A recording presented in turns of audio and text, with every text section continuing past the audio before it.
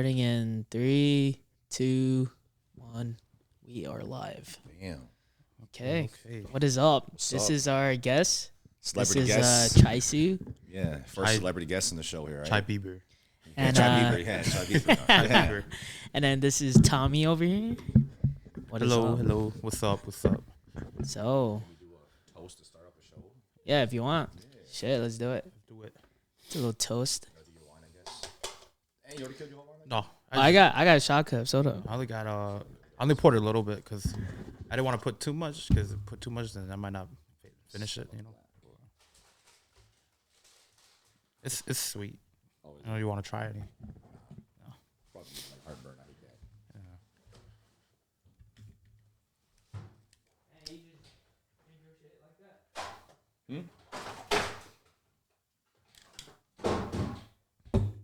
What you think? This is a No Chaser podcast? So we got to be right. Come on. No chaser. Shit, dude. That's kind of like what? No jumper. No, Adam 22. Who are those Canadian boys? These are Canadian boys too. Who are they again? Nug boys? No, not Nug boys. Jumpers jump. Yeah, jumper Oh, jump yeah, too. jumpers jump. Yeah. I used to listen to them, but I haven't been lately. Last time I came to walk, I listened to them like all the way down. Oh yeah. So when are you leaving tomorrow?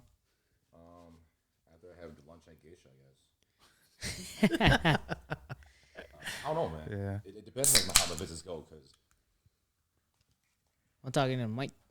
oh shoot, yeah.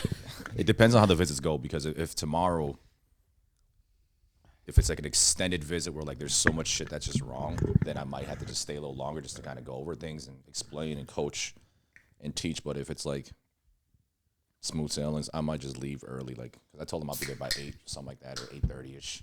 Yeah. And then I don't know if it goes good, I'm probably just gonna leave early, I guess. Because I don't really want to stick around and do nothing and wait. It's like the longer I stay, then probably I just have to work. If I just tell them, hey, I'm on the road driving, I don't have to work. So Yeah, okay. yeah. All right. Cheers. Cheers, y'all. Cheers. Thank you, Robbie, for having us Cheers. on your podcast.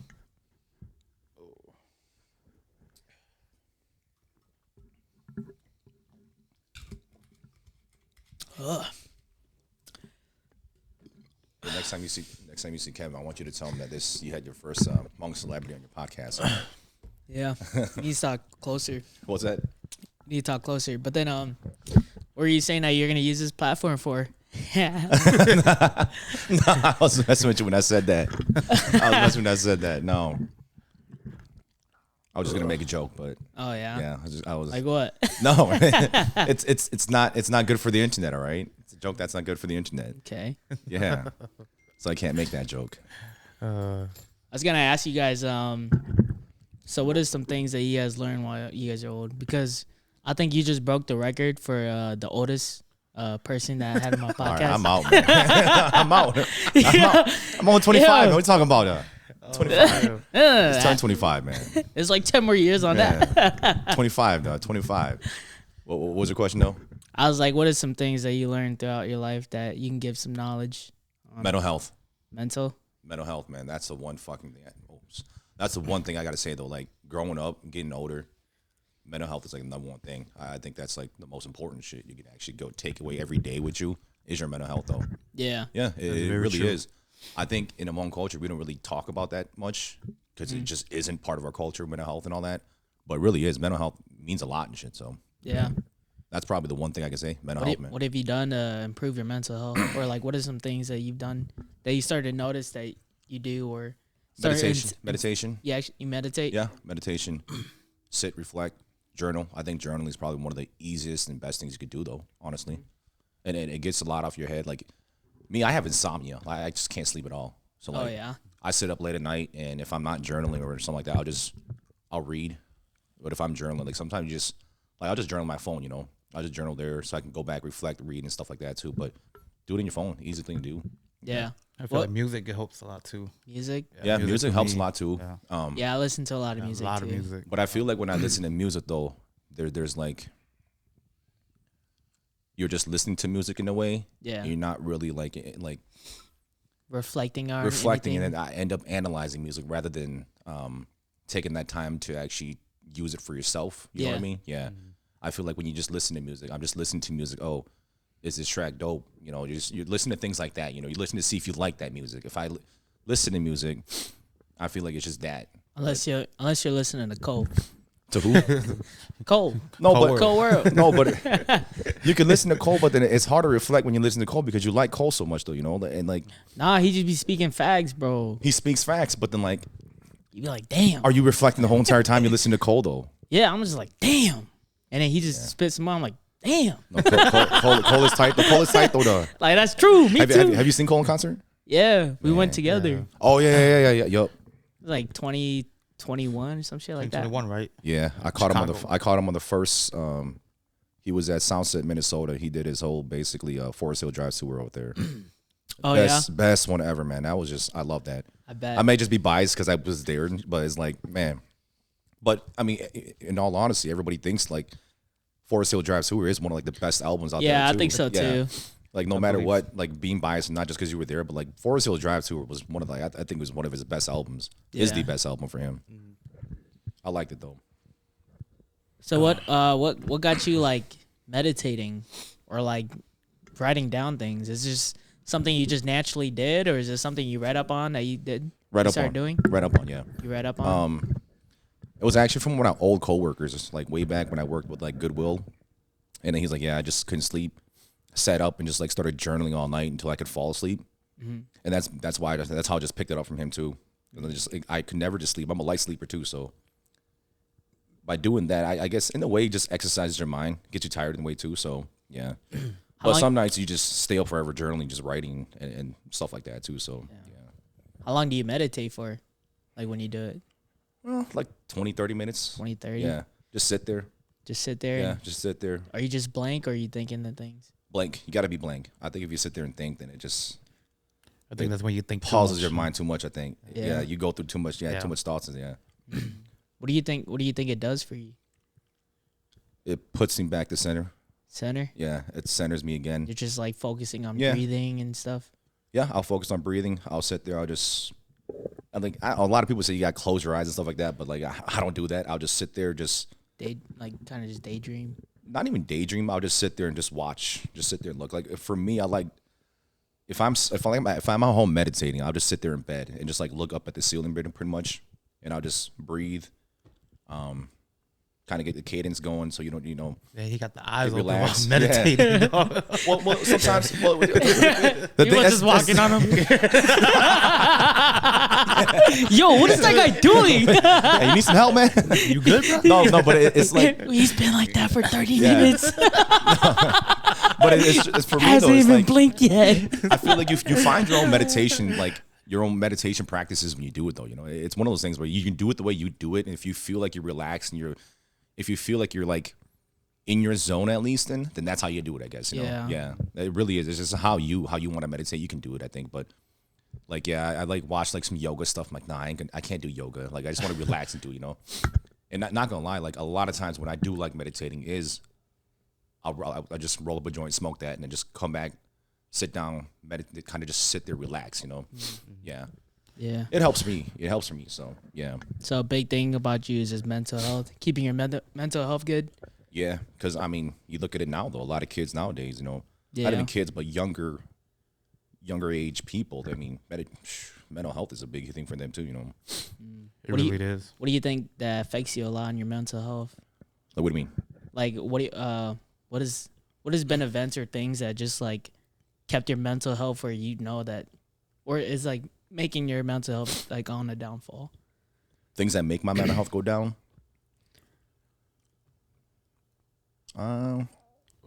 I guess personal things that happen in life. I guess, you know, like for me recently, I lost my brother. Yeah. You know, that for me, that was a big thing for me to kind of get back into me. You guys hear it first, you know, on your podcast.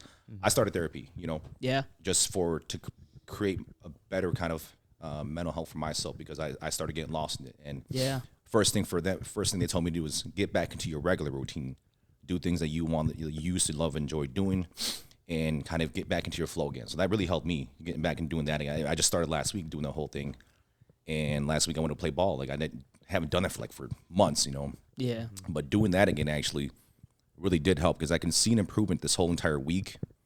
And since then, of kind of just you get lost and you just sit in your room and kind of just boom, you kind of just go into like a dark space almost in a way. You know, it's like, it helps a lot. You know, it does. It really does. So Yeah. you know, that's why I support mental health, man. It really is something that affects so many people nowadays. You know, so yeah. Yeah, I think sometimes when I hear about it, some people just they don't know how to deal with it. Oh yeah, that's So what it like is. when they feel sad, like it's okay to feel sad, but I feel like sometimes a lot of people like to trap themselves, like put themselves in Oh, a yeah. room and like just avoid other people and just like kind of like drown in their own sorrow. And That's like what shit. it is, though. But I think that's people who don't want to involve other people into their own kind Yeah. of dilemma too. So that's why they do that. So and I get it why they do that, because I think they almost feel like they're going to be a burden to whoever else they're talking to or talking about it with. So I think that's why they kind of shelter themselves into the little black hole and kind of just boom, don't talk to nobody about it. But it helps, you know, it does help. Yeah. That's very true. I do that a lot. You know, I don't ever talk to anyone. Yeah, but it 'cause helps, you don't want to though. burden them. You know, Yeah. like because now you make them feel like, oh, they gotta help you out. You know, or like, or if they want to, they could. Or, Yeah, and I think it's so crazy that like this is such a big thing, but like growing up, you never heard from like adults or people. Oh, never. Yeah, never. like nobody about your mental health, and nobody really discussed it. Yep. And I get why, you know, we our parents came from a place where their mental health wasn't a thing for them. They didn't have psychiatrists. They didn't have anything like that, therapy Yeah. or sessions or nothing like that. So like I can get why it's not part of their culture. It's not part of their things that they do. But I think it helps out a lot when you actually have, when you consider your mental health and you actually help and try to do something with it. I think it helps a lot, you know. So Yeah, like I'll tell you, like, I just hope my work ain't listen to this. But when I sit at home, like when I work from home, you know, like I don't do anything. You know, for like the past like 2 months, I don't do anything at home. I'll maybe sometimes I'll just do my stuff real quick. You know, get what I need to do done, and then like sometimes I'll come back like at midnight and then start working again because I didn't do anything. Yeah. And sometimes I'll do all my work and then sometimes I'll be up doing extra work so I can just get caught up so I can don't have to do anything the next like the day or so, you know. So like Yeah. it helps a lot, and I really think it does, because I think mental health, it takes a swing. It always goes back and forth with that. For you know? sure. Yeah. So I think the biggest part for me learning is just that, you know, you can't really control how you feel, but you can control how you react to it. oh yeah, yeah. So like I'm always in I'm always in swings, and then it takes me a moment to start realizing. Well, I gotten better now to just realize like, you know, why am I acting like this, or why do I feel like this right now? And Yeah. I don't really fucking know at that time, but I think that's literally just my mental health and just how like I'm doing shit, and I have to catch it. I'm getting better at catching it, but sometimes Yeah. I really don't. No, but that's what it is. Yeah. It'll you find where you need to kind of just hey, maybe I need to start adjusting this and that, the way I Yeah. react to certain things too. So it's there's never, in my opinion, there's never a right or wrong way to do mental health. It's everybody has their own reaction to how they do their own exercises with what they do. But if it works for you, then it works for you. You know, I just don't. The only thing I probably wouldn't support is if you're just drowning yourself in like alcohol until you just forget. You know, Yeah. that's probably the one thing I probably just wouldn't condone. Yeah, that's one thing I try to let known too. Is just that Yeah. like when you're feeling sad, bro, don't fucking drown yourself Yeah, in drugs, don't. Yeah, don't. alcohol, or Yeah. like something that you know you shouldn't be doing. Oh yeah, Because the right thing to do is the hardest thing to do. Yeah. And you know what you need, but you're not gonna do it. But then you feel sad, so you wanna hurt yourself. You wanna do things that you know that aren't healthy for you. Mm-hmm. Just for me, like I've never gotten to that point where like I want to hurt myself. yeah. Or anything like that, where end myself completely in any type of way. I never had like those type of thoughts or anything like that, because it just never crossed my mind to do that, But I have drank myself to the point where like I just want to drink to Yeah. forget, basically for the past few months. Like I just every time I drink, like okay, boom, I'm gonna shoot up and just get drunk to get drunk, And it's one of Yeah. those things where it's like that helped because then I forget, But then the next day you wake up, back to the same old memories, back to the same old thoughts, back to the same old thing. Like okay, yeah, that didn't help out at all, Then you realize that okay, it doesn't really help out much. So yeah. Yeah. I think a big part of it is just, for your life, you just got to dissect it. If you Oh, yeah. just keep running away from it, you're just going to keep getting hurt, and you just got to That's- yeah. dissect it and Yup. Very true. talk to yourself about what you've gone through, and really just accept your past so you can move forward. There's no really healing from anything, There ain't, yeah, there I think isn't it's healing. just you I just think get there's- better at I dealing think, with I think it. you just learn to accept what happened. And, Yeah. you learn to kind of conform your life to and around it, and you don't move on, but you just you learn to live with it in a way. You know, you learn to live with what happened, the results of what happened previous. You know, so yeah. Yeah, I think I'm just starting to learn that too. Like, you know, you'll actually heal. I think it stays with you. You just learn to accept it. Oh, yeah. You know, you Yeah. learn to accept it. And You learn to just live with it. Basically, is what it is. You know, it's because that's part of your life. That's yeah. You learn from it. You know, so and that's all part of it though. Yeah, that really is part of it. You know, so and I mean, if anything, man, I tell you guys, y'all still young. You know, mental health though. There's days when y'all just gotta sit around and talk like, hey, how are you actually? You know, like hey, really, is everything you're still good? young too. 25. 25, yeah. Kevin's the oldest guy in the show. Yeah, we're talking about Kevin's the oldest guy in the show, man. What about you, Tommy? What in all your 25 years have you learned that's been really crucial or big in your life? Oof. You lose a lot, but you also gain a lot. Yeah. One of the metaphors that I really do think about a lot is, I guess you kind of like put it together if you want to, but you have the recipe, you just don't have all the ingredients. Like, you know what you want to do in life and all that, but you don't have everything. So you just got to take it time by time. You know, Really, like, execution's always tough, though, man. Execution's tough, though. It's, and I think that circles back to the whole mental health thing too, where it's like, I think when kids fail, not kids, but I think when now I see, like, I feel like failure is such a big thing for them. Like, it's almost like they like, oh, I failed and like I messed up in life now and like nothing's gonna go good for me. It happens, man. It happens, dude. It happens, man.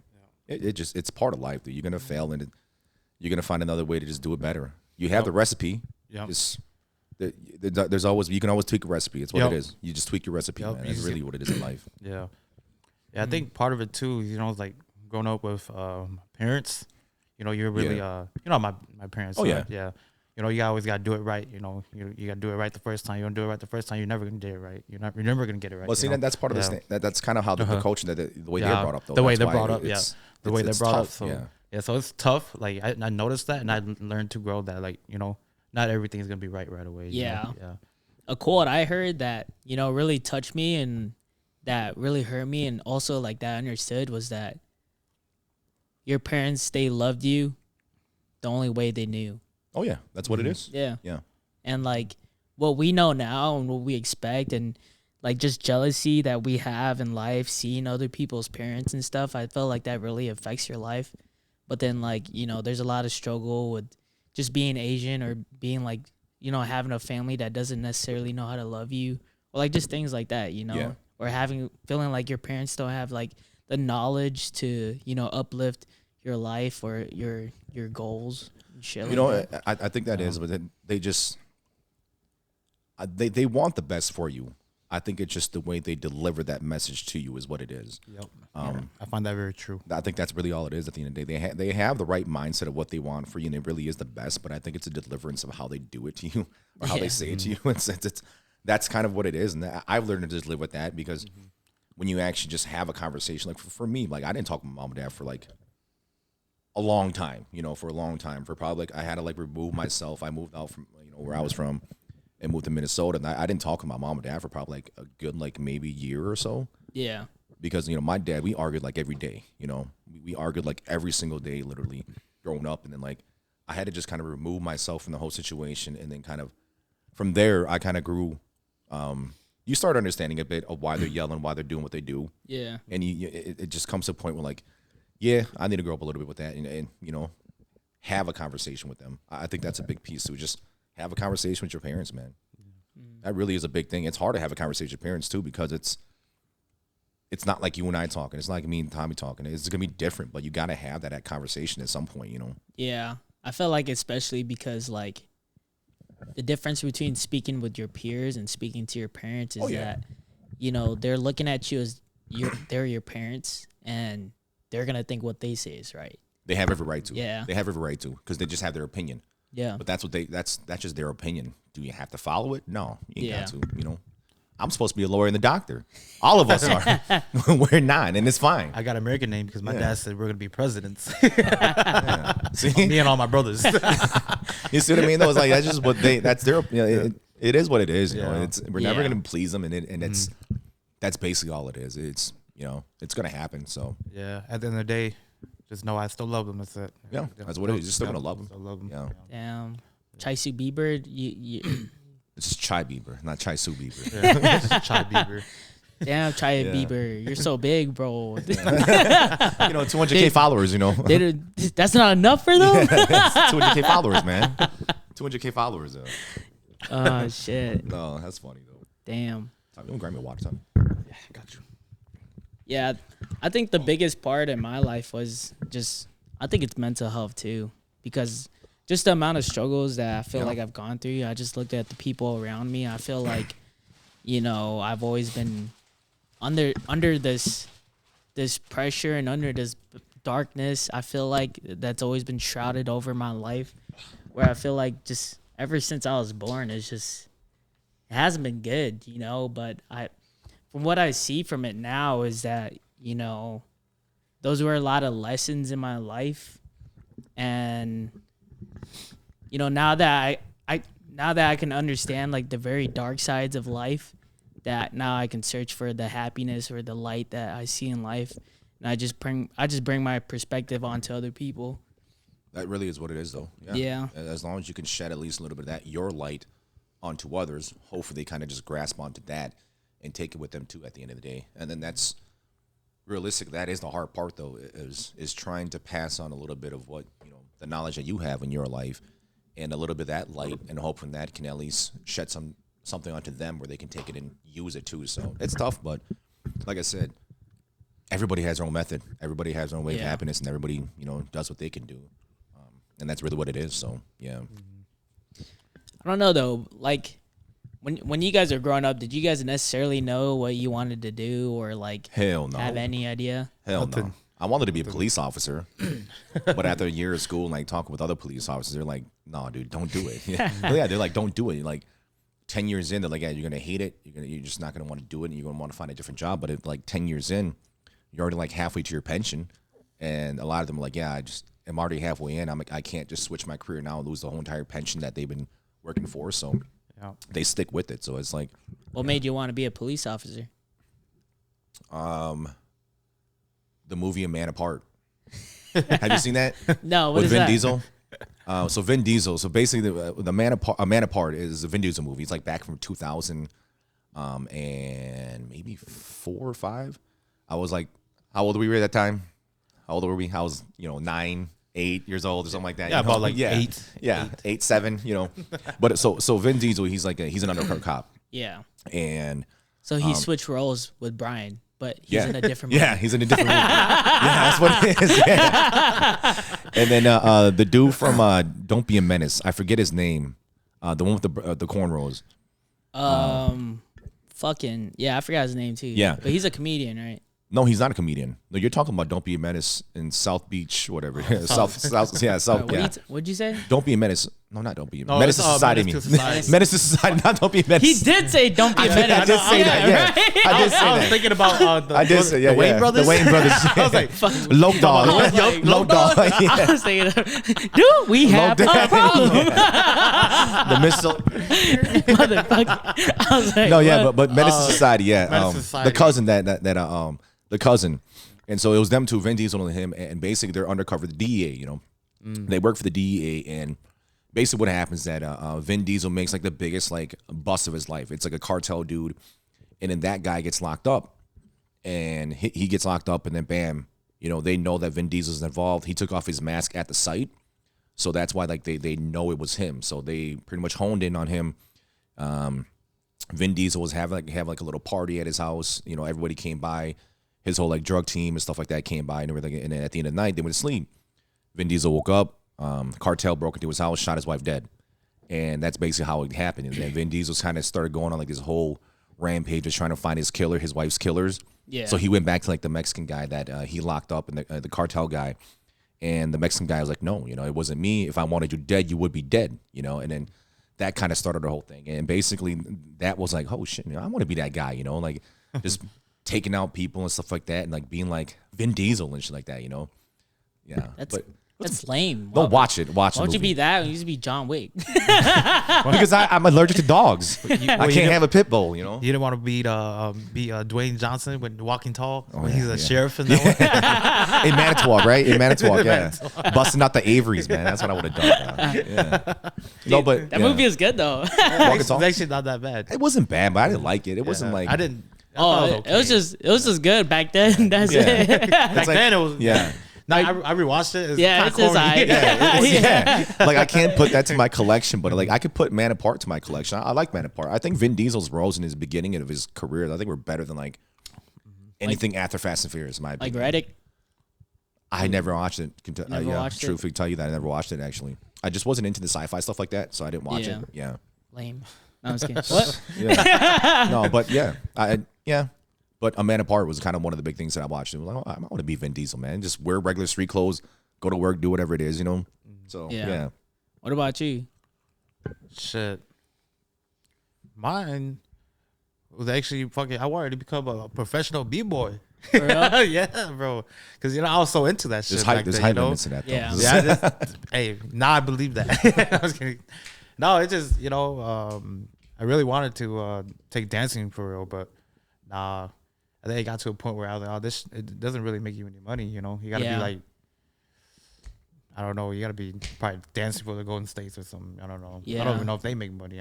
Honestly, I don't. You got to be like, you got to be like sponsored from like Red Bull. And yeah, shit. Red Bull and You just got to be number one. yeah, That's really what it You is. just you just got to be like top one, and I didn't see any money on that. 'Cause So I think, I was like, like, never mind. I think while you guys are doing that b-boy thing, wasn't like b-boy Pocket like super big and shit Yeah. too? Sponsored by Red Bull and Yeah. shit, isn't it? This dude was just dancing like crazy. Yeah, you Hella power. Yeah, all power.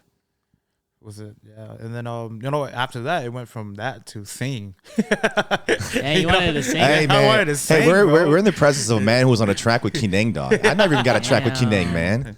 Jealous. Hey, that was. I was lucky. Kinane was. What made you want to sing? I wasn't. I don't know.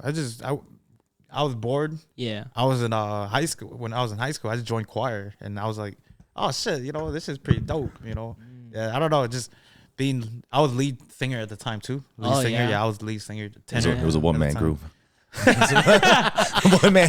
He was the only one. He was the only one in chorus. I was lead singer in our club. It was just me, but He said I had potential. Yeah, but yeah. So I thought that maybe maybe I could take singing to some, but I don't know. But after high school, it kind of just fell off too. You ever make any singing tracks or do any covers? Bro, did you covers with Kinang? Yeah, he's got that one song with Kinang. I did a couple songs. Run It Back to My Baby. You never heard Run It that? Back to You. No. Look it up, guys. Yeah. Run I It can Back to play You. it for us. Cover with Play it, Kinang yeah. and Tommy. Oh, you don't gotta play it. No, play it. But go ahead. No, because he's the first verse in it too, so play it. Yeah. So like, was that like the only thing you want to do?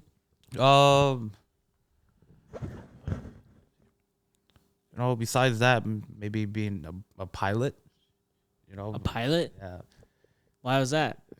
I wanted to travel. After Travel. after that, I was like, I want to travel, but I feel like it got to the point where I never pursued these things because I was too stuck into that party phase. Yeah. I started partying like crazy. I still do to this day. I think. No, I get you though, man. That party phase is really fun. It's hard to get over because you're with the people you love. Oh yeah, You're it's with fun. the people that you want to be around with, and then you kind of get lost into that, and you forget about your own life too. Oh shit, I forgot to pursue my career that I wanted to do. But like b-boy was like middle school, high school, right? Yeah. What about when you're like a kid? Like you never got that question from like your kindergarten teacher. So what? Hey, little man, what do you want to be when you're older? I don't want to be with you. No, I get where Tommy coming from. That shit. Growing up, I wanted to be a freaking singer too. Man. Yeah, Like that was like that. I was like, I wanted to be that. I wanted to be part of Boys II Men growing up. See, like when I was growing up, I thought being a singer was corny as hell. Cause like when we saw like Tay Yang and like Justin Bieber, I was like, man, this shit whack. But like now, I'm like now that I've matured, like Yeah. I want to be a rapper. Yeah. See. Yeah. That's what it is though. I remember like growing up, like me and this kid from school, we call him P Money. Like it was like 8 Mile came out, and like that was like the freaking crazy. Hey, man. dog. Yeah. And like at that time, I wasn't like a big Eminem fan, but I was a big Nas fan. You know, I was like a Yeah. huge Nas fan. So like, and me and him would just like gym class be spitting like stupid freaking like just verses, stupid bars. I'm like, maybe stupid, but like fast forward, you know, I you know, he took rap like seriously. He took rap like seriously, and like he started like laying down tracks and stuff like that. And he played it for me one time, like. Damn, this shit whack. No, I was like, damn, he don't sound like that white boy in my gym class anymore. He sound like he sound like P Money now. He sound like P Money, you know. Got his own flow. Yeah. Got his voice. Yeah, his tone, yeah. He had everything. his own flow. He started working and he was actually decent. I remember like one day, like we had like a house party. My parents were out of town. We had like a house party at the crib. Yeah. And like Andy was there and he was like batting like all of my buddies and stuff like that. I'm like, Oh yeah. I still remember like vividly to this day. Like he had this one verse about how he was saying something. And then he said he was gonna treat him like a page and just turn it. I'm like, oh, bro, you know, like man, that verse and like, I mean, just having that line in like 9th grade. I'm like, bro, and think about this too, though. At that time, this motherfucker spit. it's exactly what I thought. I'm like, what? I'm like, bro, no. They're snapping their fingers. Yeah. Hey, but my parents gonna be home soon. Yes. Yeah. No, but it was like I'm like, okay, like at that time, like in 9th grade, you know, like we didn't have like the accessibility of like YouTube. The Yeah. accessibility is like having like being able to go back and watch battle rappers and study battle rappers. We didn't have that at all. Yeah. And like when he said that, I'm like, oh no shit, this boy just said that. I'm like, I got it like right away, but I don't think anybody else got it because nobody was like, oh, I was like, oh damn, like nobody else is like that. I'm like, okay, that's a cold ass verse for like somebody in 9th grade. Y'all wasn't watching battle raps? Well, we didn't. I didn't have cable TV. Oh shit. Yeah, though at that time it was only like Oh, we did. I remember. We did. yeah, We did. yeah, We did. yeah. Wait, this motherfucker rich. yeah. Nah, but man, yeah, that YouTube shit. Bada No. beam boom, pow. yeah. Oh. No, but at that time, this is like at that time, you know, I was in 9th grade. That puts us back like to what, maybe like 2002 or something like that. Yeah. Yeah, Damn. yeah. I was like a little kid. I was a little 5-year-old running around dropping verses, you know.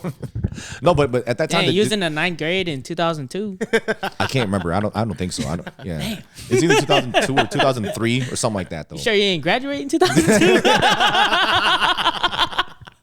No, but it was like it was one of the things where like Wait, we wait. just didn't have accessibility to all that stuff. So What year were you born? 1990. Just kidding, 1988. 1988. Yeah, Damn, 1988, so late 1900s. Yeah. No, but like at that time, like No, I'm we didn't playing, have I'm accessibility to raps though. Like you just Yeah. didn't. Like I think the only thing you really had was we had like Yeah, the tapes. and shit. LimeWire, we had Naps. No, we didn't even have tapes of battle raps. There was no tapes of battle raps.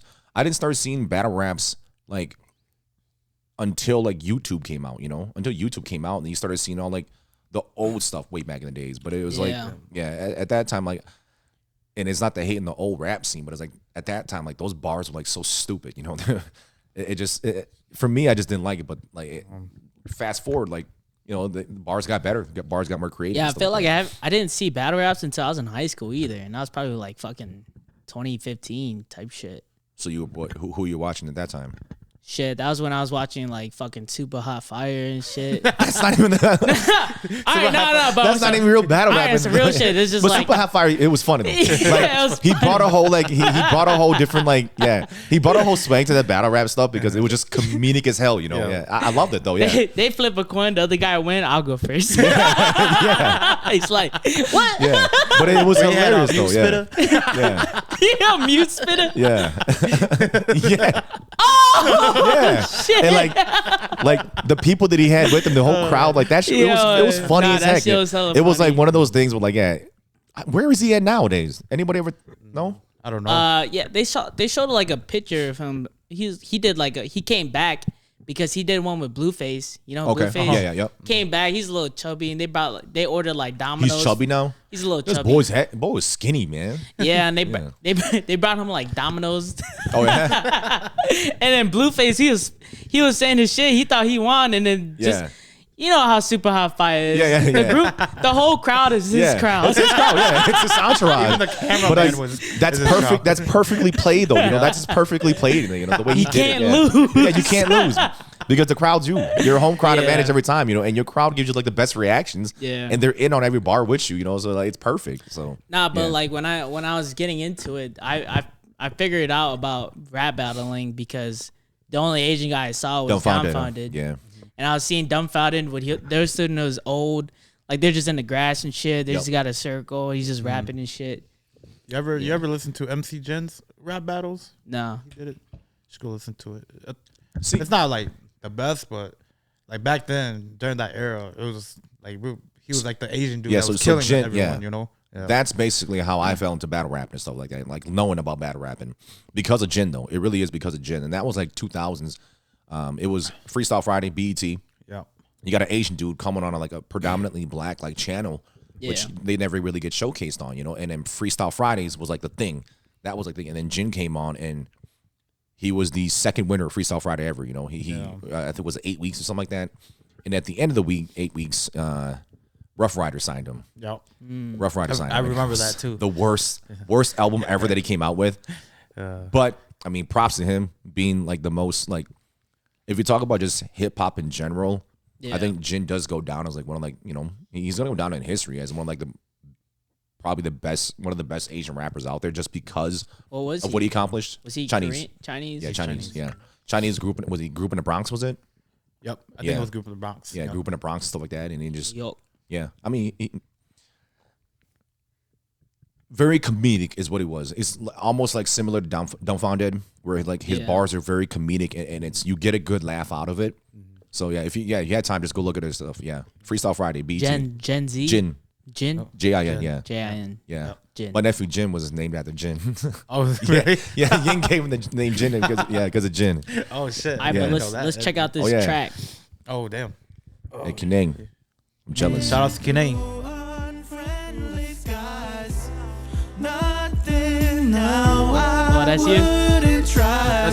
Restart it. Oh, shit. My bad. I started at the end. You good? Honestly, I haven't heard this song. Only Yeah, time yeah. I hear this song is when Chicey plays it. Oh, really? I remind him every time, man. That's jealousy, though. I want to be on that too, man.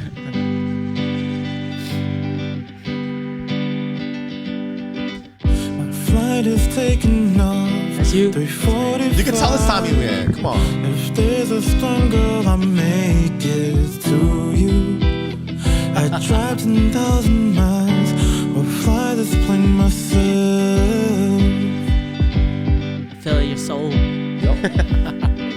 There'll be no golden rings, no turtle doves. No reason if I can't make it to you, girl. My heart would break so bad if you had no one there. Yeah. Guti Lukando. From the west to the east coast. Guti Yatuing. Guti Yatuing. But yeah, you know what? Back to my bed. That was when Kinane was living on the east side of Madison. Oh, yeah? Yeah, and then with his dad and Ulysses. Yuli was there. Yeah. Yeah, was it? Came back from Milwaukee this one day. I was like, man, Kinane, you just want to hit a track together? Fuck it, let's do a cover. Go over, do the cover, dropped it within like the next 2 days. Damn. Hey, Kinang, Shadow, I need one too, man. Before I turn is 30. Is that original by what's his name? James. Keith James. Yep, Keith James. So it's just you and Kinang? Yeah. And then he had Jeremiah featured on that. Oh yeah. Oh actually? Yeah, actually on that. Ah, yeah. So interesting. Kinane sung Jeremiah's part. Yeah. But that was dope though. Like, Yeah. when I heard that, I'm like, oh shit, yeah. It sounded exactly like It was, Tommy. it was, yeah, it was a good. really cool experience, you know. Damn. Like yeah, because I don't. Before that, you know, we were Kinane, Kevin, B, all of us. We were in his basement rapping and shit, you know. And we were coming out with diss tracks and everything, but we never put them out because Oh, who was auditioning though? because we couldn't do it. No, who We did you couldn't- guys diss though? Who did you guys diss on those diss tracks? I plead the fifth. I can't say anything about that because you know. Yeah, we did a couple of those. Yeah. Was it all Chat GPT written and what? Nah, Topic this versus this back in the old days. back before y'all had YouTube, right? Yes. No, we had YouTube. Yeah, I wasn't born yet. Probably I wasn't born yet then. I wasn't born yet. Shit, for real? Damn. Damn. Man, I miss when YouTube was it only had like Niga Higa. Yeah. You were watching that too. Hell yeah, everybody's on that shit. Kathy Wynn. That Kathy was like Wynn, my, yo. ooh, that was like my freaking crush. Who Oh, was the yeah. other girl? The Katrina. Was that her name? Karina. Oh, Keena Granite. Is it Keena Keena- Granite? Keena. she- Oh yeah, she sings Yeah. too. I think I'm thinking about a porn star. My She fault, made it. y'all. She made it to a Pepsi. She made it to Pepsi. Yeah, and then she did that song. She did the cover on Crazy Rich Asians. Yeah, Crazy Rich Asians. Oh yeah. Yeah, Yellow. that shit was fire. Yeah, that That was fire. though, yeah. shit was fire. That's dope that they had her do it too, because Yeah. I mean, you can't not put a non-Asian artist into like the Crazy Rich Asian and have like be like your theme song almost. You know, Yeah. that's good. That's dope though. I love that. Bro, Niga Higa was like the only one who actually got like hella big, and he was Asian too. He was like basically YouTube's first biggest superstar in my opinion. Yeah, I think he was too. It was like him and PewDiePie or some Yeah. shit. But the thing is, I mean, it's not like his content was like directed towards Asians only, Yeah, it was just like which is funny shit. just funny shit. And it's good though. Yeah. It's I good. mean, you could tell though, like how to be a ninja. Like, no, yeah, but it's Hey, he did have how to be a gangster. but it's like that stuff was I don't know why it's like I don't know. Did y'all ever just go back like when you're just bored sitting at home and they just like sometimes like like I'll just be at home like I'll smoke up and I'll just go back and lay in bed like I just want to watch something that's gonna like be funny and I'll go back and watch that stuff sometimes. Like, oh yeah, I look at it like man, this is stupid. Why was I laughing so much back then? You know? Yeah. Like y'all ever watch like his movies, his little like Skits. yeah, not skits, but his shorts. you Oh know? yeah. Yeah. And like there was one that was called like Assassins, you know. I forget what it was. Assassins? Yeah. Assassins. I don't think I've ever watched his shorts. Yeah. It was stupid. He becomes an assassin. He's an assassin. He goes and protects this one girl at school. And like it's the dumbest thing ever, but like why was I laughing so much back in the days? Just we'll watch it tonight. Yeah. Because it was like cringe and shit. It was cringe. Yeah, that's what made it so funny though. Yeah. I think I like the one where he remade Twilight and Titanic. It's so Oh, dumb. yeah. It's It's just- stupid, but it was just I don't know why you laugh so much back in the days. But Yeah. no, look, they created a whole wave on YouTube though, man. They Yeah. got big on that. dude. Yeah. Yeah, I was more big on like Wong Fu and like JK. Oh, okay. Yeah. Yeah. Yeah. Yeah. And then I was watching Niga Higa on the side, but I just like their shit more just because they'll be serious and they'll be really funny Yeah. and shit. Did you cry in Strangers again or what? Dude, we we watched that whole shit together. It was like I think it was like me, Kevin, fucking David, and like YP. Yeah, we just watched that whole series together. The whole. Yeah, we're just like, what the fuck? Oh man. This shit is sad. This motherfucker spitting. No, but Yo. no, that stuff. I mean, that created a whole wave on YouTube, though, man. Props to Yeah. them because that created their wave, you know. And hell, they even I never saw them. They were here, but then like, I mean, they were up here doing their, at the clubs too. Up here, they had like Epic, Karma, and stuff like that. They were doing. Oh yeah, they're coming over here. Yeah, because that's part of their thing. Well, not the Wong Fu production like crew itself, but then you had like the music people. You had like Yeah. Timothy De La Ghetto, Yeah. Lil Craze, because he lives up I here. was like, dude, that shit was crazy when Tim was starting talking about like, yeah, when I go to Minnesota, like there's like Asian cats, but like they're like that small group. It's like Yeah. it's like what are those? And then like David So was like, oh, you talking about the Hmong people? Like, Yeah. Yeah, that's what it is. I was though, like, yeah. yes. But it's crazy that they didn't know about Hmong people because I mean you think about that, California itself, like Yeah. it's I don't know where they're at. I mean now people know like there's hella Hmong people, but like back then it was probably just like hella like Filipino and Chinese and I don't know because Koreans. my boss, he's from California, he's from Sacramento, and then like Well, I'm from Fresno. but Sacramento though, And I'm I just lived in saying, Sacramento. Yeah, but he's white, he's Nah, white, it's fine. Yeah, no. and like I had gone out there to train, and we were in the LA market just training and stuff like that, and yeah. he was kind of just asking me about, about me, just getting to know me basically. And I told him I was Hmong. He was like, oh yeah, we have a lot of Hmong people in Sacramento, blah, blah, and that. Yeah, And Sacktown. and then like later on the conversations got to the point where like, oh yeah, talking about the weed farms up in Sacramento, like up in North California. I'm like, North Cal. I'm like, damn it, I shouldn't have said I was Hmong, He probably thinks something like it was my family up there or something like that. Yeah, So it's he's like, what was your name again? Yeah, exactly. We got him. Yeah. That's what it is. All right, guys, he's in. Yep. Get the cuffs ready. He's like, what? Yeah. No. But no, it was like it was he knew about Hmong people too, which is Yeah. but that's why when they're talking about Timothy De La Ghetto and all those guys, they didn't know Hmong people, which is surprising because California is so full of Hmong people. So Yeah, I think it's just their clique was just more of different others. You know, there wasn't a lot of Hmong people that were trying to get into that stuff back then. They're more of that gangbanging shit over there. I wonder what he saw. What side of the Hmong he saw, like the gangbanging shit, or The gangbanging shit, the gangbanging shit, and the I'm the pretty drug sure. shit. Yeah, Yeah, the gangbanging shit and the drug shit. But then you think Yeah, about this boy. too, though. You know, a lot of Hmong people are being blamed for all the drug stuff in Northern California too, though. Oh But- shit! Yeah, because they're getting caught in shit. No, but you know a lot. But this is the stuff that leads back to the executions, the murders, and everything like that. It's Yeah. not the Hmong people. It's there's Chinese people running that too. Mm-hmm. I watched I watched a whole documentary about this, and like the sheriff was like sending a message out, boss, and I'm like, and they're like saying it's Hmong people. Like every single thing that they were talking about, all the incidents and everything, and like this is like the non-Hmong people incidents. These are the Chinese folks who are running stuff up there. Like they're big pushes, man. The Chinese people are big pushes when it comes to the weed. Yo, Yeah. They're huge with that. And they're populating Northern California. Yo, he talking about back then now. Well, I ain't that old, yo. Hold up. No, Wait a minute. It's that too, where it's like they're populating Northern California and they're making the drug runs, and they're talking about the illegal immigrants coming here and working for under the table, Yeah. and just being treated like trash. And you know, Hmong people do that too, but then like, there's a huge like Chinese population doing that because they're running the Oklahoma stuff, they're running the California stuff, Yeah. wherever you can grow weed legally now. I mean, it is Chinese people too. It's like it's just but all they're over Facebook. But yeah, but then like, you know, we're a subculture of Chinese people because, you know, from Indochina, so Yeah. like they just Yeah. kind of categorize Hmong people into the Chinese people and stuff too. So like, So what you trying to say? You trying to say they trying to get back at us again? Hey, brother, I'm in with this. hey man, you gotta get with Mulan. Yeah, that's all it is. Like, yeah, Fuck No, 'em. yeah, but it's one of those things where it's like it's not Hmong people on this. Hmong people, yes, they are involved, and Yeah. Hmong people are getting caught for doing all that. But like the stuff that's getting like super serious out there, that's like all Chinese related incidents. But I think they just don't know how to categorize that into as Hmong people because Hmong people are the ones that are getting caught more too. So like their names are getting known into that. But Yeah. yeah, Damn. Yeah, That's crazy.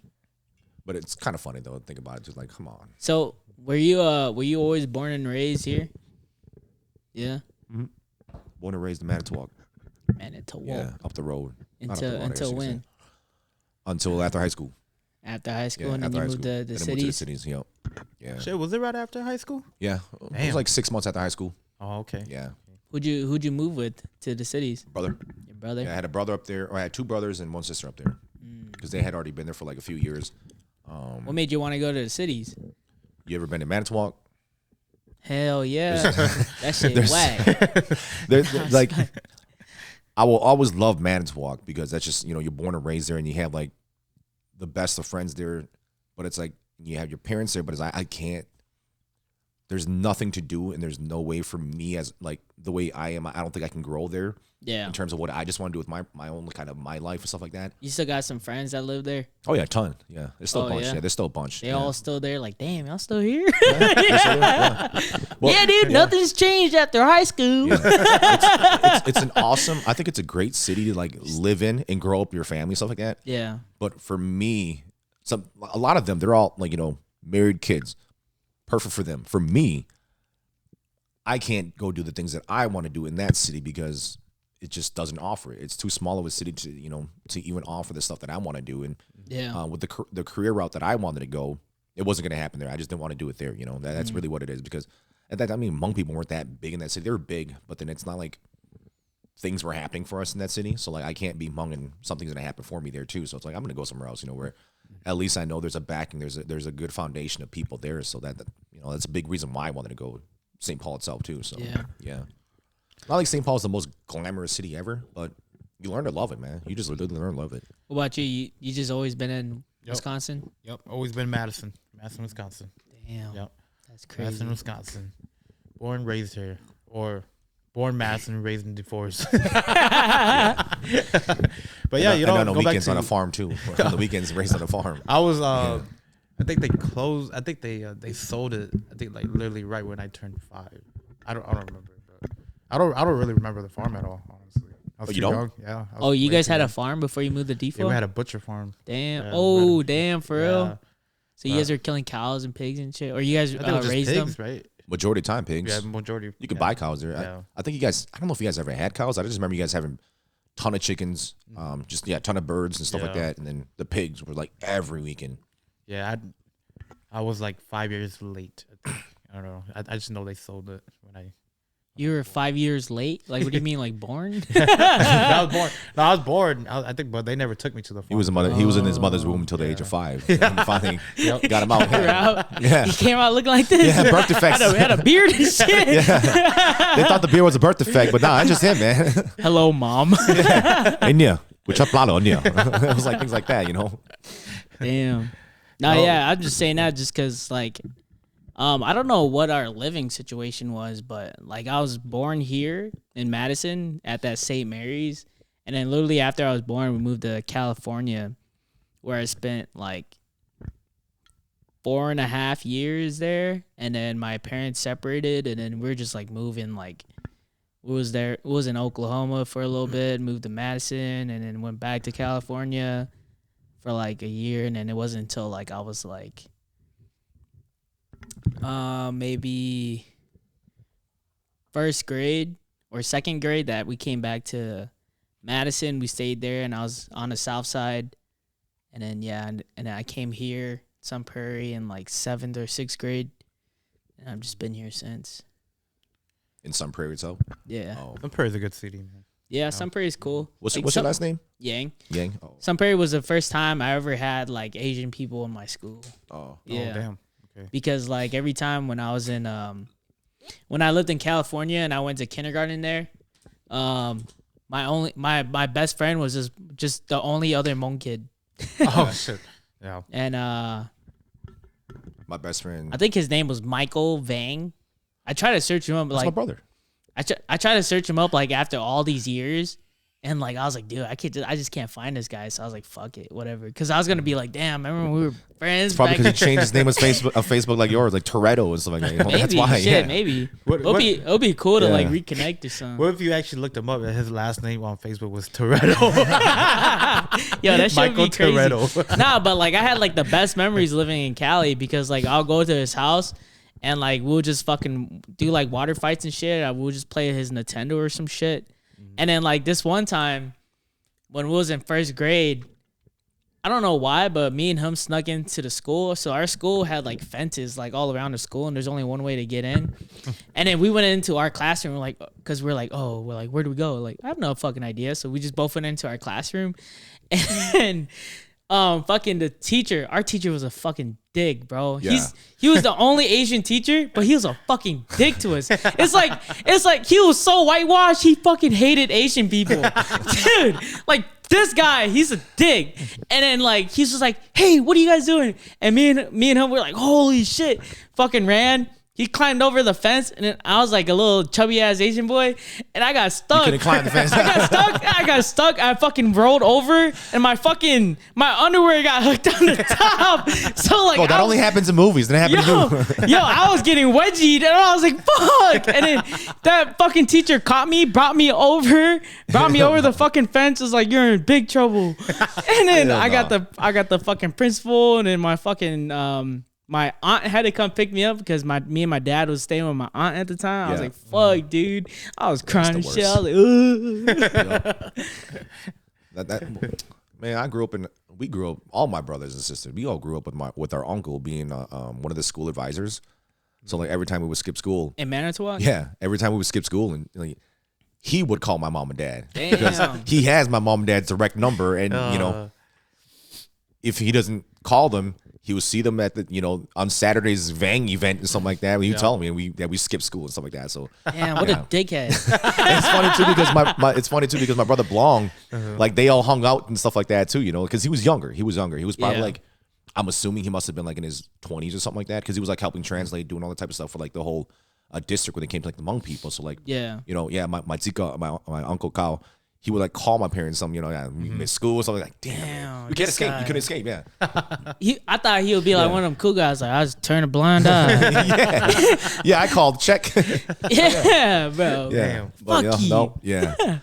But he had a report us that we skipped school and stuff like I that. would have so, yeah. made a living hell for him at school.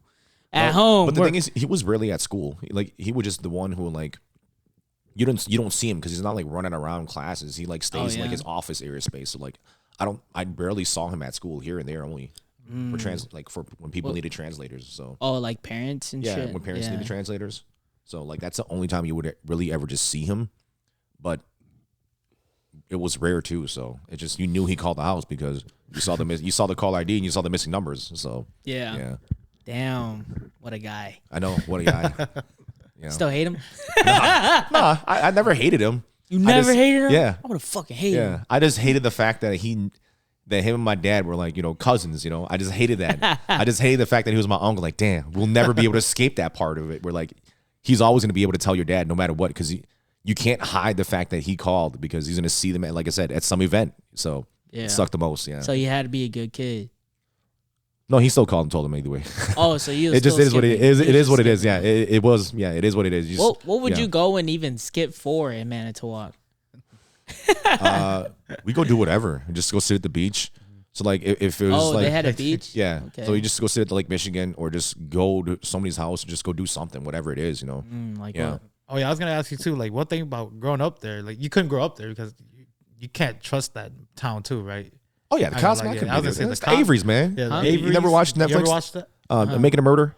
That's like one of the most watched, it. most watched documentaries on Netflix. What are there like murderers there? So basically, so like little child rapists. Let's say I still think Stephen Avery is innocent. Who? Stephen Avery. I still think so too. Who's fucking Stephen Avery? He is part of that Netflix documentary. We're just gonna go about this. So basically, Netflix came out with this documentary. This circles back to like I think the 90s, where they're from Manitowoc. Yeah. Okay.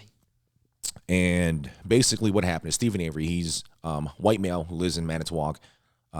Family just known to be involved in a lot of police incidents. And what had happened was there was a woman who said she was raped. She was jogging and running by the beach, and she got raped. And boom, gave out the description. Did not even match Stephen Avery. It matched somebody else this one dude who had been locked up and stuff like that, who had previous criminal history too. And Stephen Avery was just well-known name because of the incidents that police were always involved with at their residence, the Avery residence, basically. Yeah. They lived out in like this one big like junkyard, and that was the Avery property. I don't know how they had so much money to have that. That's a huge property, and to have a junkyard and stuff like that too. Yeah, you watch the documentary. That's just fucking huge. Yeah, bro. So it's like they own that, and it's just the Avery junkyard. And basically, fast forward, Stephen Avery gets blamed for that rape, and he gets locked up. Yeah. Yep. And then boom, fast forward maybe what?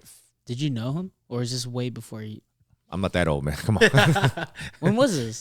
This is like 1990s when he got locked up for that rape case. It is. Yeah. That is around your age. No, I think it was like the 90s though. Like we were all kids still, we were all kids basically. But like you were living there, right? Yeah, I was living there. Yeah, I was living there. Yeah. While this all happened. Yep. While it all happened. Yeah. Yep. Damn. So it could have happened. It wasn't me. It wasn't me. Saw it. I wasn't the victim. All right. Dude, imagine like, all right.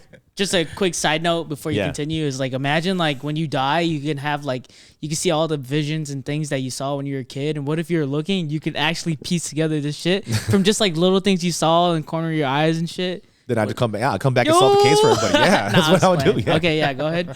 No, but then fast forward, Stephen Avery gets locked up for that rape case. Yeah. And then boom, fast forward another maybe 15 some odd years or so. Like, I know over 10 years. The case, he must have been doing something in jail to kind of try to prove his own innocence, but he was found innocent. DNA, because right? the DNA proved that other guy who was in Green Bay as the rapist of the whole thing. And so this is 2000 and something, maybe 2003. Yep. Damn. 2003 was actually when he was released, I think it was.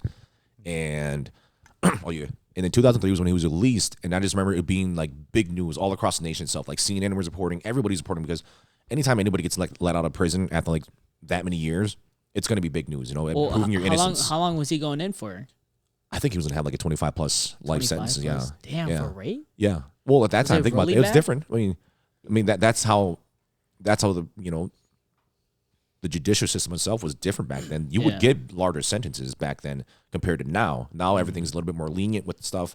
You got different judges in place now, so it's kind of conforming to how it is now. But back then, you would get a life sentence back then for just that type of stuff. I mean, of course, rape is bad. Yeah, I think he deserves a life sentence if he did do it. But yeah, back then it was just basically it was always just going to be that. So, he gets out of prison, proves his innocence, and it's all over the news, being blasted everywhere, you know. Yeah. And then Moves back. comes out of prison, starts going back to the Avery junkyard, doing what he does, and then fast forward another 2 years after he's released from prison, News Alert comes. I still remember watching News Alert. It's weird because it's you still have such vivid memories of it happening. Yeah. Because now it's become so big too. Boom, he's convicted of something. Nope. So fast forward like 2005, I believe it was, not a reporter actually, a photographer. She goes out to the Avery farm or Avery junkyard to take pictures for a car that was being sold on somewhere, and she ends up missing. And the last place known that she was at was the Avery farm. What the fuck? Yeah. So last place seen was the Avery farm because she was there taking pictures, and that's the last time anybody had notified. She had notified anyone what she was doing. She was going to go take pictures at the Avery farm, and bam. So, bam, investigation starts. Like, though, it goes into a craze because, it's the Avery farm, and Stephen Avery lives there. It's the Averys and the Das and like things like that because everything points right back to Stephen Avery again now. Yeah. And then the crazy thing is too, during that time, Stephen Avery actually had an open case against Manitowoc County for basically a lawsuit against the city. Yeah. And it was like millions of dollars, which I know the city did not have. And that had happened before this whole thing. And then so he had that whole lawsuit going on with the city. And then all of a sudden, boom. Next thing you know, Teresa Hallback was missing on the Avery farm. Did you know her? What No, I didn't know her. No. It's just the fuck, dude? you just know these names Make it because they're instilled into your head. Make it interesting. You live there, it's a small town. Come on. No, but then Like I was funny like enough- making out with her this one day, man. Like, come on, and then she's missing the next week. Like, what the fuck? then I'm being questioned. Yeah. Then I get questioned. I was locked up for 3 hours for this question. I didn't tell him anything. Damn it. All right, then. No, like, but then basically she goes up missing, and then all of a sudden, Manitowoc sheriffs get involved, Manitowoc police get involved, and then, everybody goes right back to the Avery farm.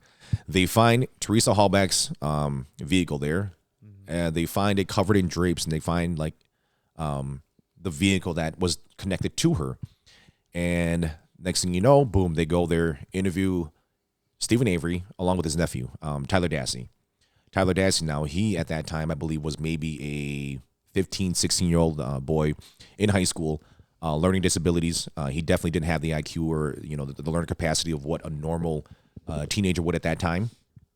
He wanted to he wanted to see WrestleMania. yeah. That's what it was. He wanted to see WrestleMania. He just wasn't a normal kid. So basically, the thing is too, I know Netflix paints a different picture with it because they're trying to create that agenda with that movie. That's what it is. You're drawing in people. So they really pushed the part that where they said the cops basically coerced Tyler Dassey into admitting that him and his uncle Stephen Avery raped and killed Teresa Hallback and then burned her body parts in a burn pit. That's right by the farm, So he went back to jail. Yeah, then he went back to prison. What the fuck? Yeah, he went back to prison for all that because Tyler Dassey admitted and said that he did it. Yeah, He's still there. He's still there. He's still there to this day. Both of them are still there to this day. Both of them are still trying to fight. There's a part 2 on the whole Making a Murder too. Trust me, you're gonna love it, dude. Watch it. Watch it. Making a Murder. It's one of those things where I remember I watched it. It took me 3 days. It took me 3 days to watch it. Actually, not even 3 days. I think 2 days to watch it. Wait, Yeah. but why did they say that she was raped and murdered? How did they know that? Because Tyler Dassey said they did.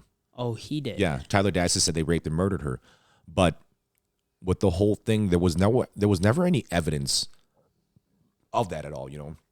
There was I mean, no if blood you splatter. There was burn a body, I feel like you'll still be able to find. But yeah, you would still find DNA in a burn pit because it's bones and it's things like that. Yeah. You'll have bits and pieces of it left. And for me, if I'm Stephen Avery and Teresa Hallback goes missing, and it's all over the news, it's being blasted, it's being plastered everywhere that you can think of because it's such a small town, it's such a big thing to have. And if I was Stephen Avery and I committed murder, why would I just leave my burn pit with her parts all over there still if I was a murderer, If I was trying to hide her, trying not to go back to prison, why would I do that? But it seems sus because it feels like just me hearing it. I don't know the very detailed details, but I'm going to the Avery farm. And Exactly, then yeah, suddenly yeah. I'm gone. And then why? If you used to commit a murder on your own property, you think you would get rid of the car. Everything. Yeah. Yeah. Everything. Or at Everything. least try to get rid of it if you know that like you're gonna get caught. Oh, I just got out. People are gonna be very like this. Yeah, Yeah. it sounds sus. And that's why he had a large lawsuit against the city. And I think it all stems from that, you know. And so basically to this day, he's still in prison. Tyler Dash is still in prison. That kid lost his entire like life because he was locked up. I believe he was innocent, Tyler Dash himself, because I think he was more coerced into doing it and saying it.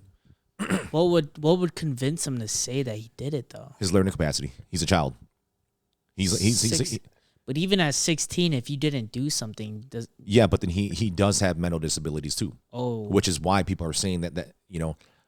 So for me, part of my job, I do investigations, you know, and what we do is we also interview people and we use tactics and we do things to try to get an answer, or not an answer itself, but a confession almost in a way. Yeah. And when you kind of look at the way the police officers did, they were super aggressive with it. Basically, they're trying to push the agenda that he killed him, that they did it, and which is why in Tyler Dash's head, then as a kid who just has an undeveloped mind, that's why he just started saying it, because the cops just kept saying it to him, which is why they say he was coerced into writing that confession, saying that confession. So you just got to watch Netflix documentary because there's so much to talk about and explain with it. Wait, but it doesn't make sense still, because if he was to confess to the murder, then wouldn't he also confess to where the body is? Well, basically, yeah, they said they burned the body, like But then the whole thing. Where did they do it? And if they did Right, it, then right next to the house, a burn pit. Oh, so when they checked it, wouldn't They found a body parts or something like that, you know, of remains. hers? Yeah, remains of Teresa Hallback. But like, It was if- actually her? well, yeah, that's what they identified it as. I haven't seen any paper with it, but then they identified it as her remains. But it's a thing where it's like, if I'm gonna commit a murder, and I just got out of prison, serving like 10+ years in a sentence, and am I gonna come out and commit the same act to get locked up and not hide any evidence? If I was actually gonna be that and do that again, I'm gonna hide my evidence. You know, just the way how it all kind of fell apart and like as. Or this guy could be just really fucking stupid. Yeah, he could be really stupid, but you can't be that stupid and get yourself out of prison, but proving you're in it. You know, it's. I mean, he didn't do it, but it's like, if you listen to him talk, he's not stupid. Yeah. When you screw up so much, and you're involved in police incidents, you know how to get around those things. Then that's what you build your life on, right? If you're getting in trouble every day and getting involved in police incidents, you would then start structuring ways on how I should do differently so I don't get caught. Then, correct? So, like, the way I'm thinking about it is that if you're gonna get back at this guy, right, that raped somebody 10 years prior. No. He's not getting back at that guy who raped her. Yeah, but then, like, let's say, like, this shit was all a setup since the beginning, right? Or, like, you're just going against this guy, like, or, like, if somebody was to choose that because they still have animosity towards something he didn't do, and then after he came back, they're setting this up on him, like, what would put them in that spot where they would also involve his nephew, or, like, I don't know. Because his nephew just had... Because his nephew's vulnerable. His nephew's an undeveloped mind. He's a teenager with, like, a 5-year-old mind. Interesting. So that's why it's an easy target to go to. Because it's based like this. If we all commit a crime, and I can just... if I'm the police officer, and I'm looking at us, and I see that Tommy just shivering and scared and stuff like that, who am I going to talk to? The guy who's scared. Because I know, hey, he's going to crack first. He's going to say something that's going to lead to something of my own investigation of what I'm trying to find. You know, so it's one of those. That's why they targeted him. Yeah, if you watch the whole like interview, Yeah. you can tell they were just picking on him. Like, And you telling can him tell that, he had. like, did you do this? Like made up some story. Like, did you do this? Dude, trust me, watch it. It's actually it's really interesting. Really, really super interesting. Like, Yeah. I think at one point too, they were like, "Tell me you did this," right? Or something like that. I remember. It's the interrogation tactics that they did use on Tyler Dassey. I think it's messed up because he is basically a child. You know, he's a child. Yeah. Wasn't there another nephew that was involved? No. Too? No, just them two. Just them two. Yeah. Because those two are the ones that were locked up. So I remember the lawyer, the girl lawyer. Yeah. That he got. Yep. Said that she found some new evidence and it involves. See, I didn't watch part 2 Tyler yet. Dassey's brother or something. Oh, really? Like that? Yeah, something Yeah. like that. Yeah. I don't know. Interesting. She tweeted that. I didn't watch She part 2. actually tweeted that. I didn't watch part 2 because part 2 really didn't give much of a Yeah. nothing happened. Part Nothing 2. happened. Yeah. Nothing happened. Part 2 is basically just all about them trying to go back and look in every single crevice to find any bit of DNA or any bit of like evidence to prove his innocence. So like And then we already knew nothing happened So with that. I knew, why was she going to the Avery farm anyway? take a picture, photographer. Wait, why though? She was taking a picture of a car so they could sell it Well, why at the Avery farm? because that's where it was. Remember, there's like a junkyard too. Oh, so Yeah. she was selling it to them. No, I believe she was doing it for. So like we had like these papers where it's just basically all cars in there. Like it's like a newspaper, but it's just car listings, and you can also have it in the newspapers. You can have a classified. So ads she was in it. going there to buy a car. Nope, she was going there to take pictures for that posting itself. So she was a part of that. So she took pictures so she could post it on like the newspaper Yep. for that car. to Yeah, sell. for whoever is selling that car to post it, so they can have at least like professional pictures and photography, so they could just post their own ad and stuff like that. So that's when, then boom, she goes, farm goes missing. But for me, it just didn't. When you listen to the facts presented by Netflix, It does sound like it's yeah. planted though. Yeah, that's why. Watch Like, it. Yeah, Yeah, watch the it. evidence is like so obvious and Yeah. so leading that it can't be true. Yeah, like how can this case be solved like this? It's like that, the evidence is like, like it makes so much sense that even a kid would know what would happen. Yeah.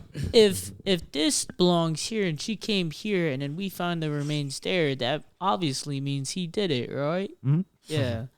Which is why there's such like But it doesn't always. Yeah. It's not always as it seems. which is why there's like a dark cloud casted over Manitowoc, all because of this here too.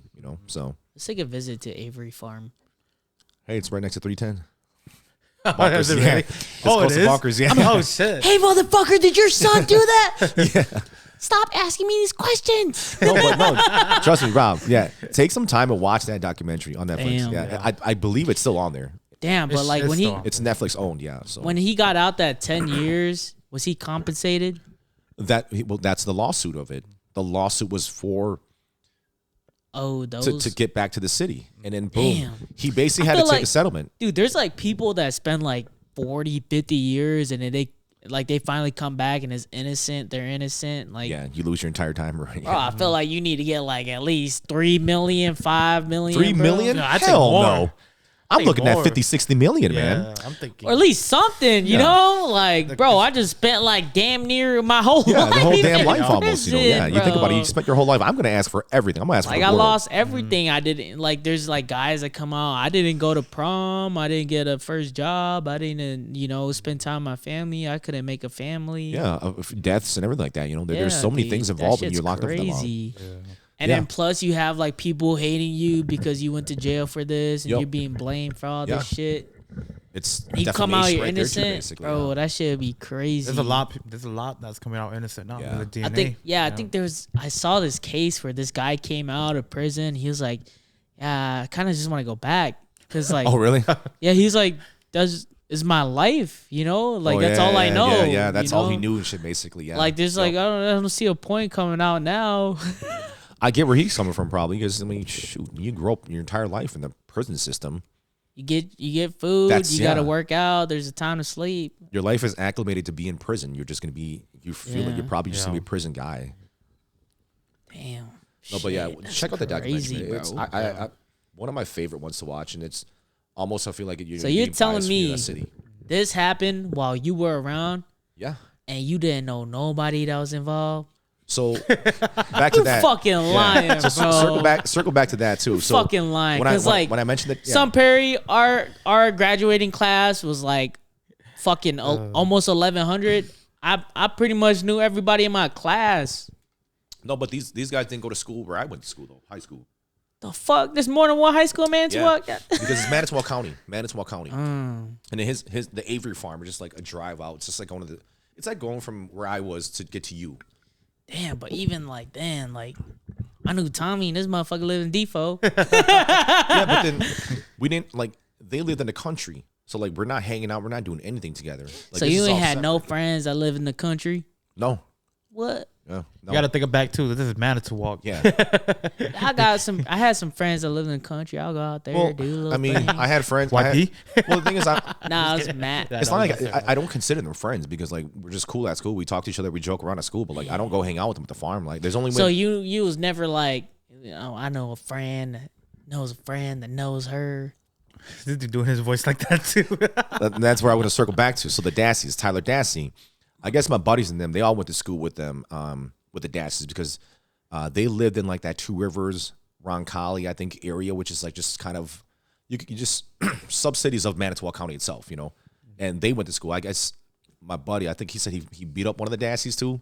Oh, they're just a family that it's like, yeah. He beat up that brother. Not Tyler Dassey, but I think he beat up one of them. One of the Dassies, yeah. Why don't you just say he beat up that brother? Because I don't want him to beat up Tyler Dassey, man. Tyler Dassey's innocent, dude. He's innocent. Tell me now. Yeah. No, but trust me. He got beaten up. He built up all that animosity, and he done raped that girl and killed her. You tell me now, boy. Hey, you sound like you're from Manitowoc. Nah, No, doing but a southern accent. it's Brendan Dassey. Brendan Dassey, yeah, Brendan Dassey. Tyler Dassey, that's the brother, I think. Okay. Brendan Dassey. I think he's getting involved too, though. Tyler Dassey, I think he's involved. I don't know Tyler Dassey, but yeah, what? Let's see. You know it. Tyler did it, didn't he? Not Brendan. Hey, Tyler. Tyler told me in secrecy. Okay, I was never going to talk about this until podcast. All right? 911. Guys, we got him. Yo. Boom. Fucking swamp goes out my windows. Doom, doom. It's Freeze, interesting though, motherfucker. man. It's super interesting, dude. It's Robbie, don't you super live here? You got to clean all that. Yeah. Like, That's no damage. Hey, go bye to your deposit fee. Yeah. No, I live here just for this case, just Yeah. for this moment. Yeah. He waited how many years for this? FBI. You know? Oh, so you're the guy I wanted to be when I grow up. Yeah. Yeah, You're your that brother guy. Yang took your job, took your Yeah. career. I'm pee real quick. Hold up. Yeah, go ahead. Oh, But shit. that one was one of those things where, man, it was That shit was crazy. It I was, remember watching it was, that. I was man. like, what the fuck? I was like, damn. Like, I don't trust that city at all anymore. That's why every time I come, I come see you guys in Manitowoc, when you guys do like family events or, just gatherings or, yeah. or we have to go there for something. Yeah. Man, I just don't trust that city at all. I mean, just you look at it, you're just like, damn. It's just that city where you're just like, The cops are prickster. The cops are prickster. Yeah, I was they like, really I are just can- prickster too. And you could just tell too. yeah, but it's because it's just a small ass city. There's nothing else better for them to do. It's just really what it's going to be. It's expected. It's like if you go to Minnesota and you see like if you're in the smallest, like for example Woodbury, Cottage Grove, or the outer lying cities. Yeah, they're probably going to do whatever it is because less population, so your chance is just up now, and there's more cops within that place, so they're going to see stuff that happens. So it is what it is. Yep, that's just like DeForest too. Like I don't fuck with DeForest cops at all. I make sure I don't. They actually have their own police department. Yep. Yeah. Yeah, I think the state patrol station is right in DeForest too. So. Oh yeah, it is. Yeah. Yep, it is. Yeah.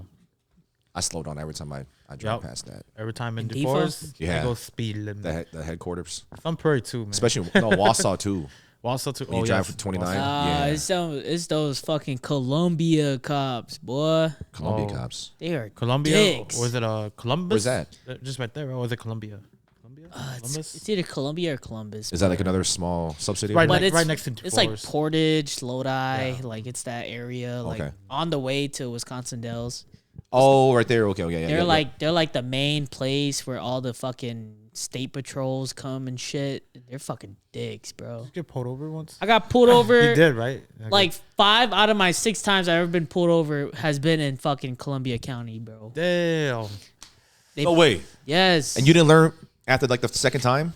What do you mean? How do you learn, bro? I'm driving like normal. Like, No, but, like, how- I'm like other people. I'm just driving normal. No. What were the reasons how you got pulled over? What did they say? What was No it? reasons, bro. Literally, they'll just pull me over and they'll be like, "Hey, just doing like a regular checkup," or like, "How you doing?" Or like, See, that's, and then they're like, "Can you get a license registration?" at that point, you don't have to get Yeah, it so, to so them, that's right? that's where I have to say something though. You were just uneducated. You were uneducated in how you should deal with those interactions. Basically, that's why. Man, what the fuck am I supposed to do? At this time, we seen black people getting killed from cops. I'm like, I'm scared. Yeah. I don't want Yeah, Asian people. I know, yeah. Yeah. But then Nah. when you see black people getting killed by cops, you learn from what happened in those situations because then you have other people telling you, "Hey, no, you know, there's certain How do I questions." stop from No. being pulled over? No. There's certain questions that you don't have to ask. You don't have to answer any of those questions. It really is. There needs to be a I legal knew- reason for you to get pulled over. I knew what to say. Like I knew my rights and shit. But like, there would be times where like, oh yeah, I just pulled you over for a loud exhaust, and then like it wasn't a loud exhaust. Yeah. So they're literally just pulling me over for no reason. Or like, dude, this one time I got pulled over for going 2 miles over the speed limit, and then I was like, I was only going 2 miles over the speed limit, But then and he was like, you can't say that. You can't tell him that. You got to tell him, oh, I was going to the speed limit, sir. motherfucker. And then he was like, you can't be doing that. I was like, dude, we're taught in driving school class, 5 over the speed limit is fine. I don't know. They literally taught us this. They say you do 7 miles over the speed limit, you're pushing it, buddy, but you're still good. And I did 2, motherfucker. And he's like, and then you know what he did? He was like, I'm still need license registration. Brought it back. He was like, I'm gonna let you go with the warning this time. Drive safe, drive slower, buddy. Hey, does every cop you come in interactions, do they all have the same voice? God damn it, don't speak to me like that. They all have the same voice? You motherfucker. They're all from the country? Country boys? You goddamn chink. What do Is that what it is? respect my authority? Hey, son, I need you to put your hands up in the dashboard. It's getting too heavy here. Get it higher. Oh, shit. Yeah. Meet my level, boy. Look me in the eye, boy. God damn it, open your eyes. Yeah, it's like that. Yeah, every cop you interacted was like that. Come on. You bastard. Hey, man, you needed more diversity with your cops. That's all it is, all right? Get pulled over in DeForest. Get pulled over in Madison, all right? You need more diversity with your cops, man. You only face white cops, I guess. Hi, how you doing? Yeah. Hi, sweetie. There's actually Hmong DeForest cops too. Yeah, my cousin. No, not DeForest. My cousin's Madison. Yeah, okay. The only time I've been pulled over by a girl cop, she was the sweetest lady. She was like probably like late 20s. She was so nice. She was like, I just want to check up on you, make sure you're doing good. I saw you were driving a little slow. I was just wondering why. I was like, oh yeah, something's wrong with my car. I was just slowing down to go to the side. And she was like, oh, that's cool. You need any help? Want me to call anybody for you? And I was like, nah, I'm doing that right now. And she's like, oh, okay, you going out about your day. She didn't have the accent. But yeah, she was kind of cute too. Had her hair in a ponytail and shit. She walked back to her car, and I was like, damn, what a nice interaction. Every time I see like a female officer that just looks fine, I just think about that one song, Bobby Valentino and Lil Wayne, Mrs. Officer. Mrs. Officer. Yeah. That's I you know, Lil Wayne's life was saved by an officer. Why? Well, I think it was either he got shot or he tried to kill himself, and a cop came in and saved him, and it was a white cop. Oh yeah. It was a white officer. Oh damn. Came in and came to him and saved him. Did CPR, took him to the hospital and shit. CPR? I think so. Something like that. Man. Yeah. So he tried taking his own life, basically, or what? It's either he got shot or he took his own. Oh, he was trying to. I don't know. Some shit like that. It was some shit like that. Or you gotta have to read up. Oh. Yeah, you can't really trust me. I just know. I don't know your facts. I just know. You only interact with white cops. That's all it is. Yeah. I just know. That's your life. He was saved by a white cop, and that's why he was like, yeah. Shit, I just know when I got locked up, the finest cop girl I ever seen was when I was locked up. She was hella in Milwaukee. No, and it was in Madison. Oh, Madison. The first time I got locked up. She's hella mean to you, but like, I don't know why, but I'm not mad. Let me pat you down again. Let me pat you down. She was like fine. Did they make you cough? Yes, they did. Yeah, they made me squat and cough. Did they? Yeah. It's crazy because like you take off all your clothes. Squat. The first time I got locked up, like, hey, you don't have to do that. No, the first time the first time I ever went, I thought like, okay, like I'm gonna have to spread my cheeks, I'm gonna have to cough and do all that stuff. They're gonna check under my balls, like, and like. Don't even happen. It's just like, it didn't even happen, man. They checked under my balls and everything, bro. They basically, they done did this shit. He literally went like this. They went like this. What the fuck? So they basically just for me, it was basically, I just had to strip down from my regular clothes, and then I just had my boxes on and my socks, and then like they didn't do no cough tests or like looking under your balls and everything like that, or looking in between your cheeks. Nothing like that happened. It just basically. They just threw you the jumpsuit, put it on and shit, and you sit in like this whole cold ass room for like 3 hours The until you fucking actually holding get room processed. and Yeah, shit. Yeah. until you Imagine- actually get processed into your place, and you just go. Imagine- Yeah, it's like Imagine Kyle's like take off all your clothes and like he don't want to look at what you got, so you gotta make your ass cheeks clap and shit, and then whatever is in there will shake out. He's Hey, like, you know "Oh, what? He's good. Hey, you know what? I'm gonna do it. I'm gonna do it. No, y'all I'm know gonna make sure I'm clean. y'all know what's fucked up? When I got locked up in Milwaukee or Waukesha, right? Waukesha. Yeah. When I got locked up there, he checked my balls only. That was it. Oh yeah. And then What the and then I went to the holding cell, and then he got me out again. He's like, "Oh, they just charged you with another thing, so now I have to make you go cough." I was like, "What the fuck?" No, the first. I was like, "No." Is that the same thing? The first time I went to the zipper down on time. I zipper out, digged out, balls out. All right, you good? Go ahead. All right, now come back, son. We gotta check in between them. Yeah, no, literally. Bring the buns literally- back. Literally, he made me take off all my clothes, check my balls, and then maybe put on a jumpsuit. Son, I go back into the holding cell, and then he's like, "Oh, they just charged you with another thing." So now I have to make you cough, take off your clothes again, and then make you cough. And then, You didn't. yeah, that's you didn't it. see the first time. I was What the like, hell? "What the fuck?" I was like, "You serious?" Yeah, I was like, "Whoa." son, I just heard back from corporate, and turns out I heard you're uncircumcised. I'm gonna need to check that. Come here, boy. flap up. Unhook that boy. Unhook the anteater. Unhook the anteater. yeah, that shit was Damn. fucked. I remember I was like, "Damn, for real? I gotta do this shit." Yeah. Damn, bro. That shit sucked, man. Wait, But it was- they just like checking you for drugs and shit, or like if you're Drugs, hiding If anything? you're hiding any type of drugs or any like sharp objects, Yeah. anything, Damn, bro. Yeah, that shit was Shit, when I got pulled over, I feel like I should just went to jail. But Why? instead, they cuffed me up and they went to go pull blood and shit. That Oh, shit- for real? yeah, I should just went to jail, bro. Because So- like they were wrongly accusing me and shit too. I was Oh, like, yeah? fuck, dude. That shit was so fucked because like I never went that far, Mm-hmm. and once it went that far, I actually just started getting scared because he's Yeah. like this was in Lodi too. Yep. So Columbia County, like I was telling you, those fucking Columbia cops, fucking dude, that bastard, like, fuck, dude, he literally fucked me, and then like, he didn't literally fuck me, but he like literally Whoa. fucked my life, like, bro, like this guy, bro, like he's pulled me over twice before too, Damn.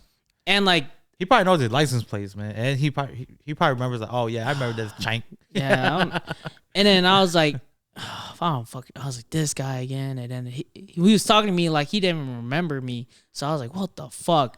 And then like basically just fuck, dude, all that shit was just wrongly. And then like literally at the end, like, yeah, I see you were under the influence or nothing. And from what I can tell, from what the test and shit, like you seem fine to me, but I'm gonna have to put you in cuffs and put you in the back.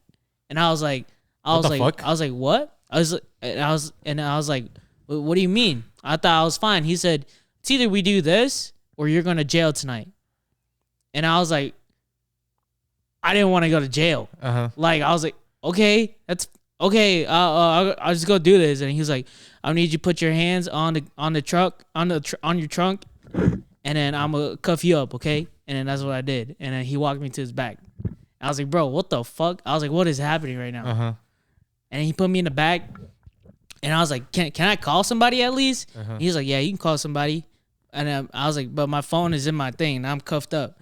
He's like, I was like, can you open my phone up so I can call somebody? And he was like, yeah, that's fine. And then this motherfucker started looking through my phone. I was like, what the fuck, dude? Like, and then I was like, dude, just nude pics of you. yeah. I was just like, all right, there's nothing in my phone. Like, I don't fucking care. But like, stop looking at my phone like I did something. Like, motherfucker, like privacy. Like, all right, just click on that name. Like, Why'd you give him the password? it was his face recognition. Oh. So he unlocked your phone? Yeah, because I had to call somebody to pick up my fucking car. He was like, no, like after he cuffed me up, put me in the back, he said, so if nobody's going to come pick up, if your car's going to sit here, you understand, I'm going to have to come get it towed. Yep. And I was like, what, dude? Like, this guy's literally bending me over, fucking me in the ass. Like, what the fuck are you talking about? You let him know. That's why I said you were uneducated about how to deal with that interaction. But, like- but it's fine. Yeah. Live and learn. Yeah. I don't know, man. You learn from Wait, these so- interactions. Yeah. So what did you get from that? You had your DUI? Yeah, I got my OWI and I got OWI. my license taken away. OWI? For that I- one? Damn. I got it taken away because as soon as he set my court date at an outrageously far date, which was 10 months No, which was 9 months after the day that I was arrested and What city? Lodi. Is that close to here? It's the exit before divorce. Oh, okay. Yep. Yeah. Well, yeah, that's crazy because for a small city like that, it shouldn't be 10 months out. It should probably just be like 2 months out. Yeah, and I was like, Yeah. I was like, why is it so far? Like, we was doing shit in school, and I was like, don't I have the right to a quickly trial? And he was like, yeah, you certainly do. And you can put that up. You can go inform Voice something. change. You can go put that up. So like I'm speaking. Talk regular. He said like you can go put that up with like the judge or something, or like send something to like the fucking jurisdiction where you could try to get a court date earlier. And I was like, okay, that's what I'm gonna do. And I was fucking trying to do that. And as soon as I started doing that, that's when COVID fucking hit. Oh, Okay. COVID hit, and then actually we're not doing anything right now. Or like at that time they weren't even picking up the phone call, so I was like, what the fuck am I supposed to do? And then as soon as I get to like maybe 7 or 8 months in, and it's like a month or two away from my court date, I'm trying to figure out how I'm gonna actually do it, because now they're switching over to this fucking Zoom call type shit. Yeah. Like you gotta do the Zoom.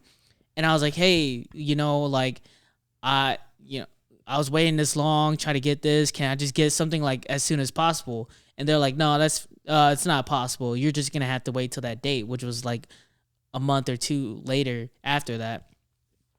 And then it comes to that day where I try to join the fucking call and I can't join. And then literally I'm continuing trying to join. 15 minutes later, it lets me join, and then nobody's in there, and the call's done. Oh yeah.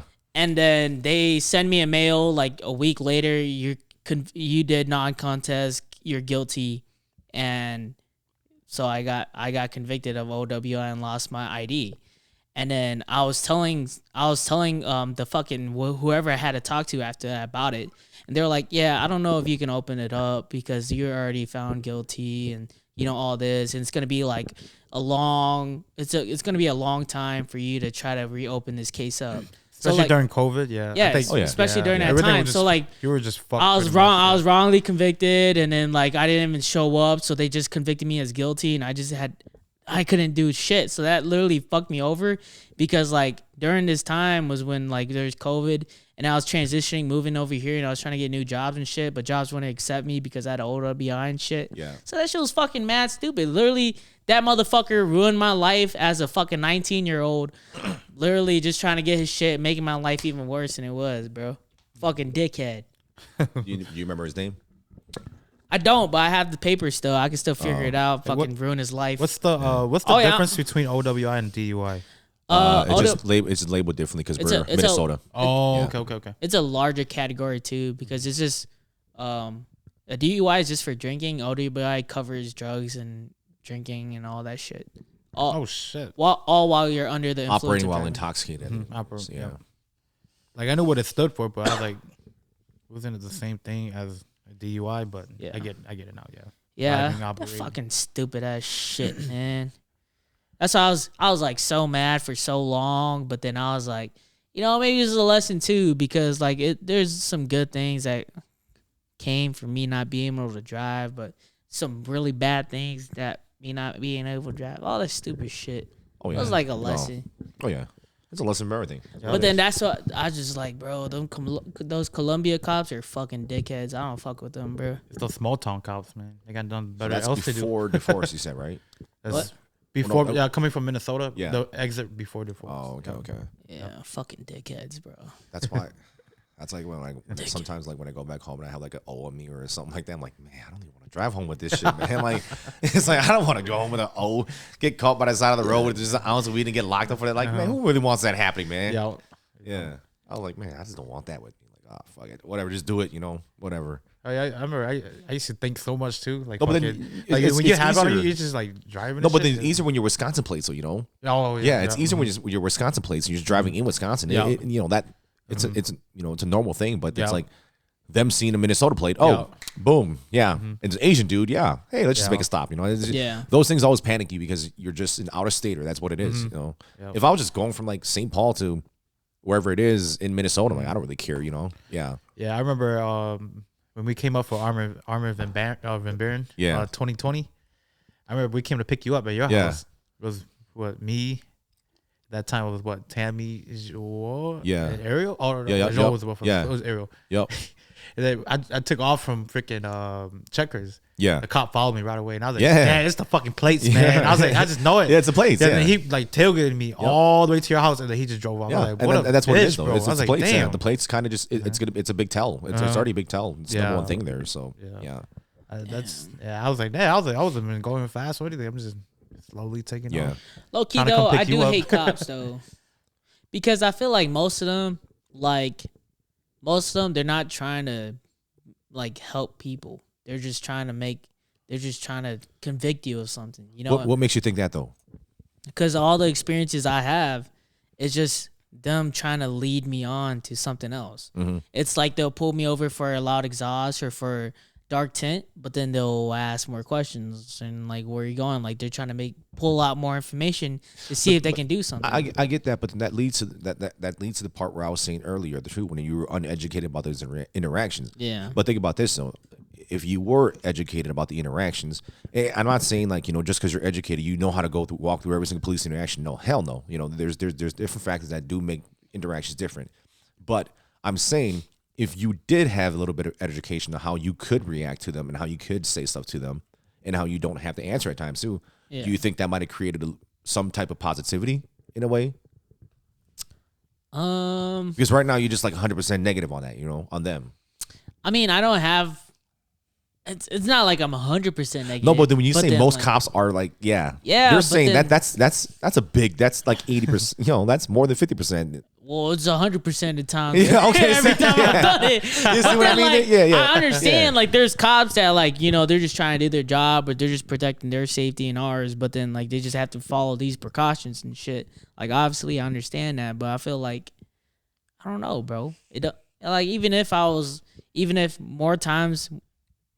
Even when those happen, if I knew what I knew now and like how to deal with things and how to talk to things, like I feel like it's still the same interaction. I feel like it doesn't really change it.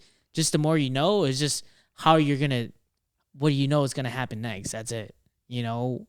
But every situation could be different with every officer or whoever's doing, because you never know. Maybe he's having a bad day, or maybe he sees your car as like something that he's been seeing a lot, that's being described as something else, so he's trying to make you say something that you haven't been doing or some shit like that. Yeah. So you never know. Your interactions with every cop could be very different. Yeah. But there are corrupt cops. But I be seeing videos of some people getting pulled over by cops, and that cop's just nice. Hey, I'm just pulling you over. Saw you speeding a little bit, you're doing good. Like they'll have like nice, like these cops are like, they're just being nice, because like what are cops being portrayed as?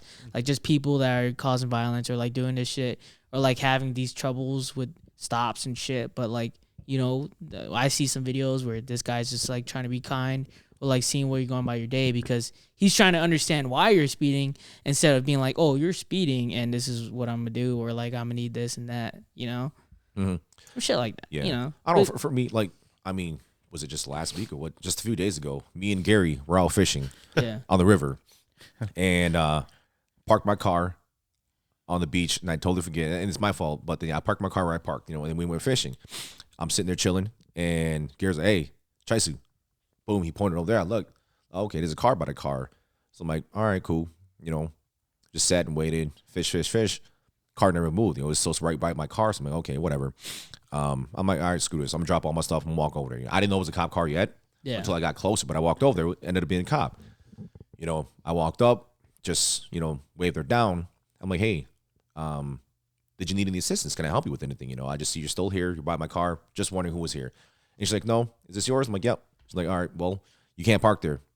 I'm like, oh, shit, my bad. I totally forgot, because, people park down by the river, but it's only when there's ice. I totally forgot that they don't park in the beach. So if you're legal on the water, you're fine. You're not breaking any law if you're on water. But I parked in the beach, and I totally forgot about that rule. Yeah. And I'm like, hey, you know what? Oh, yeah, my apologies. Don't really come down here much, which I really don't. I don't go to Bayport much. Mm-hmm. So it's one of those things I don't remember. And this is a city where it's predominantly white. It's Hudson. We had to cross the border, go to Hudson. That's where we're fishing. Right? Yep. With past stories that I heard, that Hudson police are just dicks. A lot of people feel like they're targeted. If you're Asian, a lot of what I've heard back, is that they're targeted, and that there are people, It's just white people. They're gonna just target Asian people when you're down there. Like, okay, whatever, you know. So I approached that situation knowing that already. And you know, it was a positive interaction. She ended up not giving me a ticket. She actually was gonna give me a ticket. She's like, yeah. I'm like, just do what you gotta do. She's like, yeah, you're gonna get a ticket for this. So I'm like, okay, fine, it's fine. I messed up, whatever. Yeah.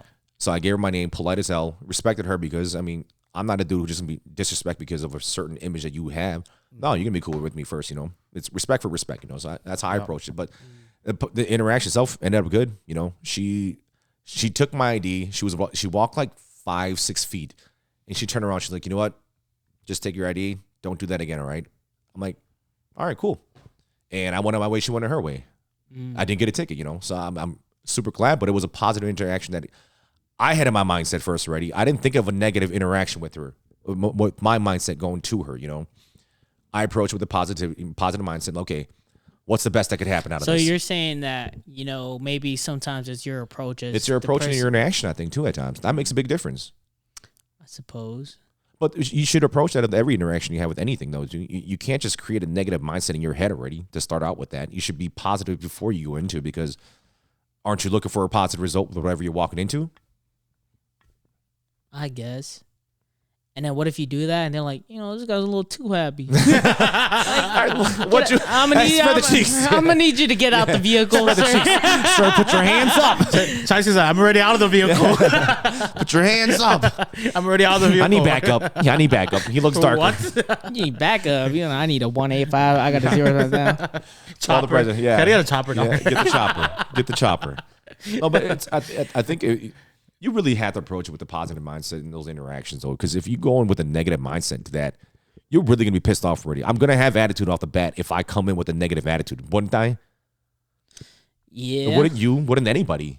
You would come with a little bit of a negative attitude because you already, have that thought. But then, like, it depends, though, right? Like, because, what do you mean? like, I'll come in positive, like, oh, yeah, I was driving a little fast. Like, if they pulled me over for something I knew I was obviously doing or that I had, they're like, oh, yeah, sorry, officer. Like, you know, just this and that. Or like, yeah, this isn't my car. It's my dad's. Or like, that's why the plates are expired and shit. Yeah. And then, like, I had, like, a thing like that. I drove my dad's van. And you're like, hey, did you know your plates were expired? And you're like, I was like, no, I didn't know. It was my dad's car. And he's like, oh, yeah, that's fine. Just make sure I does this. You go on your day. Like, shit like that. Mm-hmm. Like, that was good experience. But then, like, it's just shit when, like, why am I being pulled over right now? And then it's dark and it's real sus. And then he comes up looking, he's just already checking in your car and shit like this. He's like, how are you doing license registration? Like shit like that. Mm-hmm. Like their approach really matters too. And like, especially what they're pulling you over for. Oh yeah, I get that. Because if there's like no real cause going into your head, you're just like, you know, what really is this or what's happening right now? Mm-hmm. And you just got to prepare for the worst. And I can definitely say, I understand where you're coming from, but you got to think too, half of those guys are pricks. Half of those guys aren't pricks, because this. Where are you getting these numbers from? Half and half. Because I don't want to say majority like you did. So you're saying 50% of them are dicks? No, I'm just saying 50% could be dicks, 50%. But you also got. I don't need no kids. You probably have a million fucking dudes who are dicks, and you got a million guys who are fucking great people. So it's fine, you know. It's gonna be half. I think. Actually, your brother's a dick. Yeah, my brother's a dick. I'm not a dick. Wait. See? His brother's a cop. But that's very... Hey. Yep, come on. Yeah, we're good. But that's very subjective. That's very subjective. Because what if your first interaction with me, I was a dick, but you come to find out that I'm not a dick? Huh? That doesn't make you a dick, but you just called him a dick because he was a dick that one moment. Now he's a dick cop. What the fuck, dude? Are you serious? You fucking dick. On his own cast. Y'all. Yeah. I like your brother better. Hey, you know oh, you bastard. Oh, you made me spill on myself, didn't you? Oh, man. See? Oh, yeah. Hey, as you get older, too, you develop, as you get older, you develop. When I say mental health, Robbie, when I say mental health, you start developing mental powers. And that's part of it all. X-Men traits right here, you know? Yeah. Oh, shit. Control the fingers. Oh, I'll be right back. I got to take a piss. No, but it's... You gotta admit though, it really is. You gotta create the positive interaction, positive mindset at first. And that's really my first week I had a license. I got pulled over twice. Not pulled over twice. I had a police involvement twice. First time I ran into the light pole by Walgreens. You ran into a light pole? You fucking idiot. Yeah, I made a turn too fast, and then it's right into a light pole, skidded, and then boom. And then my uncle came and helped me out. He came and helped me change a tire and everything like that. And then boom, went home. And then like a few days later, I went to go hoop, and I was driving like up a hill, and then, just I felt like I was going so slow, so I kept going faster, not realizing that the speed zone of 25. I was going 45, 47 or something like that, which is double the speed limit, and it should have been like I think you get like your license taken away for stuff like that, like right away when you go like a certain that's a mile. felony, yeah, bro. yeah, 25 over. Yeah, and then so when the cop pulled me over though, he's like, "Do you know how fast you're going?" I'm like, I don't know, maybe like 15, something like that. Because I didn't, 15? What, You an idiot? I was 16, but you don't want to see you going fast. Your age is higher than your fucking speed. Yeah, but it's like, oh yeah, I was just doing something like that. Now you're like, just fucking lying. If you're gonna lie, make it reasonable. No, I'm serious though. Like I was like 30, like I maybe 30. Like, I'm just like, okay, yeah, and he's like, yeah, you're going too fast, and then he grabbed my ID, he didn't give me a ticket, and I got to go play ball, so I got to drive still. If I was him, I would have locked your That was ass my up. that was my first time getting pulled over like that, But would have locked your I learned dumb from ass that. up. 15? Yeah. You know damn well you wasn't going 15 miles an hour, boy. But we're just stupid, You get to drive for the Nah, first that time. You ain't want to go fast, stupid. yeah. You wanna just go lying fast, now. yeah. You're lying to me, kid. Yeah, but you want to go fast though. You think you're going slow. Like, yeah, you want to go faster. So yeah, that's what it is. Yeah, it was fun when you first got to drive. Yeah, 15. But you gotta say that. That's outrageous. Yeah, that's outrageous. It's like gotta driving say on the that. highway. You know how fast you going? Probably like 10, 15 miles. yeah, but it's sad. But basically, it's funny though. Dude. Nah, I'm playing. You know how outrageous that is to say 15? Hey, that was how much higher you were going. no, I thought I was maybe. parked, officer. I thought I was parked. I wasn't even moving. Yeah, boss, I was sitting here. I just got in my vehicle. I motioned you to turn. I saw you. I Yeah. motioned you. Damn. You want a bro. shot? Do a shot. Let's do Good it. shot. That's crazy. So I've been wondering how many siblings do you have? Or do you both have? Shit, we both have a lot. Honestly. We got 10 of us total. 10? Yeah, 10 All of us your total. full blood? Same two. One is not full blood. He's like a first cousin, basically. But he, grew up like my oldest brother. He grew up as that. So yeah. Which one is He's that? That's Va. Bob. Yeah. Yeah, Va. Okay. Yeah. And he's like 50 something. I don't know how old he is, but he's basically Bolo's dad's age. They're both like the same. Oh, age. damn. Yeah, because my mom said him and Bolo's dad used to run around all the time. Yeah, Va. They used to run around and play with each other all the time. So, so yeah, they were the same age. Yeah, me too. I got 4 brothers, 5 sisters. 10 of us. Damn. Yeah. How about yours? Yeah. I got 13. Whew. How's it split? I got 12 actually. I'm the 13th. It's 7. No, maybe I am the 14. But boys, girls, how's it split? I think it's 7-6. 7-6. Oh, okay. 7-6. 7-6. Yeah, It's pretty even. Yeah. Can you name all of them? I used to not be able to name all of them. It probably wasn't until like I was like 10 that I was like, okay, I can name them all now. Like I still don't know to this day like any of their birthdays. Hey, me too. I don't remember any of my siblings' birthdays. Like I'm sorry, there's too fucking many of y'all, man. You know what's so funny? At least that's not as bad as I didn't think the oldest one in my family, my sister Ka. I didn't think she was my sister. I thought she was my mom's friend that just kept coming over.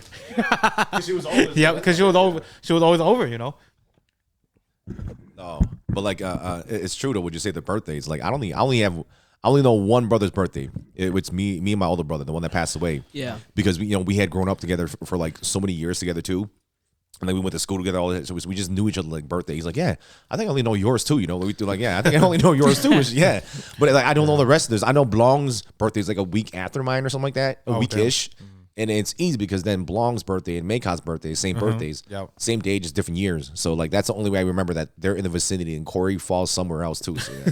I just remember by seasons. Like that's really how I just remember people's birthdays by the season outside. Yeah, I don't. Me, I mean Ted, we have the same birthday month, but I always forget the day though. I always forget the day. Yeah, we're all like different months and shit. Yeah. Shit's fucking hard. Oh, going all the way, shit. Yeah. Yeah. Shit's difficult. Yeah. See it's yeah. I'm like the only one that's actually born in the winter and shit. Oh, you are? November. Everybody else got like September, June, May, like fucking February type shit. Yeah, me and Shatur. I don't even fucking know, like, cause I don't know. Yeah. I just know it's not in November. Yep, me and Shatur were the 2 winter month babies, the February March time. So we're like, yeah, all winter. And then Yang is the other one who's in October. But his like October, it's still, you can still do shit outside, you know? October's still nice. That's my birthday month. Yeah, that's time. Yeah, October. Yeah, you can still do shit outside. Yo, you could. It's just a little chilly, but you can still do shit outside though. Yeah. Yeah. Could you name them all? Yeah, I can name them all. I didn't forget, you know. Who's your oldest? Is that a girl? Va.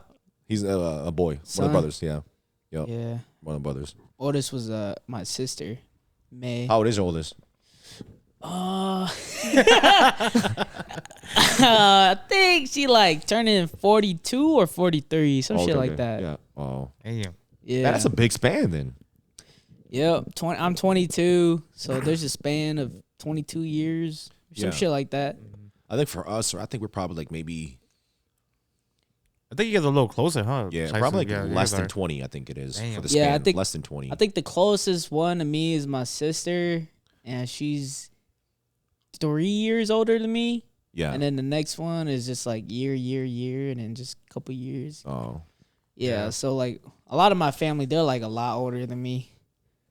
So Where when you I was young? born, they're hella Where you old. fall? They're out the house. I'm the bottom. You're the bottom? Oh, okay. I'm the youngest. All of us right here. Yeah, I'm really on the bottom one too. The youngest. Yeah. Yeah, I think my oldest sister is like 44, 45. Oh, okay. Yeah, Ka. Yeah, she's 20 years older than me. Yeah, that's a big No, span. actually, no. I think she's only 15 years older than me. I'm tripping. Yeah, because Haley is the same age as me, but it's just her oldest daughter, and that's my niece. Oh. Yeah, Yeah. I remember. I think she had Haley when she was like 15, 16. All right, name all your siblings so we know the different names. All right, I'll go first. All right, you go first. It's all white names. It's all besides Yeah. my sisters. Yeah. It's all white names. Oh, for real? Yeah. Remember, there's So I supposed to be go- presidents. He didn't get president of the chess club. He didn't get president of the chess Didn't get club. So it goes my sister Ka, Tia, Yer, and then it goes David, Raymond, and then Johnny, and then it goes Ami, and then it goes Jackie, Macy, and then me. Yeah, 10. Damn. 10 right there. He All right, started to he forget. that's like a -10 because he stuttered.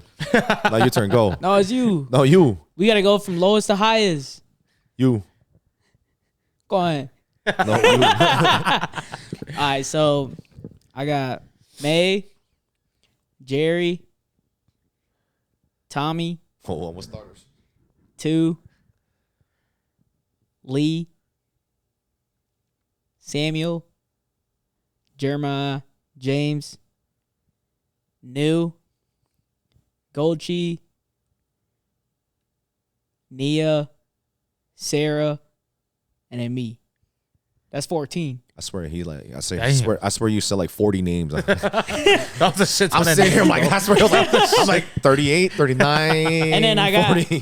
got 3 half siblings from my dad. Yeah. Oh shit. Okay. But like when I say my family, I just say like just mine, and then they're Yeah. separate.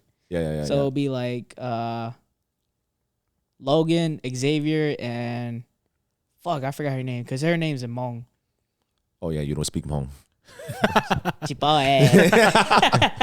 it's probably like Gajo or something. No, it's like short. It's a short name. I forgot. Oh. Oh, okay. So All right, go ahead. Yeah. Va, Lia, Ying, Tai, Po. Wait, your sister's name is daughter? There's like, what do I name my daughter?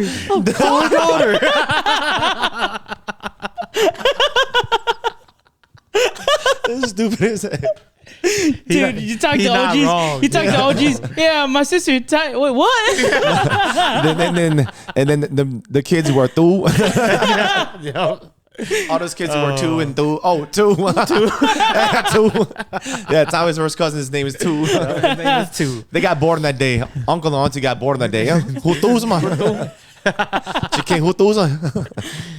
Okay. Oh, shit. You're like at 7. Where did I stop off at? I think I stopped off at Sultan Thai. Thai. Poor. And then you got Blong. And then you got Corey, the one white kid we had in our family. And then we had Meka, Shadu, and then me. Corey's white. Yeah. He's the one, adopted? Yeah, adopted, yeah. Boy Meets World, man. Oh, My your parents- your yeah. parents adopted? No, my parents they were big fans of Boy Meets World, and then like that's basically how it happened. What's Boy Meets World? It's a That show. was a show that was on ABC Friday TGIF. Yeah, You it's ever a show heard from like back- yeah. Saved by the Bell? It's like No. kind of the same. Yeah, so era. Boy Meets World was like Oh, just, so you guys actually adopted a white boy? yeah, because my parents were just big fans of the TV show Boy Meets World, and then from there, I don't know why they were just so intrigued with the show itself, but basically Boy Meets World, their family is like the modern family, you know, modern Yeah. American family. The great house. They live right next door to their. But they did the principal. opposite. Yeah, they we're did the that. immigrant family. We're gonna adopt. Nah, I'm fucking with you. No, no. They just named it Corey because I don't freaking know why they named him Corey. What the fuck? It's long Yeah, tie. Ooh, Corey. no, I did ask, like, I was with my mom and then asked, yeah. Oh, yeah, name one baby got a Corey. Nah, then she bought it. Mom baby got out. She's like, you know, I forgot what she said, but she's like, oh, I think they told the doctor wrong or something like that, so that they just suggested the name. I think that's what it was. Oh, yeah. So they just took a suggestion and just did it like that way. So that's why Corey is like the one white kid in our family, you know. Dude. Yo, what if the doctor is just hella white? Like, hello, ma'am. Would you like to play with a credit card? No. Credit card? No. Corey. Okay. I ain't writing shit no more. Racist as nurse. I think she wants her son's name to be Corey. Yeah, and then then me, Mm. the last one. So yeah, Yo. so you got a drink for that for here. Give you a shot. Well, I got a drink You're for the one who what? stuttered. You couldn't. I didn't know we wouldn't be able to stutter. I thought He's still stuttering. just like because I'm lost. No, but remember you were saying, oh, I bet you can't reel off all your your family members' names, but then you had to like think about who your family members for a bit. Oh no, it's not who. No, I had to think because I was trying to do it in order too. So I was like, oh shit, I forgot if Ami or Johnny was before, but I was like, oh yeah, Ami's after Johnny. Oh, I didn't do it in order. See, You gotta drink it, boy. What? Y'all was doing that shit in order? I did mine in order. Just My shit's so big. you didn't say who's the oldest. That's why I was like, okay. So I just went from I oldest had to start with the two oldest, and then it gets real confusing after that. You know what? It doesn't. No, I'm telling y'all, it get real confusing. After this podcast, Robbie finds out his sister and his brother are actually twins. No, they're not. It's just like what? No, wait, you know what? I don't even know if Robbie even. I don't even think Robbie even knows if he's actually the last child. He just says he's the last child because he put himself there. Are you even really the last child? I'm the last child. How do you know? You didn't know the order. I know the order. I know the order if I think about it real hard. Hey, I don't know if you know what your order is then. But do I actually, really want to? Because it gets a little confusing once but I'm past saying, the middle. I don't even know if you know your order then if you're saying that. All right, cheers. Hold up. We all just drinking then. It doesn't matter. I don't drink it. Hey, cheers to your podcast. Appreciate it. Thanks, bro. Thanks for having us on the podcast again, man. Cheers, Al. Again, it's your first time. Oh, I'm just saying That's again, fine. as in like, thank you again.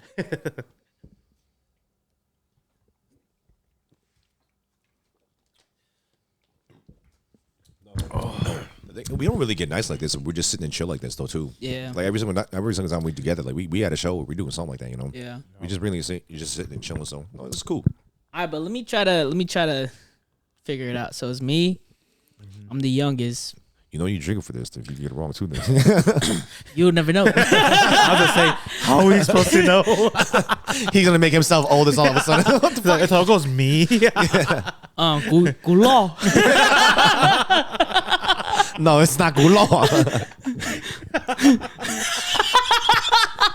Hey man, don't you know Hmong by now, man? Don't you listen to Kevin's songs? You can at least teach you a little Hmong. At least listen to that, all right? Chipotle. All you know is yeah. That's the only Hmong you know. That's English. Yeah. That's the only Hmong you know, just because the Hmong guy said it. Y'all. All right, so it's me and it's my sister. No, it's not you. You're not the oldest. No, we starting bottom up. Oh, okay. Bottom up, Oh. bottom up, All right, bottom all up, bottoms up, bottoms up. So it's me, my sister Sarah, and then James, and then it's Jeremiah, and then it's Gochi, and then it's Sam. And then it's Nia. And then it's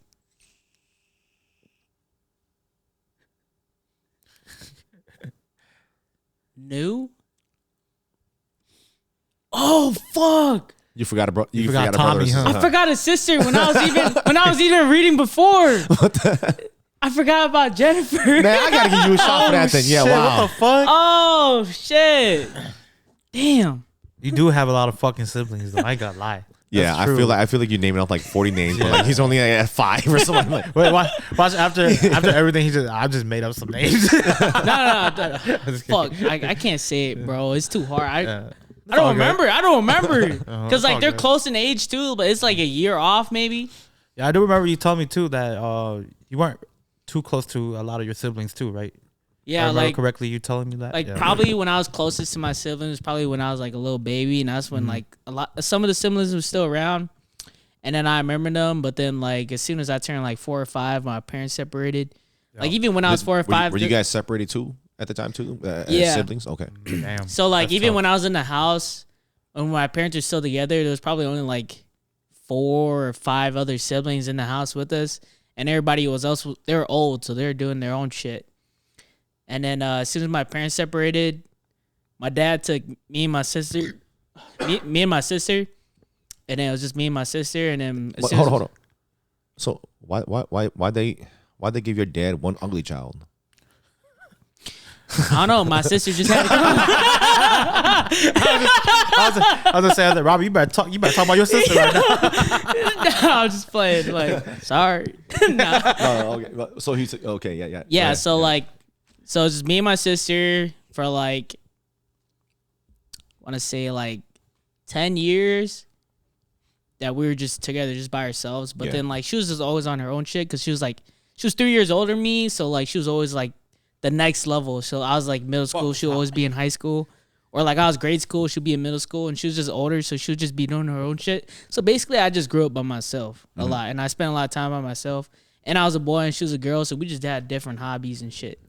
So like I was just spending a lot of time by myself. So that's why I say like, as I was growing up, you know, I had this big ass family, but then everybody was just doing their own shit, and like we're all kind of just recovering from like our parents' trauma that they give us and shit, and all the shit that our family's going through and shit like that. So like it's just like that. Yeah. And then I'm just there by myself, and you know, I was just hanging out with like just Mexicans or blacks. Like it was just like that, like most of the part until I came to Sun Prairie, which we had like a larger like Population of Hmong and Asian community. Yep. Yeah, and it wasn't until I got here that I actually started like socializing more. Like I've never gone to like somebody's house. Like when I've gone to people's houses, like my Mexican friends, but like it was never like something that was familiar. You were not going with them or what? Well, like I was, but then like Yeah. it didn't feel familiar because when you walk Okay, into yeah. like a Asian person's house, it's way different than walking into like a black or Yeah. a Mexican person's house. Yeah. Definitely. And then you're just like, oh yeah, like these people kind of get it, or like, oh, you watch JK Family too, or like, oh yeah, you know this and that, like, oh damn, we're just clicking, you know. So I was like, oh shit, this is crazy, this is awesome having like Asian friends, you know, because you just finally feel like, oh yeah, they just get me, you know, Yeah. or like they don't really treat you different because you just the same person, you like the same ethnicity and shit. Like, dang, motherfucker, you got a rice cooker? No, the thing is, like, Yeah. question is like, why won't like, Huh? why won't you try to connect with them? Your siblings and stuff like that. I don't know. I think it just has to do with like, You it's think, not that you think we're the not. differences are too far apart or what? I don't think it's not like the connecting part. It's that it's like a third or maybe half that lives in California. But then it's also, I don't know, it's something strange, you know? It's like a family, but they're strangers. That's it. And then like it's not that we don't love each other because You're like just not comfortable to kind of have that communication. yeah, or it's what? because like every time we are together, it's all love, it's all fun, we're all laughing and shit. But like it's also just, you know, when we are together, it just brings back that family trauma and all that shit that's going through in our family, and it's always just this. It's just this thing that we love each other, but like the things that when we are together that reminds us, I feel like that comes up too, you know. I get that. Yeah. Yeah. Just from how can I just relate to what you're talking about is, you know, the last time my family was together, all in one roof, all in one place, my brother's death, you know. Yeah. Man, cherish was one.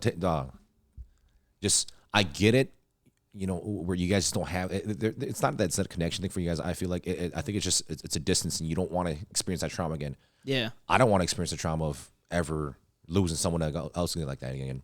But in a way, that almost created a little bit of more closeness to all of us experiencing that trauma, you know. Yeah. You know, for me, like, I try to keep a lot of open communication with me and all my brothers and sisters, you know. Like, I can talk to them, whatever it is. You know, me and my brothers, we didn't grow up like super tight, super like everything like that, you know. Like we always knew 100%. I'll whoop his ass. I will bend anybody's ass for them, you know. 100%, you know. I would do whatever it is needed, you know, because, you know, my brother Yang, he gave me some of the best gifts in my life, you know, which are my nieces and nephews, you know. Blong, he's been my dog, you know. I moved to Minnesota, and like literally every day for like a whole year, like every day we boxed, you know, every day. Like I'm telling you, like 5 days a week I was boxing, and then like Blong was my coach and everything like that. And like he taught me how to do that. And then with Corey, man, he got hard. Corey got hard, you know. Corey got hard. Corey uses my social security number. Corey uses my ID. Corey uses my name, and that's Corey, you know. But and then Shatu, you know, the one that passed away, me and him grew up hand in hand, you know, kids like that. Yeah. I remember we beat up the same kid in like 1 week one time and shit like that, because he fought me first and he got his ass beat, and then boom, a few days later he's like, he want to fight Shatu, and then Shatu would beat his ass too, and then I banned like, no, come on, man, stop, you know. It's like, it's things like that, you know. It's like, it's, you start valuing a lot of those moments and try not to bring up that trauma of why you guys are together. Yeah. Use like I said, man, a positive outlook to the whole situation. Approach it like that. Yeah. No, you have to, man. I think it has to do with me as like just maturing too, because it wasn't what it is, my man. It wasn't. I wasn't able to speak to my brother like a just. Like, remember when I talked about me and my mom and dad earlier? Yeah. Yeah. It took me some time, separation. Yeah. I envy that, but I'll never be able to have that conversation with my mom and dad, because they're just that different. We're like, I cannot. But the thing is, did you ever try? I tried multiple times, and it's impossible. Yeah. That is not something I can. I don't. And it's just something that I've learned to be like, you know, I want that because I've always been jealous of other people. Yeah. And like, but the way they are and the way they think, you know, that's why that thing that hit me, I told you guys, was that, you know, your parents loved you the only way they knew. And when I thought of that, I was like, if that was all they knew, then that was all they could. I can't change that, you know. But if that's all they knew, doesn't mean they were right, but doesn't mean that I'm right or that what I'm doing is wrong or is anything is justified. But then the way I'm seeing it is that, you know, maybe it can't work out. But I got to let go of that pain or hatred towards my parents in order for me to move on as a person and still grow. But then I could still see that change that I can make in my siblings. So like I wasn't able to speak to my brothers or have a conversation until like I was old enough, until like now. This shit literally just happened like probably a month ago or like 2, where I was able to speak to my oldest brother, and then we were just having a normal conversation, invited me over, and like we just ate some food, just talked, and like I was just being real. I was just like, you know, there's nothing that I've ever done with just speak about how I feel or like how I think. I've just never done that. We would always just make jokes or be like, oh, like, yeah, you're gay, what are you doing? Like, they'll just call me, like growing up, my family, they'll always like just call me names. Like they'll call me Rob or they'll call me gay or fat. And like, it's just like my nicknames and shit. But then like now I was finally just able to have a conversation, you know, and just talk about shit that I've been going through, how I feel, my mental health, and like just shit I've been going through now that I'm an adult, and like how I'm dealing with living like on my own and shit. And like, you know, it felt really great to actually listen to my brother, because as soon as I started doing that, I started to realize that, you know, a lot of things they were saying when I was growing up, because I didn't have a father figure, but my brothers and them did that a lot for me. Yeah. Even though they weren't around the entire time, and I always respected them for that. But then, just these conversations, I was just very grateful, and I was like, wow, this is really great. So I was trying to plot a time where we could just be together or like spend more time together like we used to. You or know like, what? or like, Think about this right now too. I'm sorry to just interrupt you like that, but think about what platform you have right now, what you're doing.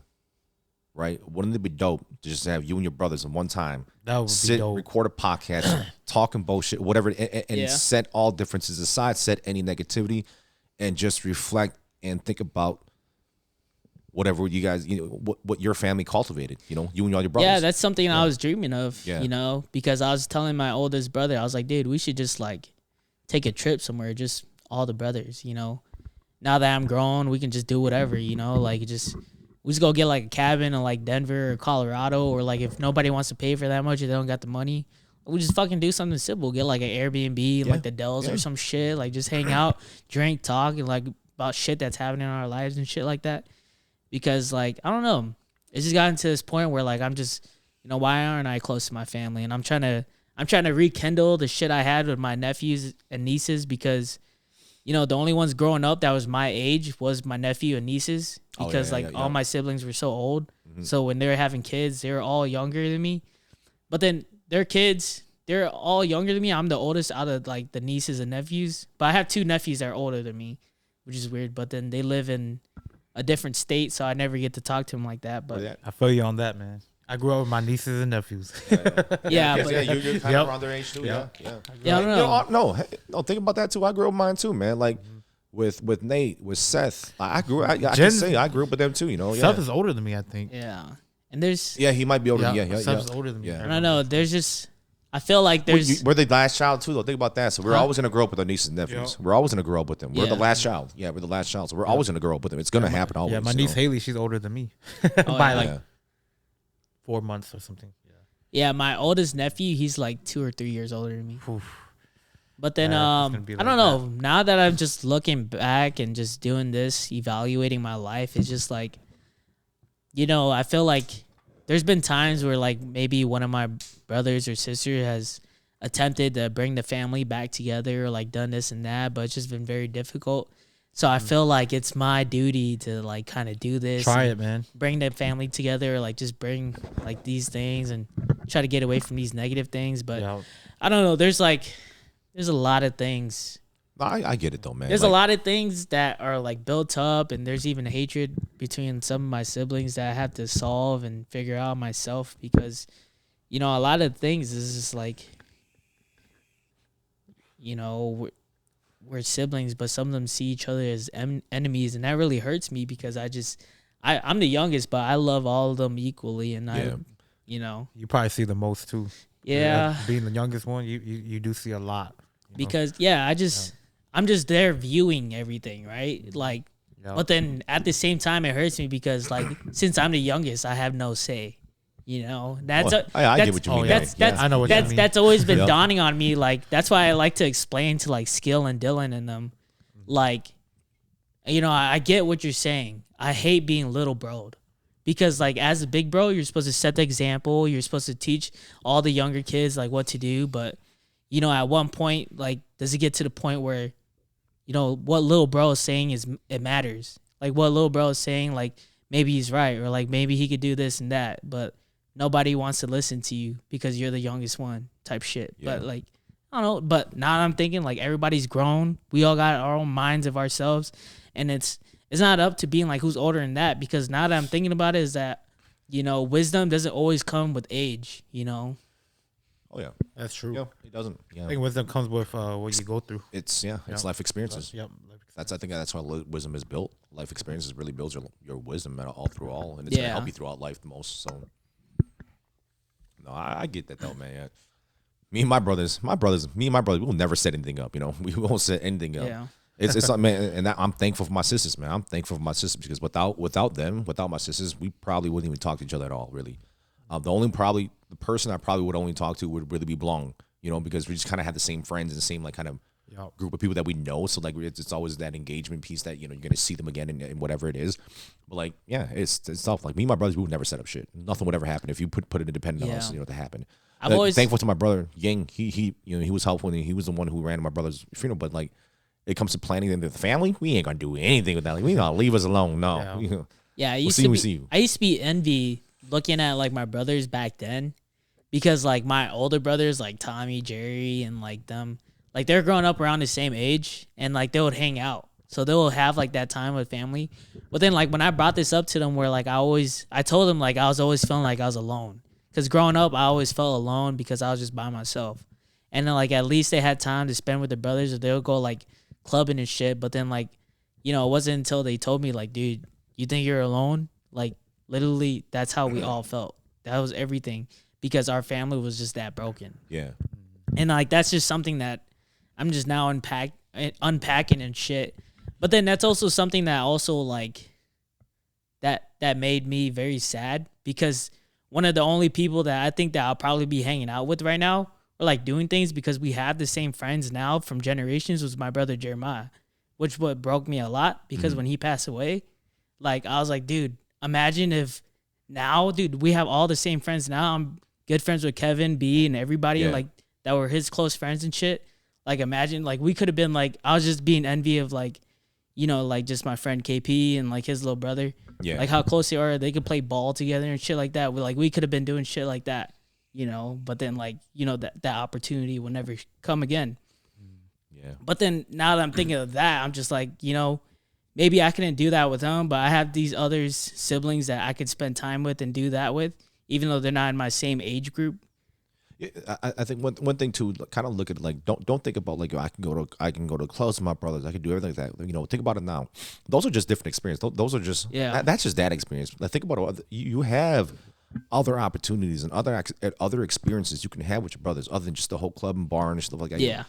I really didn't get to go much bars. I didn't want to go to bars with my brothers, man. I didn't want to go to what with them bar. Man. You got Corey, you got my brother Shatu, man. Like, don't man. You want to fight the whole city? Go to the bar with them. Yeah. Like, nah, man. I know.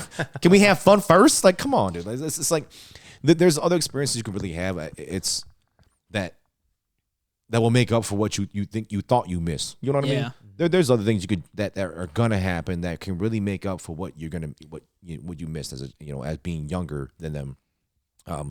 Like I said, man, approach it with a positive mindset, bro. Like you could really create something better out of it. That something that you really want out of it all. Approach with a different mindset. Think about what you can do now that you guys are older. Now that you can start talking to them, and they're gonna look at you like a little bro, but they won't look at you as a little kid anymore. Yeah. You know what I mean? There's that like that two things where it's like a little kid and a little bro. That really makes a big difference and stuff like that. So it's like you have time now. You have time. You have opportunity now. Just do what you can do. I tell you, man, it's value the whole moments of that. Yeah, value it all. Try to do something. Yeah, I don't know. Yeah. I feel like there's just so many barriers to break. There is probably, huh? Yeah, because I'll just let you know that we have a big family, but we're also surrounded by a lot of death. Mm-hmm. Like when I was 3, my brother James passed away from like I think it was asthma or some shit. Yeah. And then when I was in 8th grade, when I was like 13, my sister, she committed suicide. And then when I was 17, Jeremiah committed suicide. So like that shit just kept breaking the family apart. Yeah. And as time went by, it just kept breaking. And like that was just something that I had to deal with. Like, how am I gonna fix this? Yeah. Because what I really want is that we're a big family, but there's no like real connection or love yet. Yeah. I tell you, man, that sounds tough. It sounds tough, man. But all I can say right now is, bro, I just kind of hearing you talk about it and hearing you speak about it. You sound passionate about it. You sound like you want it to happen. Yeah. Man, I tell you this, my man. As you, just from me to you, be the guy who builds a bridge to them. Be that guy who builds a bridge to them, Because at the end of the day, you're going to feel good if you tried, right? You're going to feel good if you tried. You're going to feel good if you tried making that bond, tried making something, right? You're going to feel good about it, aren't you? Yeah. And that's going to help you. That's going to kind of help you get over what the negativity of all you're thinking of, basically, right? Even if they deny you, you still tried, and you feel good about that. Denial after denial after denial. Yeah. You're going to keep building, you're going to keep trying to keep that bridge, right? Yeah. Because at the end of the day, I almost feel like you want them to just feel as if, hey, they can come to you too, right? Yeah. Yeah. And that's at the end of the day, that's how I want to feel with my brothers and sisters. Like, they can come to me too. Like, I may be the youngest kid, whatever it is, but it's like, come to me too. You can always come to me. I want to be there for you always, because they've always been there for me, being the little brother. And I want them to know that they can always come to me for anything, everything, and always, no matter what, because they hold some of the most precious things in my life, which are my nieces and nephews, and that never be replaceable. I think those are like my best friends. They really are my best friends because you saw each and every single step of them on the way to getting from being young to old. You cherish and hold a lot of that to your heart because that's just, you're a part of that. It feels good. But man, just keep building that bridge, dog. Keep that bridge, man. Be that guy. Just be that guy. Build that bridge. I feel like for me, like what I've built and what I think that saved me was, my faith and my faith in God. I really feel like that's something that's actually saved me because, when I was after my brother, that was like I had nothing, and that was when I still lived in Portage too, and I had like this very deep loneliness because I didn't spend time with any of my friends or anything like that, and I was very isolated, and it saved me. But then like after the math of me going through all that process and me doing this, I felt like I was always the one pushing to do something because if I never did it, it will never happen. And it was like just teaching like my younger friends like how to do things, or even the ones that are older than me, because I had the knowledge, but just me doing it, just doing that, and like making this a better friend group, or making this that, or like I've always felt like it's always dawned upon me to do something to make a change for good. And that's always been a heavy chip on my shoulder where I always felt like, damn, why do I always have to do it? Mm-hmm. And then that for a while, that's always dawned on me, and it's always made me feel like, that's why I always hated being like, nobody listened to me, because once I spoke, if nobody said anything, then I'll be like, shit, like, fuck, I tried and it didn't happen. And that's why I'm probably scared with this. I was going to say, when you speak and talk and there's no response, do you get kind of intimidated by that response and you don't want to say anything anymore because you feel as if your words weren't valuable enough for them to listen and take in? Or Yeah. Man, get over that. Yeah, I know. That is something I have to get over. Yeah, get over that. Yeah. It's baby steps. It's fucking. It is baby steps, man. Yeah. But the thing is, for me, like, I'm surprised by when you say that. I'm surprised by when you say that, because when I first met you, remember I was telling you, like, man, this dude's just like me, man. Talks, you know that shit right away. Yeah. He was like, man, how come I've never met Rob before? I was like, no, you have. It's just we met him at the wrong moment. And like he wasn't talkative and stuff like that. We just sitting there chilling. Our first time, kind of just like. Our first time we kind of just vibing and stuff like that, just talking. I'm like, man, this dude, same exact thing, just talks, conversation. Everybody in the room he was talking with, having conversations, being, just with everybody. It's like, okay, that's why when you say that, I'm surprised, but you got shut down by it, because that's a big confidence thing too for you to kind of get shut down with it. But then when I first met you, you had so much confidence. You always wanted to talk with everybody. You weren't afraid to approach anybody. You just had the conversations upright, like the way it was. It's an open conversation. I feel like while I was growing up, that's kind of just the persona I try to build, because it's literally the opposite of what I am. It's like I told Tommy before, I was like, I understood you on that. That was me too. I see myself as such an introvert, because when I'm alone, I'm just so quiet, and like I think of other things, and I don't feel like I'm an extrovert. Same exact thing as I am. Shit like that. But then when we're with other people, I feel like, I don't want to be that guy who's just in that corner, who's quiet and stuff like that. Like, we're together. Let's have a fun time. Let's talk. Let's do this. So I'm just like, okay, all right, uplift the party. Like, let's just, oh yeah, I'm the happy guy. I'm funny. I'm cracking jokes. Like, let's just have fun. Like, do this shit, Because like, that's important. It's making the experience, it's making the moments in life fun. And it's not always like you're just like introverted and shit like that, because like I do really feel like when I'm by myself, like I'm not like that. Or like when I'm just with a couple people, like it's just like, oh yeah, we're just chilling, doing this and that. I'm not always that guy who's like, oh yeah, like hell energy. Because like literally it honestly doesn't make any sense for me too, because I try to understand myself. And like I know that I do that, because like literally the day Monday when we were supposed to go see you, I was like, fuck. I'm hella tired. I'm fucking like literally about to fall asleep driving over there. I was like, oh damn, I don't want to drink. I don't want to do nothing. And I was like, fuck. But I was like, fuck. Chai's in town. I'll just come, just be like just there. And then as soon as I walk in, like it just like for some reason just 180. I'm just like, oh. oh, who the fuck is this ugly dude? What's your name? Like, I think it's like the person too. You know, like Yeah. once you see that person, you're happy again. You know you're cherishing. yeah, it, but then you know, I don't try to be different with everybody. So like I'm just like I start to see myself like I'm just like that with everybody because like I guess what I'm trying to get at is that I think that's just what I'm missing is like I wish people were like that with me. So like I'll just do that, and I don't want nobody to feel left out. So like if you're not talking to somebody, I'll just stop talking to whoever I am. I'll just be like, hey, you good? Like, are you like you want a drink or like what are you doing? Like, are you good? And like, oh yeah, that's fun. And I'll just crack jokes, make fun of you, and then you're like, oh, what the fuck? And then like, oh yeah, I was like, oh, I'm just playing, bro. You know, like just to involve people with the group. You know. Yeah. No, I'll tell you this. Like every time Tommy coming out, oh, is Robbie Yang coming too? I always ask that. Is Robbie Yang coming too? You know, it's one thing. Yeah, like you was a good vibe. For me, I'm also about people with good vibes. You know, it's the best thing you can have in life. Just people with good vibes. So it's like, yeah. So like, if you see me, like, I do ask, where's his ass at? I'm like, during dabbing, yo ass didn't even. He was like, yeah, man, this motherfucker didn't even respond. And you're like, yeah. Like, what is that? I like, was asleep. Like 2 in the afternoon. Like, man.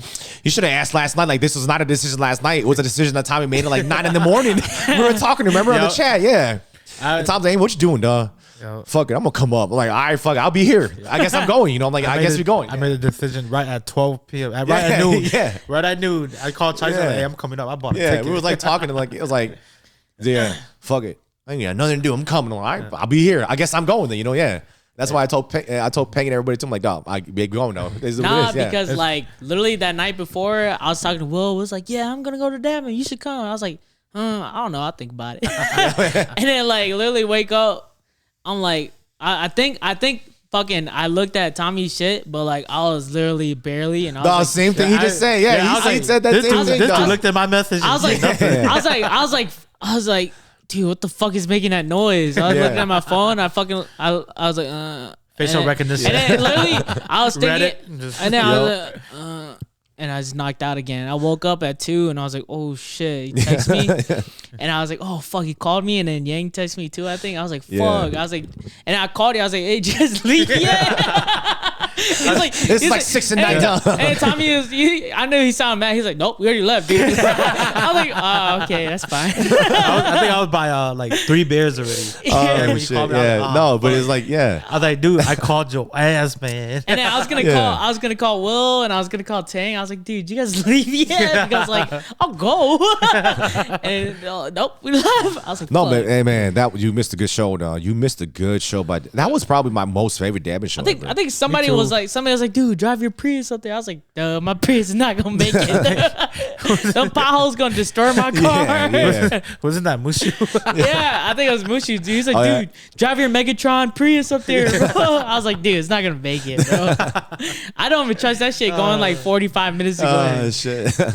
I mean, I could drive it, but he's just hella shitty. Oh yeah, I know. Yeah. And no lie though, that was probably one of the best dabbing shows I've been to. Yeah, and I love that shade that he threw on Instagram the other day. Y'all see it? Ooh. He took a picture of that girl. Yeah. Well, no, it's not that. That's not on the girl's chest though, is it? It looks like it was just not. No, it looks like it looks like they just computer like just graphic. Oh, yeah? I thought it was literally no. To me, it looked like it was something. Like, yeah, it was just somebody just put it on. But man, that's great, man. Because he sold out. He sold out the show that it was at. That's great though. Dude. Yeah. Because he sold out Armory when people were talking shit that he didn't do. He wasn't gonna do it either. But yeah, look at it. It's funny though, man. He throwing shade right there. That's throwing shade. But man, props to him because like that was a good show. If I didn't like. We were talking about it, but remember, ice fishing was supposed to be the plan. Yes. That's why you was like, it was like 10 in the morning, like, fuck it, I'm coming. You're like, yeah. You're like, fuck it, I'm gonna do something now then. Where's it at? Should be his last post. It's in the source. Because he sold out Bill fucking Graham. Let's see. I think I can find it too. Right here. Is that just over the shirt? Yeah. No, that's on the shirt. I thought it was the shirt. Man. You can see it curve around. I thought it was like, the shirt, bro. Come on. Yeah, but still, it's like.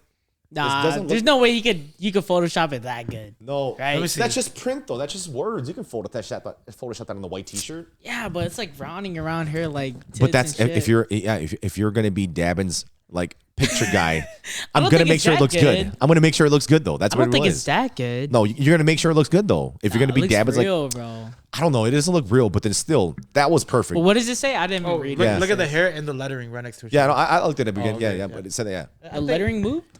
No. It's actually. It looks like it's actual shirt. Yeah, I think she 'cause made that after the armory. her hair- because that post was.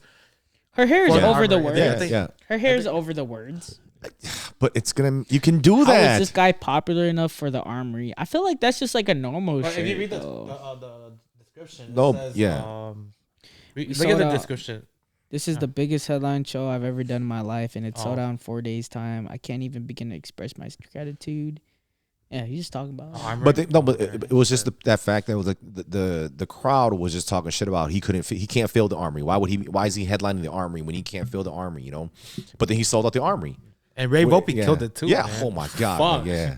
Ray Volpe. Since I saw him at Atlanta, man, he's man incredible. Too damn fucking good, incredible. man. Incredible. I love him. He's like, no, it's funny. All right, so I best don't show, know who you guys are talking about. best show though. Huh? Best show though. Have you ever been to? Oh, you both. Probably X. X. Probably X. What about you? X Tyson? or maybe I really like Tiesto. I thought Yeah. I thought a Millennium Throwback was lit just because Yeah. of the vibe, the people. The songs. The Yeah, songs. the songs Yeah. are hitting too. Banger at the banger at the They're banger all at the banger. hitting, Yeah. bro. They were Yeah. just giving me chills every song because I Yeah. knew every song. You know, I think that's a very important part. Yeah. When you know every song, everything just Like feels I so know good. Yeah. Millennium is overrated, but damn, I love him. Those too, bangers. bro. He put Yeah. out bangers. No, I just remember there was the one point like throwback set where I just remember where I just I'm blanking on the name right now, but I was listening to the track the other day, and it always makes me think of AP because because AP showed me the track and that band he played it up. What does it sound like? I can't think of it right now too, but we know when we talk about it. Mhm. Yeah, but I'm trying to think. I have it on my phone, but then like basically like man, when that song came on, me and him, we were like 3 people away from each other. But bam, when it came on, I looked at AP. AP looked right at me. I'm like, yeah. I was like, yeah. Like he showed me that track. I'm like, oh, that was a fucking banger and shit, man. Yeah. I don't know though. People always say like your first rave is always like you think it's the best even though it's not. But I feel like Slander was good. He was pretty fucking good. Yeah. I've been telling. Yeah. Slander 2022. I just for me. Remember when we went? Yeah, when we We so went to his Chicago. first rave. We went to Chicago. His first rave, we took them Yeah. to Slander in Chicago. Mm-hmm. Ever since then, And it was the I too. Yeah. It was his I tour. yeah, you should have went to Armory Slander. He had the eye again. I think we did see him like that too. Yeah, I know. I'm just saying. Yeah, he Yeah. had the eye again, but But then Yeah. You came with this Slander, didn't you? no, no, I didn't. He, Come. he didn't. That was go. the one that I missed out. Oh I yeah, because know- we were talking shit to each other about Yeah. that. Yeah. Yeah. Yeah. No, because I was talking shit about you about that. Yeah. You, Kevin, Tommy, Mushu made Yeah. sure sure that I Yeah. regretted it. Yeah. Cause, Yeah, I we made did- sure. Yeah. Because there was a ton of people that night though. Yeah. No. Yeah. They were calling It was me sold like out. every Yeah. hour saying, Yeah. dude, why didn't you come? Yep. Yeah. Okay, I Yeah. get it. Yeah, it sold Yep. out. It sold out that night. Yeah. I remember we had to man. find tickets for fucking like 3 A people. lot of people. Yeah, shit, a lot of people. We had to find. We had that yeah. roast pig. Remember Yeah, the roast yep. I had a ticket too, and I sold it for dirt cheap. Yeah. Damn. I sold the it to week of, you were- ZPX. Hey, Oh, did you really? if you don't go to Millennium, make sure you sell that shit for a good price, man, because that shit will jump up. Oh, I didn't even buy it. For I know. I'm just saying. Yeah. like, No, but like, yeah. I had to admit though, man. Slander 2022, like, Fire. whew, man, I gotta say, for Excision has always been like my favorite show that I've seen at Armory Yeah. in terms of production, in terms of just crowd, in terms of everything. Like they bring it all. But I was fucking surprised by Slander, man. Like Yeah. I want to see them. I hope they're at EDC. I hope they're there, man. I want Are to you see. going to EDC? Yeah, yeah. Bro, damn. I hope they're there. You know, I hope they're there because that man, they put in the fucking show. Like they're everything, man. They have everything. Yeah. Everything. know, we would have been at EDC too, but someone had to fucking back out. Fucking Kevin. Yeah. all Why are right, you looking Kevin. at me? I don't think Rob ever bought his ticket. Yeah, I was never. I never he bought saw it. it coming already. He was like, "Kevin's in this? Nah." Dude, I already knew it. Like when they bought it, like after like fucking North Coast, I was like, bro, these guys are lying, bro. No, I was so down. It's just like everyone was backing out, and I was just like, "Fuck, Whatever. it's just gonna be me." I said, "I don't Yeah. think I want to go." Go. Y'all go enjoy Illenium. I'm gonna enjoy Heat Wave. Heat Wave's gonna be litty. Yeah, that line is pretty sick. It's a festival is. too. Yeah, that line was sick. I saw it. And that's And it's like, in Chicago. Yeah. I was gonna say that's right before North Coast too. Is, or like a what's couple the months venue? before North What's the Coast. venue over there for that one? Oh fuck, I Indoor? forgot. But it's outdoor. It's Outdoor? outdoor. I was like, usually festivals are usually outdoors. It's right next to the water too. Hopefully I don't fall in and drown. You said that. The river and shit. Yeah, but it looks Yeah. dope. The venue looks dope, but people are complaining that it's small, or that's what I heard, or some shit. Oh yeah, Sometimes smaller is just better than bigger too. that's I facts, gotta lie, man. That dude. is facts, You know? dude. Yeah, like Skyway. I enjoy Skyway, Bro, bro. right, man. Yeah, I like sometimes going from Army to Skyway. I'm just like, oh man, it feels good to be in Skyway. Like, damn. No, what it the feels fuck? good to be like I'm Small- I'm 5 feet away from Yeah. from like everybody playing right there. And then It's you dope turn like and that. then you turn around. There's no one behind you. Yeah. So you're like, oh, this feels good. Yeah. Look, that's a venue. Looks That's dope. Yeah, it looks dope. Looks yeah. dope. Yeah, Damn, right what by the the fuck? right by That the shit lake was shore. real dope.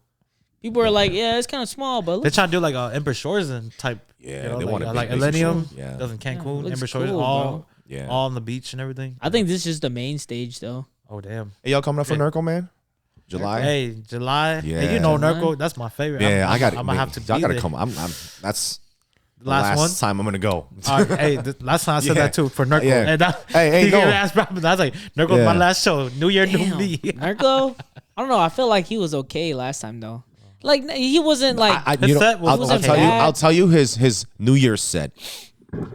I think he just when he did Golden. I wish he did would it have too done that last. soon, right? He did it like right away almost. I was like, bro, I'm not even there yet. that was I'm his- not even there It was that like yet. was the his second or first third song. Yeah. song. I thought it was I'm his not first even. Yeah, song. I'm not as. Oh. I can't even remember, but I'm just. I think it was the upset because second song. I'm upset Damn. because it was too early. Like I'm not even Yeah. there yet, bro. Like I'm just let me get to know you a little bit. You know? Yeah. That's And what it like- was though. And then, like, if you play new music, at least, like, play it at the end or some shit, you know? No, like me and Brandon was talking about this. Me and Brandon was like, man, you know what dope? You would just play that at midnight. I'm like, hell yeah, at midnight for the countdown. Yeah. That would have been dope to just do that right at midnight. That would have been awesome and shit. But Countdown That and was shit. the actual day before New Year's too, though. it was New Year's night.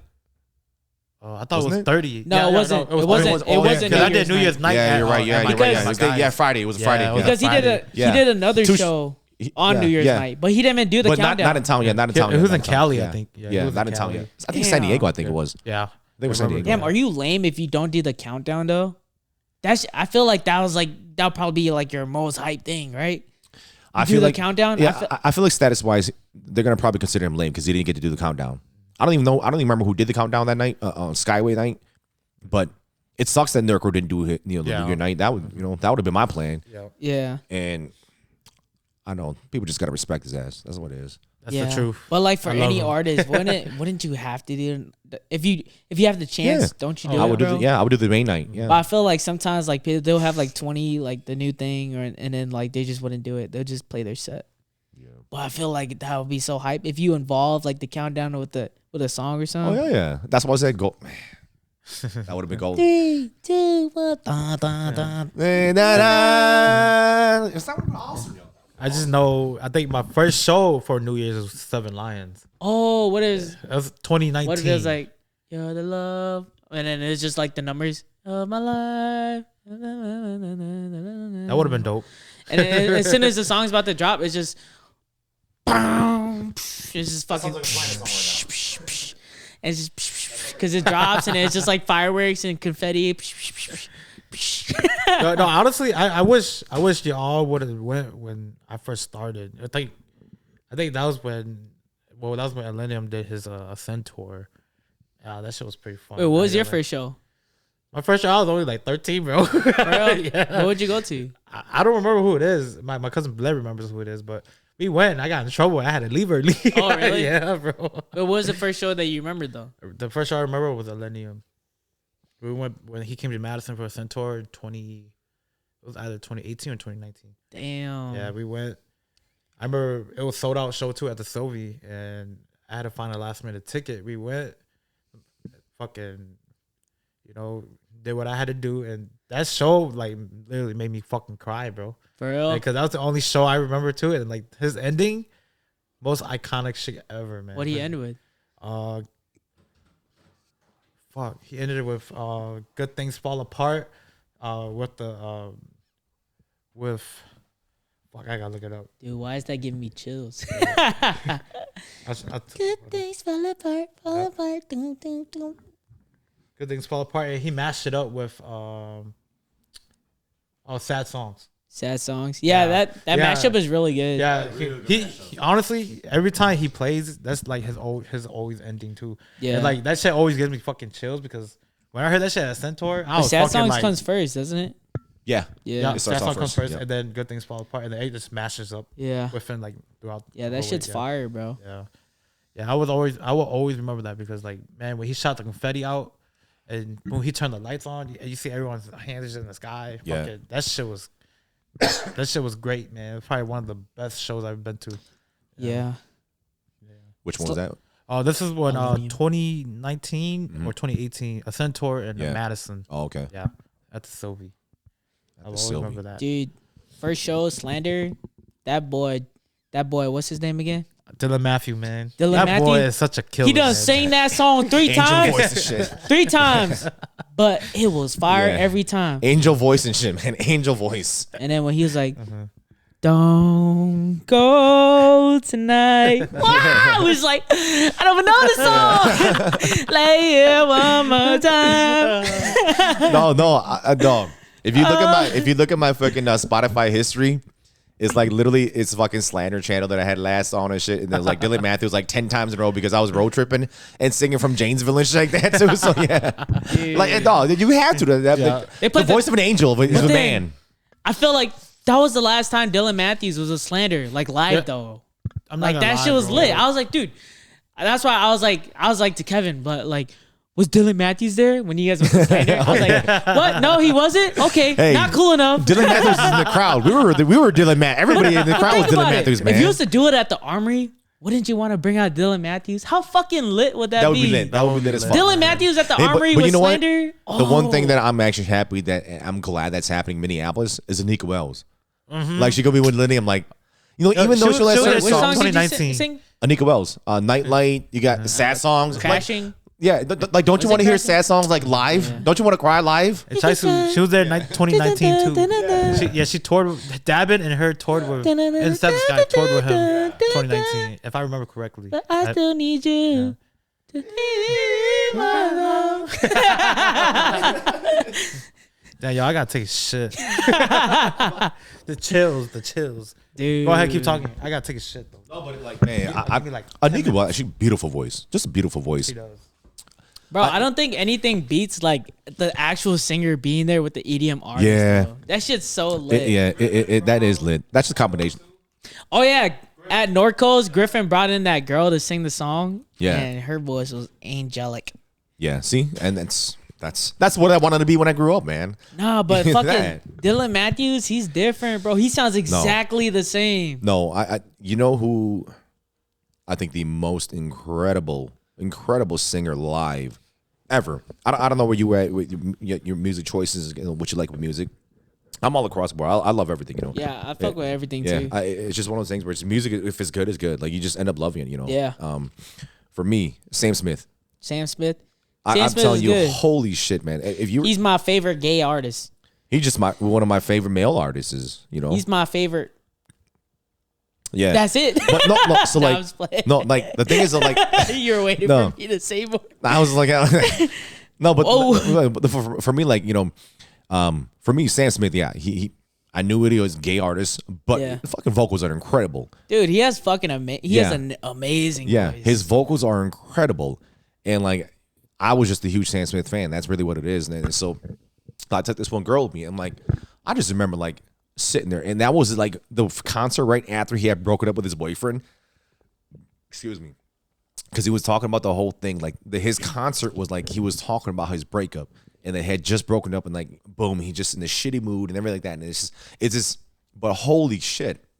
Guess it's true. yeah. I'm not good. I don't want to. Yeah, no, that was after, you know. But there's, oh my god, like, and I forget what the album was called, but that was actually my favorite Sam Smith album. You say, But I'm yeah, sorry. just one of my favorite Sam Smith albums, though. Let me look it up.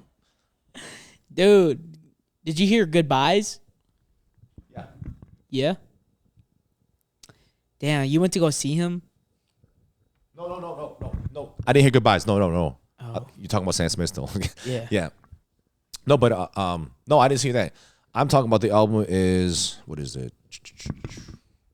Honestly, I don't even know what his albums are even called.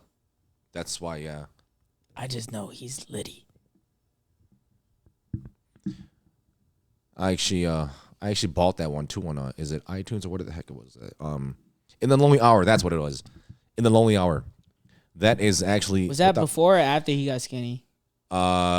He was getting skinnier. That's post breakup phase. That's him like post like turning into Sam Smith of like the one people got to know and like we just love. But In the Lonely Hour, without a doubt, probably like I put it into like top 40 for me probably for albums. All time? Yeah, all time with just any artist all across the board. You know. Damn, 40 though. Yeah, top 40 top. Yeah, I'd say that. Yeah. Damn. That was a great album by Sam Smith. Great album. Damn. Great album. What's his best song you heard? I have to sing it. What is it? I don't want to sing it. Go ahead. I'll just play it. You wanted to be a singer. I wanted to be a singer, but I'm not anymore. Oh, what's the song? Damn it. How do you not know? You must not love it enough. You know, I don't even know J. Cole's Forest Hill Drive Tours titles. For real? Yeah. I'll rap with it. But know the titles. Damn. Yeah. I can't even think of it right now. No. You see what I mean? I can't think of the titles of it, but I'll rap it and I will sing with it. Oh, come on. Wet Dreams. But that was Wet Dreams though. Come on. You know what I'm saying? That was Wet Dreams though. Come on. No role models? Come on. That's no role models though too. But that's the album. Come on, but that's no role models too though. But like I don't remember like titles of you know. Yeah. What's the song? I'm pulling it up right now. Hold up. Sam Smith. Yo, we're gonna get. Actually, we can't play it. What's that? We got fucking It flagged our fucking YouTube video when we played it. Oh really? Oh, because okay. Yeah, you can sing it though. Sing it. No. Or just give me an idea of what it is. Like just normally say no, don't play it. Okay, that's enough. No. Yes. Yo, I just played a song. That Korean guy sing that shit in Korea. Yeah. Yes, I do. No, but you gotta. I believe. You gotta just listen to Sam Smith singing. That's what it is. It's magical. Magical. Who's your favorite concert? Favorite concert? I fucked with J. Cole so hard just because I loved him so bad. But like, it could have been better. I knew it could have been better, but I just loved it so much. Which tour was that though? It was his off season. I heard. I think Tom was telling me even though it was an off season tour, I heard dope, though. He was throwing in a bunch of whole shit too. He was throwing shit that not a lot of people knew. Yeah, but we're good. But because basically from what I heard, like from the clips that I seen when he did that tour, like Love Yours was still so like such a staple in his tour and shit. Like, I heard he was playing that like at every tour and shit. Because I saw a bunch of it. Heard it though. Oh really? I don't think so. Yeah. But I mean, that's just it's just a staple track with Cole. It was still lit, bro. Yeah. I don't know. I'm telling you, man. I may be biased because that's my one and only ever like J. Cole like tour or J. Cole in like involvement. But like, man, Forest Hill Drive tour. Yo, I wish I saw it too. Yeah, bro. like that shit was just deep, dope, man. dude. That shit was just deep. Like when I saw like his lives and deep. shit, he would just look hella dope. He would have like the football. He would have like this the basketball hoop there. Yeah, sitting on the bench and shit. Sitting on the truck. No. How did he look when he was with y'all? So with us, with Minnesota wise, when he was here, it was Soundset. So he was part of Soundset. But then he did like every fucking Forest Hill Drive tour song almost. And that was the crazy part about it because like everything on that shit was a fucking banger. That's why I was like, yeah. It's so hard to say that's not like one of your fucking favorite. Like, you know, Willow left before fucking Cole came on. Oh, for real? Yeah, he left before Cole came on and shit. We got too high, man. We got too high. It was a day we're just hitting joints. Soundset. That's Soundset. It's almost like if you go to like fucking what's that? Rolling Loud. If you go to Rolling Loud, like they all there just smoking loud all day, and that's basically Soundset. It's the musicality. It's that whole album though. Bangers. Fucking all across the board. Yeah. Fire. Wet Dreams. Come on. January 28th. Come on. Fire Squad. Come on. Fire Squad is Fire Squad. Fire Squad low key slept on. Dick. Yeah. Bro, come on. Tales of Two Cities. Oh, can I just say, Tales of Two City? Tales of Two City is my favorite song on that album. Actually, Oh, It Three tells- Adolescents. That's my favorite one. Tales On of Two that City. one. That's actually my favorite. GOMD. Ooh. The way they came in with that African vibe first, ooh, that was killer. God damn, bro. And then he had apparently. Come Yeah. on, bro. That's like his. And then you didn't even that's say- like his top 5 ever Yeah. song. And then he's got no role models. And then of course he has "Love Yours," Yeah, which is his favorite staple, song. a staple, His a favorite staple. song. Yeah, a staple. He's like, out of all the songs I made, Staple on me this too is now. my this is my favorite song. Yeah. He said the most important song to me was "Love Yours." So how can the fans not fucking love that song? The But yeah, most? it's a staple when you talk about J. Cole. Love Yours. No, like, Yeah. that was the shit right there. Like, Damn. man, yeah. Hey, to speak upon that though, man, that's probably like one of the better messages out there. You know, hell yeah. You know, Love Yours. love yours, man. Such things. I got that shit life tatted is on me, better man. than Yo, yours. it's like we think like we kind of just reflecting. We were reflecting on kind of our younger selves and kind of our younger Yeah. feelings, kind of this entire night almost in a way, Yeah. And like, it didn't grow up glamorous. It wasn't the best. It is what it is. But shit, like Cole says, love yours, man. That's it is what it is. It is. Yeah. That's Anybody gonna always have something better than you. Yep. that's what it is at the end of the day. Yep. Yeah. That is very true. Yeah. Let's drink to that. But you can't start loving the shit you got. You can't start. Fuck. You gotta love yours first. Yeah. You gotta appreciate what you got, man. That's it. Damn, bro. But if I heard "Wet Dreams" live, Wet dreams. bro, Wet Dreams, I feel like that's like the only song, or not the only song, but like any song that like everybody could just be like, he's storytelling, but like everybody knows the goddamn lyrics to that bitch, bro. Crooked Smile too, man. That's Well, probably and one of my nothing like favorite that. ones. Well, and nothing like that. First time she was in my math class Long What up? hair, brown skin with that fat ass. You just sound really weird saying it, so like it's just not clicking. Hey, hey. Um, We can't sound like J. Cole, man. no. We gotta do We it. What? Nothing like that. First time in my math class. Yeah. Wrong hair. Yeah. Look at Robbie just knows the whole lyrics, like it's all of it now. Cheers. In that voice. Cheers, y'all. Cheers to J. Cole. Love yours.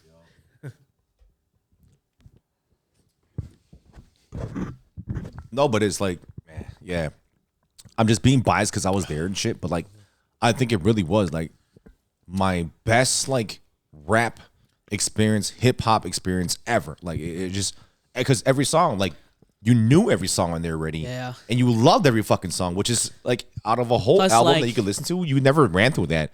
The last time I ran through that shit was Usher's album, Confessions. Whew. Plus, like it just has so much iconic beginnings. yeah. Yup. Yep. And all solo based, man. All solo based himself. Was this the one that he fucking produced too? I don't know if he produced it, but that was the one that he was there's where a- there was no features. He was the first dude doing no.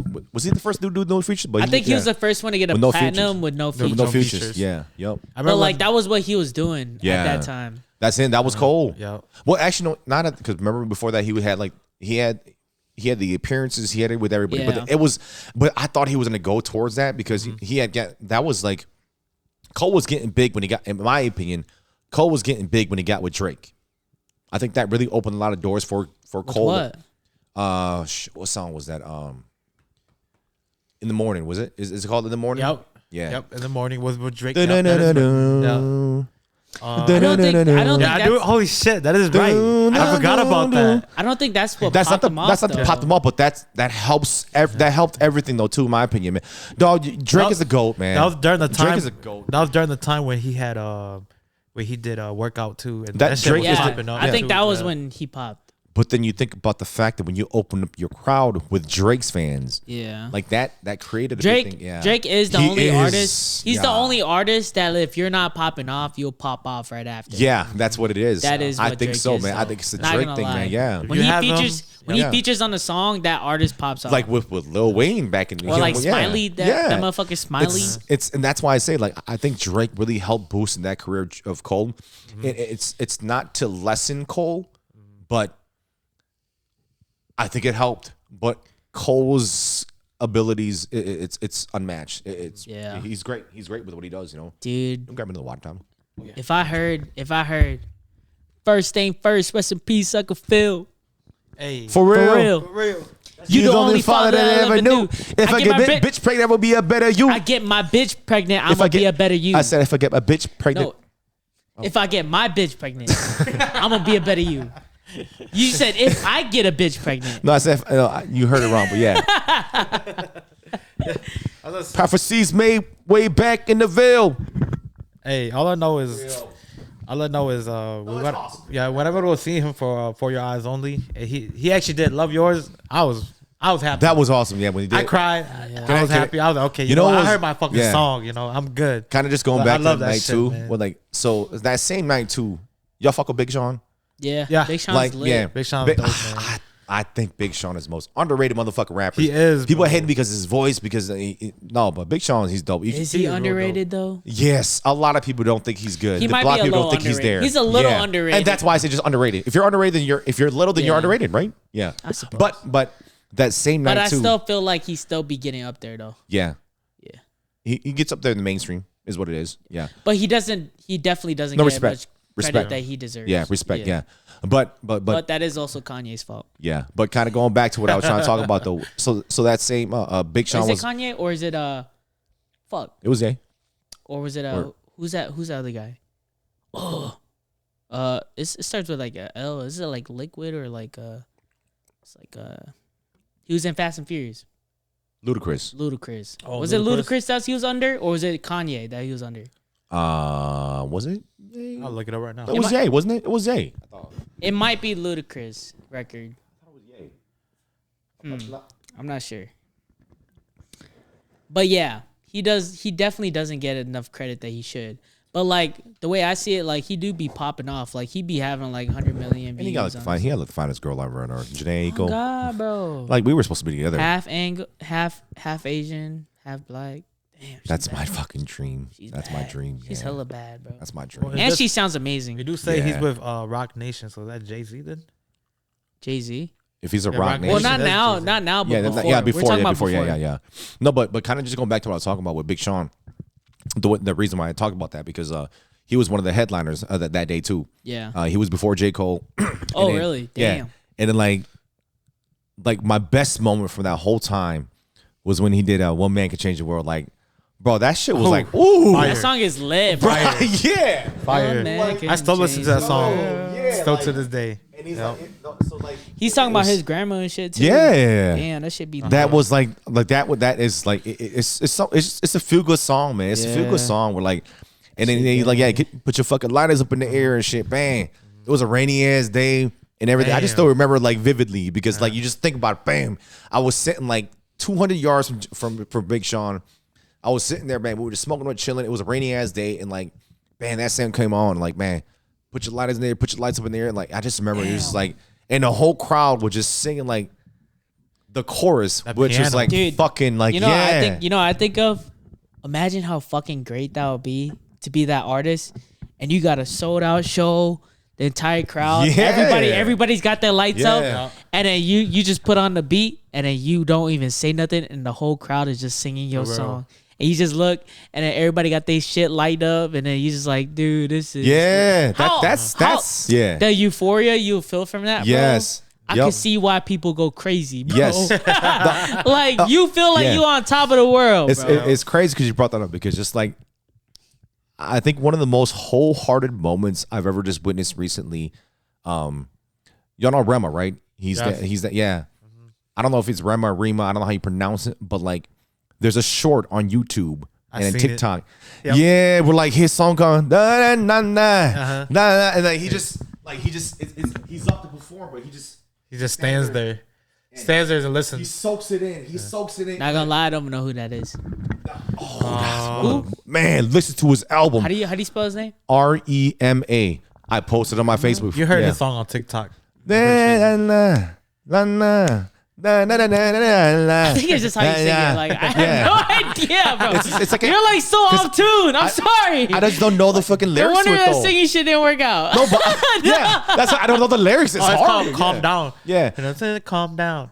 Come and then dance like this. No, but it's like the black guy. Yeah, that's why I say that's why it's so exciting when I do that shit. Yeah. Okay. Yeah. No, but that was like if you just look at like if you watch like it's a whole hard ass fucking video. Like it's one of those video clips you watch. Where It's like something lit, but then like it's think also about it very soft. when you watch like no. It's like no. Calm down. But like, no, it's like, think about this. You go to YouTube, search Love Yours, and watch a short of it. And like, you just kind of hear a start. Yeah. And he just starts talking. And like, isn't that one of the most wholehearted moments you can have as an artist where the crowd's connection and everything with you during that moment? Damn. Like, the one, you know, Cole's going to start releasing unreleased or like, let's hope old hits, but he's gonna start releasing it on social media. I'm hoping Let's he released hope so. Temptations by him and Kendrick, man. Yeah. Oh my god. I want him. So upset that shit didn't come out yet. for real. When they had the collaborations, there was so much talk about know what that. I I was want? so mad it it happened. came out on YouTube for like a day, and they fucking took that shit down. I want You to Fly. Want You to Fly. Oh, hey, Want You to Fly. yeah. It's unreleased, but then it's leaked and everybody has it. Yeah. No, Want You to everybody Fly. doesn't have Bro, it. he fucking Everybody doesn't have it spits, because we bro. don't have it, dog. He fucking spits in that shit, and bro. that's why like I cannot because I hope he's not an asshole. I hope Cole's not an asshole. He's not, bro. No, I because don't even care if he was, man. I'll still suck his dick, bro. They say I'm dick riding. I'll Yes, have I'm his kids. dick riding. I'll hold his balls. You know who that is? Yeah, I'll hold his balls You know while who you do that it. is? It's Jermaine. Yeah. Cole. You know what, man? Hey, I'll take care of his asshole. You take care of his dick. All right, man. Let's partner this shit. Let's partnership, Damn, dude. Yeah, bro. Like if there is like, and maybe just because of it's our era of like hip hop artists that we kind of like Bro, we saw from beginning to listen to this. end. Listen to this man's verses, bro. God is real and he's using me for a bigger purpose. So fuck the world. Would you? Oh, I can't. 2 minutes 95. Sometimes I think these verses can help a person more than the ones who read in the churches on worship. No disrespect to the Lord and Savior. That ain't just ego. I just observe them words no longer relate to people. Mm-hmm. Cause modern times be flooded with dollar signs and social media be stunned. My end just wanna shine. They frame of mind so far removed from days and times of Nazareth. Life these days in labyrinth. In a maze so elaborate. Biblical. We barely getting through half of it before it's too late. My ends is felling from selling weight in more than 2 states. 22 on his waist before he can even shoot straight. Quick to draw on you like Aaron McGruder and Who Fate. All of that to say maybe the hood need a new faith. A new story about a boy not too far from where you stay. Want you to fly. Want you to Hey, that song's really fucking good though. Yo, it's so fucking good, bro. Damn, bro. Because like it's spitting facts. Because like what? People are going to church and they have this faith in God and like these scriptures, like they have a lot of wisdom inside of them, but like, you know, not everybody is connected with God or connected in faith or read the Bible. So like sometimes it just takes a normal person who's saying these relatable things for you to understand the things that are going on in their life and how to go through that and guide you through that. Kind of just going back, we circle Plus, back to there's like a lot of like negativities with people believing in God because you know sometimes people feel like, you know, faith and like that kind of culture is always forced with people who believe in it onto people who don't. Like, it's just like people be getting confused with like Christianity and like fucking people that go door to door. Hey, do you believe in God? Yeah. We're the Lord of God. You want to learn him? Like it's You're just gonna like be saved. Like it starts to get this like stigma where like, oh yeah, like I don't believe in him, but like, you know, but it gets to that point where like when you're searching for something, these wisdoms come. And then like he's just speaking the truth. Like sometimes you just need some words from somebody who's relatable and not always from the Bible because it's more relatable to that person. Question for you though. It's a whole 360 for kind of what we're talking about, but then I know we kind of just we touched upon it earlier, so I just gotta ask you, with your faith, did you grow up in like a church family or what? Like what is it? Your background, Right, so your background with the whole background. My shit's confusing because my dad will always switch back and forth, but for me, I see it. I don't think he really believes in either, but whatever that works for him and whatever works for him at that time, he chooses. But then when I was quick question with that though, when you say that, is there like what makes you say that he doesn't believe in either? it's just like you know, he will say he'll believe in God when he's talking to some things, but then like when we're doing my brother's funeral, like just to get up with the money and like just the things like this, he's like, oh yeah, I'm shaman now, you know, like he's like make a choice, like it's either you believe in that and that's your faith and believe in it. Mm-hmm. So like I'm just saying like this and that, but then like there wasn't a set things like my parents didn't take me this and that or like that shit, but then my brother, he was into that church scene when I was 3, and he'll take me and I'll go to sermons and do that, but I didn't necessarily believe in it. And you know, I would be taken here and there. Like church was just always something that I was going in and out of. It wasn't something that I actually started believing in. And then like when I was in sophomore or junior year, my brother Lee moved to Portage. And my dad went there too, and it was either I'm go to Portage and I'm gonna go to high school in Portage, and leave all my friends. So I was like, no, I can't do that. Like I can't change my scenery now. Like you know, I just want to graduate here. So I was like, okay, I'm just moving my brother Jerry that lives there. But he was like, if you're gonna live with me, it's gonna be very strict. We're gonna go to church on Sundays. You're gonna learn these things and that, and you have to listen to what I say in my household. I was like, okay, all right. So I go there. Go to church, and you know, I've always known God. I always had this idea of it, but I've never really felt anything. And it wasn't until after my brother passed where I was really lost. And my brother paid for this retreat for us to go, and I was just hearing songs, and it was just connecting with what I had, and I just started tearing up. Like I didn't even want to cry. I just started tearing up, and I felt something, and it was very strong. And then the only one who was there to speak to me was my youth pastor. And I was just telling him, like, you know, like he was like, why are you crying? Like, you know, why are you, like, what's wrong? He's like, you know, my brother just passed away and I don't know how to deal with it. And, you know, I just started crying in his arms. I was doing this thing. He's like, it's okay. And, you know, I felt like God had this hand in him where like, he was like, yeah, I'm going to bring you to this place. You're going to hear these things. You're going to hear these sermons, and it's going to touch you. And then the one to be there is the one who I'm guiding in the faith, is this young youth pastor, and he's going to teach. And then he just comforted me at my moment of despair. And that's when I really felt touched, you know, and I was like, okay, like something clearly is seeing that I'm in such a dark place and bringing me into the light. And at that moment I saw a glimpse of light, and that's why I have such a big faith in God. That's like it's crazy because I'm just gonna say right now, it's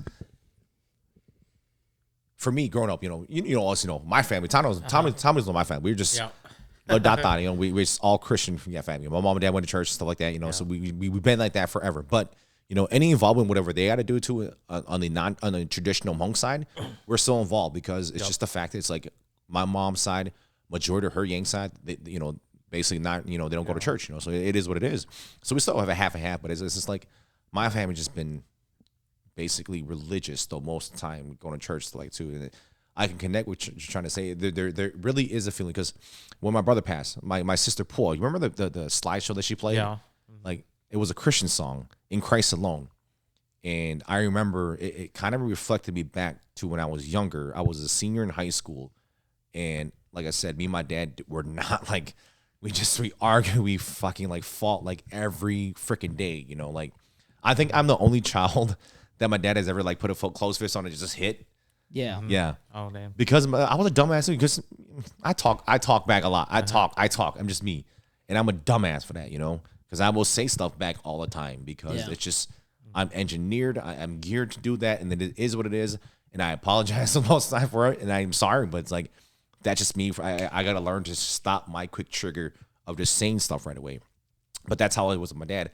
Until I got older and realized, oh, I'm just a dumbass. I just say too much shit back. But it's like during that time, I did find myself more peaceful and more settled when I was listening to Christian music or just reading the Bible just to get my mind off the whole shit that was happening out there with me and my dad, you know? Yeah. So we don't have to argue all the time. Like that helped me a lot too. And then recently when my brother passed, I talk about that song In Christ Alone because that's a song that I did know, you know.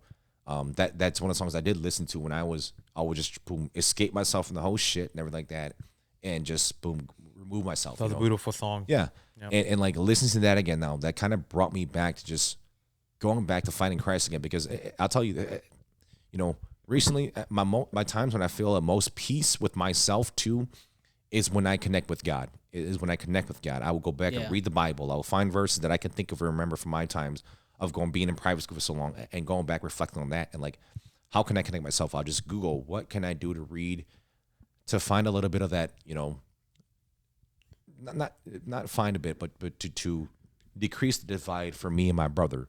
Yeah. And kind of growing up, knowing about Christ, knowing about God and religion, you know, you will be reunited again. You will be reunited in Christ, you know, with Christ again in heaven.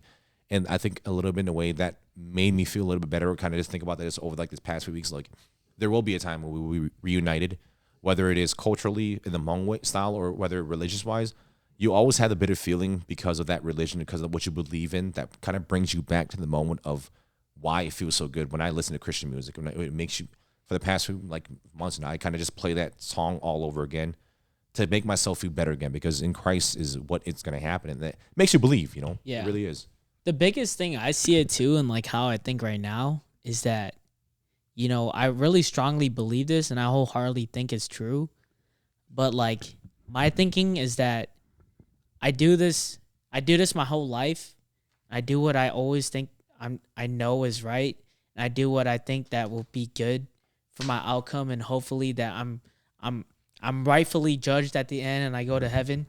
But there's also a thought like, you know, even if it's not even real, or like let's say God isn't even real or heaven's like that, then I lived my life knowing that I tried to do good and I try to do the right things.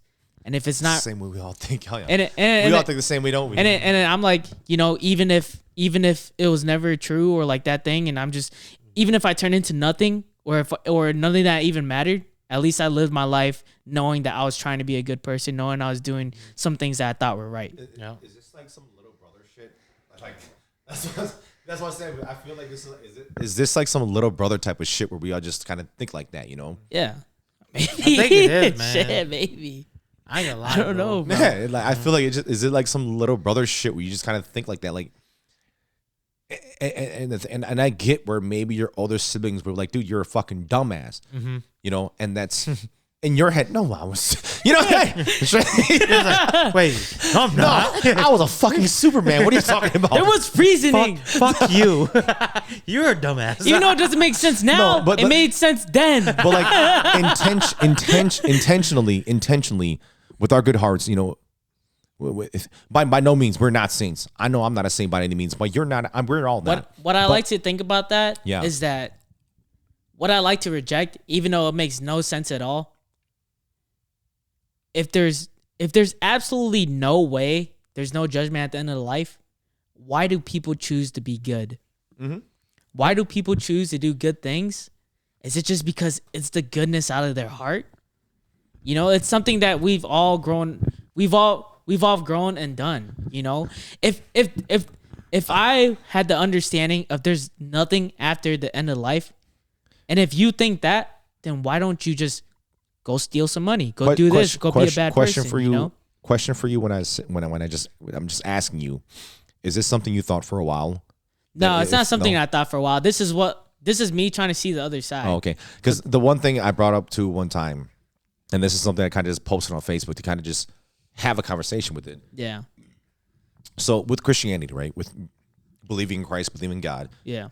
Excuse me. With that, so you don't sin and you try to follow the commandments, the 10 commandments. You just try to follow what God would be, right? And in the hopes of that, you will have a life with God afterwards in heaven, you know, in his kingdom. So when you think about that, are people just like, are they expecting a favor when they die? Or, you know, like what are their true intentions? Are you trying to be a Christian to be a Christian? Or are you trying to be a Christian to get an afterlife life because you believe that? That's always my thing. Because, are you know, are you going to be? I hear heaven's based on merits. I hear. Yeah.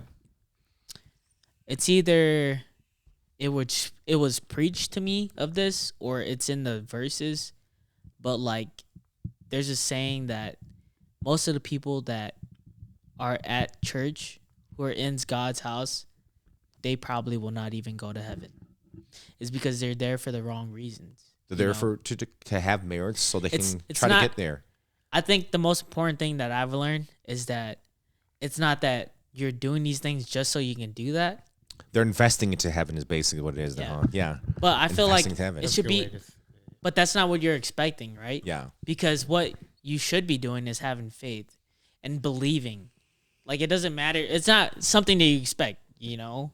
Because even at the end of the day, it won't stop that we are still sinners, that we still sin and we still do these things.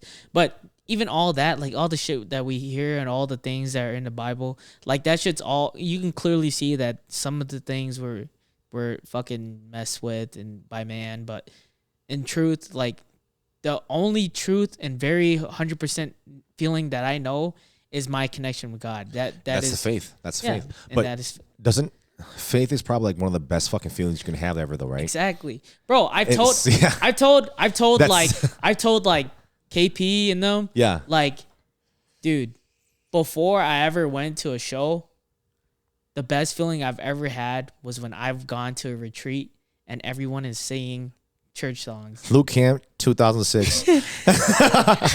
Luke Camp 2006. Dude, like, Francis Chan. There's nothing. Yeah. There's nothing that can match that spiritual high that you with have. nothing, with no additives. Yeah. I don't need a Tesla. It's just you're just by yourself and you wholly feel like you're being touched. Yeah. And that's why, like, kind of just circling backwards, like, when I go back and circle back, just try to get a little bit more of that mental health build up and trying to feel better. I circle back to that Christian music. Ever since, like, my sister had that from my brother's song, like, I go back to it and I just keep listening to all this whole new things. Like, damn, like, faith makes you feel so fucking good, man. Faith is super good. That's like when me and Rob, we're talking about faith in God, you know. With you, faith, it doesn't always have to be God. Faith can be defined to anybody who you believe in. So it's like with your shaman. Like my grandpa. Yeah. Yep. That's my ancestor. Yeah. That's who So I it's like, believe in. yeah. That you have an afterlife with them, so Yeah. you're gonna believe that you have that part with them possibly. So it's like faith is defined on everybody. Whatever you believe in, that's what it is. But is that not one of the best fucking feelings ever though? Yeah. Faith. Yeah. I mean, literally studies have showed that as long as you believe in something, that person has lived a better life than somebody who didn't believe in anything. Yeah. Because you're following something that you wholeheartedly believe that would happen when you die. I believe I'll be an NBA player. Hey man, I don't have. Hey Tommy, you know I don't have faith in you. I don't have faith in you. See, So there we go. Fuck. He just got to get cancer and make a wish. I have faith in myself. yeah, I don't have faith in you, dog. I'm sorry, dude. I don't have faith in you, man. Try. Hey. I'm gonna give you a high five in that one, but I don't have faith in you, man. That's why, you can't do that. I believe in you, but I don't have faith in you. It's like, bro, it's like, hey, you're taking it too far, man. You're taking it too far, though, man. I don't believe I'm gonna be a basketball player. I'm gonna have faith that I'm gonna be an NBA player. Hey, that sounds better, and I have faith that you will have faith that you will be one day, okay? And that sounds so much better then, yeah? See? Now we're all equal about it. You know, that's what it is, though. All I have is I have faith. Cheers, yo. Cheers. Yeah, but Oh shit. also one of the biggest thing that I've like learned in my life is that I've always wanted to be something else, right? Like I've always wanted to be an NBA player. Like as growing up, like I wish I was tall, like this and that. But like I started to find like purpose in why I am this. You know, this being an NBA player, that's not who I'm supposed to be. You know, and I don't fully understand my purpose on this earth, but what I understand now is that what I've gone through and what can I do for others, and like trying the best of what I am today and make the best out of it. You know, and then I feel like a lot of people get lost in like knowing the reason why. But even when if it was ever that easy, or if you were just ever given a purpose as soon as you were born, wouldn't that be such a boring thing? in your Because life? you only have one mission. You only have one road, and that you can't stray off of, because That's if that so was true. your thing, I don't know, man. I feel like That's so true what you say, Robert. It'd be boring as fuck. like your life shouldn't it shouldn't be defined. Your life should not be defined. Your life is just fuck, if you become a fuck up, whatever, man. It just become a fuck up. I don't even care. I love you, and you're a good person. You're a fucking good person. I feel like that should be it, really. And I think it means even more. Like, let's say you do get a purpose, but you have no idea what it is. I think it means even more that you work your way somehow Try to find it. To at the end of your life, you're like, holy crap, I didn't even know this is what I was meant to do. Yeah. And I still found it through all that shit. Like, I would never expect at the beginning of my life that I'll be here at the end, and all you could be is grateful. Mm-hmm. Like, I just hope when I'm older, like, let's say if I even get that old, that I'll never become like that grumpy ass old man. You're gonna be that old. You're gonna be that old. Yeah, but then I'm not. I feel like I want to live that life where I'm satisfied enough where I'm just like, damn, I wish I was young again, or damn, you should enjoy your youth, like young Becca. I remember when I was your age. Like that's how the OGs talk to you. I don't know, like just in general, right? Because like, you know, people talking like that, it just when I was your age. people that talk like that, I feel like they're just like, you know, like they didn't live like, or they haven't done what they thought they were supposed to do because they set these goals. But that's not how you go. But the thing I see is that like everybody has their own road and they take it as slow or fast as they're meant to do. Yep. And like if you're trying to rush things, or you're trying to see this, then you're just being envy of somebody else's road when you don't actually know what they have actually gone through before they even reach that point. And you're not. I feel as if you're probably not going to enjoy the journey as much too. Yeah. Yeah, because you're still jumping into that part of with the pressure too, because you want to be right where that person is. Like, no, it's not gonna happen. That's like just that. a part of life, you know, just jealousy and envy in others, but just realizing that doing all that, you ultimately find out that there's no point, you know? Yeah. Just being envy in somebody doesn't else's help life, you. it's not going to make you all of a sudden be Doesn't like, help oh, you. yeah, like this. Like, you're just being mad at somebody else's life, dude. Go, if you're mad, use that and turn it into energy that you can use to become a better person yourself, you know? Basically what it is. Yeah. Yeah. Oh, man. This is life, right? Life. So hard. But You know, I feel like once you envy someone too much, too, you do forget about yourself. You know, like, Yeah. I feel like people gotta understand not to do that. You know, like that is part of life, but like, at one point too, you gotta understand that you have your own life. You know, that's fine. Love yours. It's what I see, bro. Yeah. Sometimes people get caught in this spotlight where they think it's just their lives. You know, they're just seeing others, but then it's their life is like that. Why isn't it like mine? But you got that spotlight effect where you feel like everything's happening to you, or like everything's in your life, it's always bad on you. But when you're good, you never actually notice that everybody has their own life. They're doing their own things, and you might not even think that, oh, like that person's envy of me, because like you humble yourself. Like nobody's thinking of what I'm doing, because man, what I see right now, I'm not doing shit. Like I fucking hate where I am right now. I need to do this and that. But then somebody might be like, oh damn, like I really respect where you're at right now, how you're speaking, or what you're doing like that. Like you just never see that. Oh yeah. And I've seen too where people go like, you know, where they just follow them, do everything they do, instead of like looking up to them. Like you look up to them is different from you doing everything they do. Oh yeah. Yeah. You know, Because you don't look at that person as like somebody who's like, you don't look at that person as equal. You're trying to be better than that person, so you don't look at them as an equal. Basically, that's what it is at the end of the day, then too. So Yeah, dude. Life, man. So who are you trying to beat? Who are you trying to be? Who am I trying to beat? Yeah. Let me get a reference. Kevin. Let me get a reference to Matthew McConaughey. They asked me who my hero was. My hero is me in 10 years. Ask me in 10 years. I'll ask you again in 10 years. If you came back to me, ask me who I am 10 years. It's me in 10 years. Yeah. What I found out was, you know, I'll never be me in 10 years, because me in 10 years is always going to be better. It's always going to be doing better. Hold up. You know what? Think about this right now quick. When I think of life like that, I just look at my mom, look at my family I got right now, what I'm doing right now. I say, all right. Hold on. You never heard his speech? That shit's No. motivational. I got a real quick question though, because we were talking about it earlier, but we didn't ask you. What was your aspiration growing up? What did you want to be? What was your the thing you thought you was gonna be? Not gonna be. What was your thing? Well, I said this on another podcast before. That's why. But then we still have years old. I've always had no idea what I was gonna do.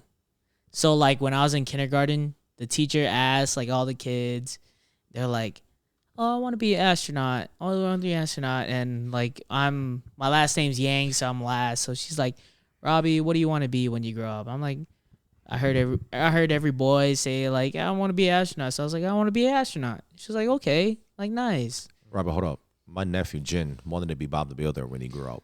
Oh yeah. That's just one of those things. But like that was back then. That's like astronaut. My niece wanted to be a janitor. But then you That's gotta think about See? it. What made the astronaut big was like back when I was like a kid. That was when we were first getting on the moon and shit like that.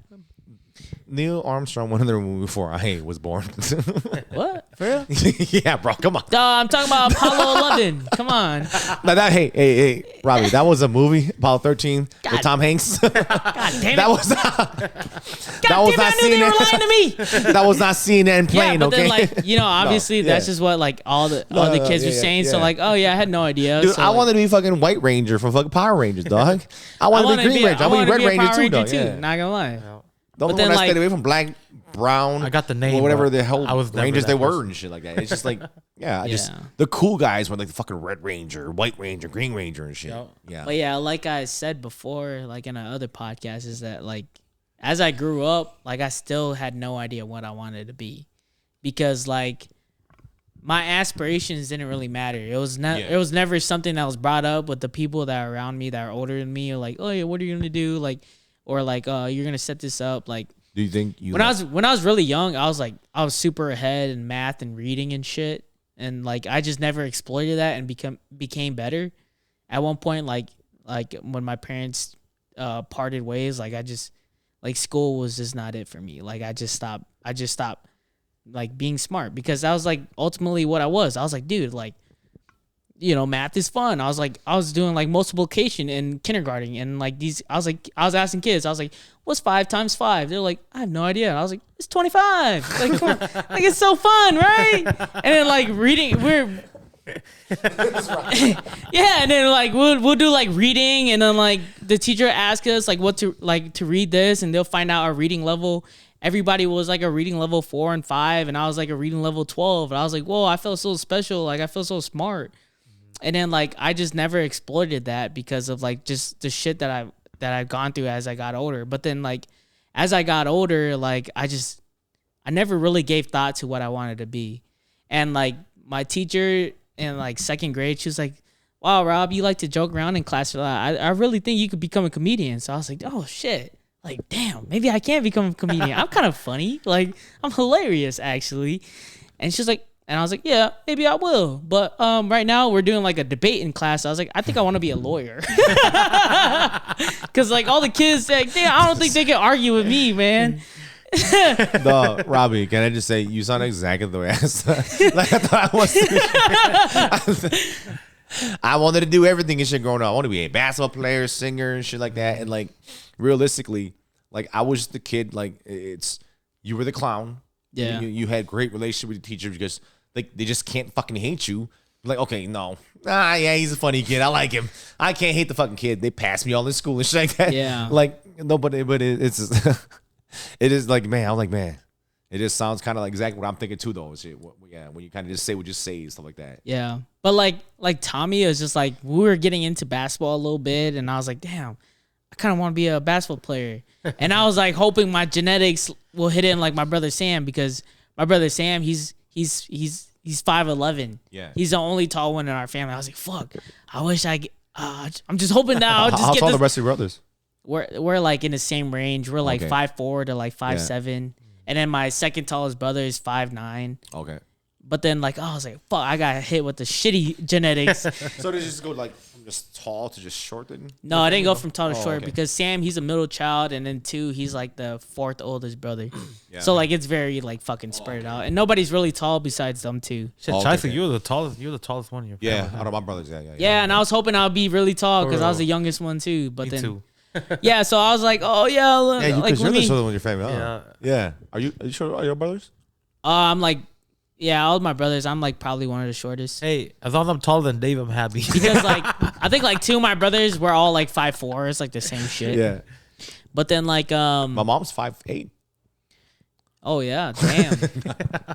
My mom's 4'8". My mom's like right behind, right. 4'9", 4'10". I was say Chai's dad is tall. Yeah, my dad's probably like 5'6". Yeah, my dad's like 5'4", but then the genetics we get it from is my dad's dad, and he was like 6'1" or some shit. Oh, okay. damn. And then that's like where my brother got it from. But then like obviously he dumped down all our fucking shit. I don't know. I don't fucking know. Like, Your dad jerked off too much. He lost the good sperms. but if I was 6 He lost foot, the high sperms. if I was 6 foot, I'll low-key be dominant in that shit, man. I was telling my brother, like, bro, I was 6 foot, I'll be dunking. He was never able to dunk. I was like, bro, come on, bro.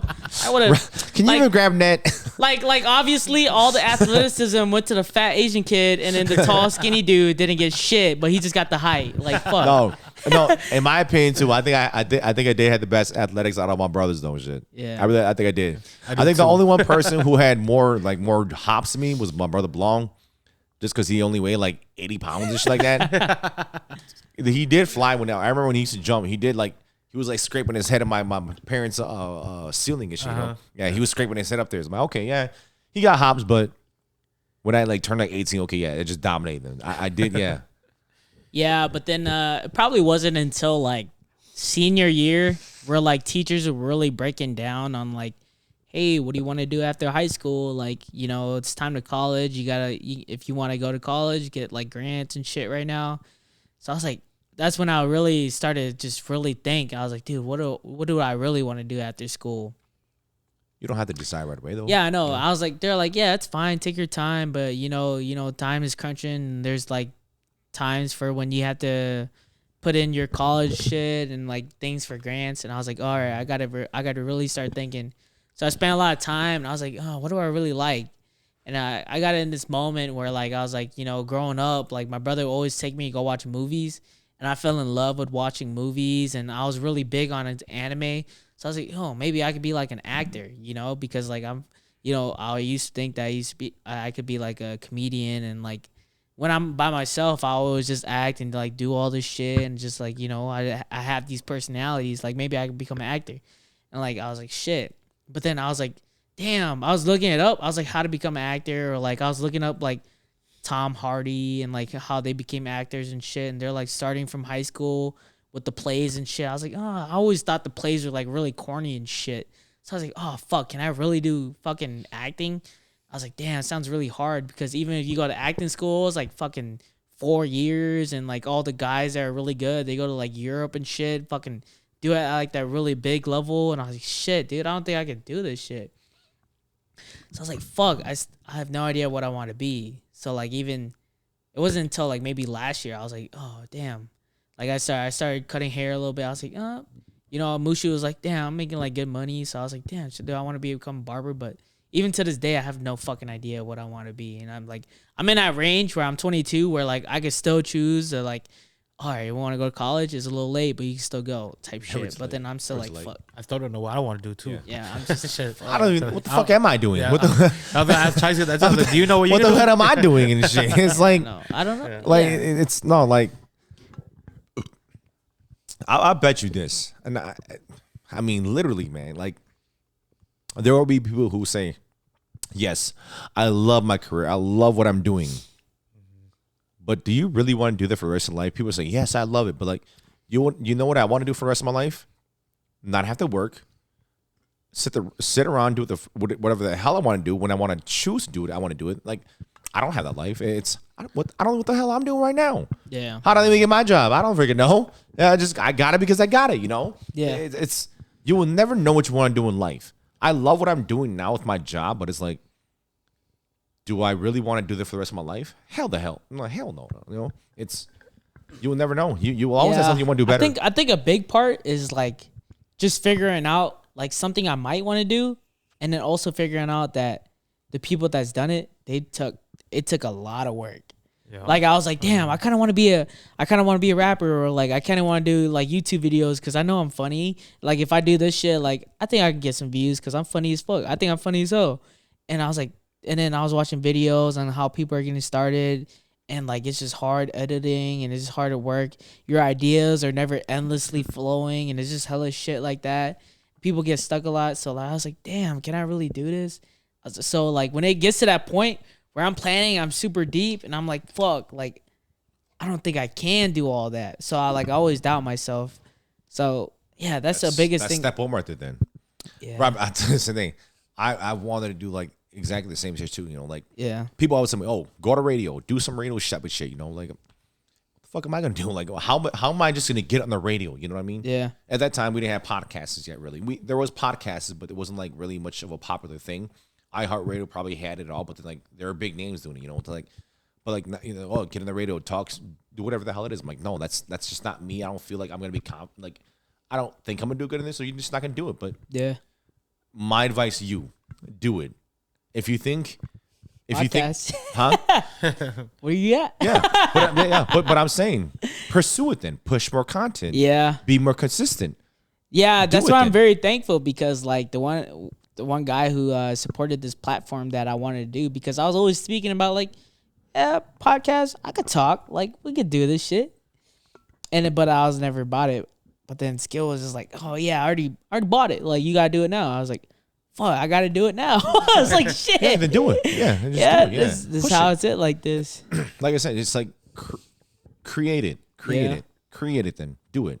You know, that's really like my advice to you. Like my buddy Steve-O, like for I don't know how many fucking The years. Steve-O? You met Steve-O. Yep. Yeah, you met Steve. Yeah, Steve was always trying to tell me, dude, fucking go to radio. Do something with fucking radio and shit. Yeah. Just talk, you know, like, yeah, I would have loved for my life to be that, you know, just like, I'm a big fan of like podcasts, and like Joe Rogan is just one of those guys who like I've always been a fan of because of his bringing from like UFC. I was always been a UFC I learned fan. a lot. I learned so much from Joe Rogan. Yeah, and it's like his comfortability, the way he does what he does in the podcast, and it's just his. Like it's awesome. You know, I love it. He's great everything. You know, the way he just himself. He doesn't go any outside of what he is. He sticks to him, and he has a great show himself. He hosts a great show. But it's like he kept telling me to do that. I'm like, that's just not me. But it's for me. My advice to you now I regret it. Me at my age now, I regret it. I'm like, man, I should just try to do something with it. You know, should have just tried. It's never too late. Still can do it. No, I'm not gonna do it anymore. Fuck that. I'm not gonna do it anymore, man. Like I remember when I was working with like TJ Maxx, there was a guy down in Atlanta. He's like, dude, come host my night show and shit. You know, with his R&B, like he was like a R&B, hip, not much R&B, but more like a soul R&B type of guy. We was talking about music, and he's like, yeah, dude, you should come on my show. Like we don't have like.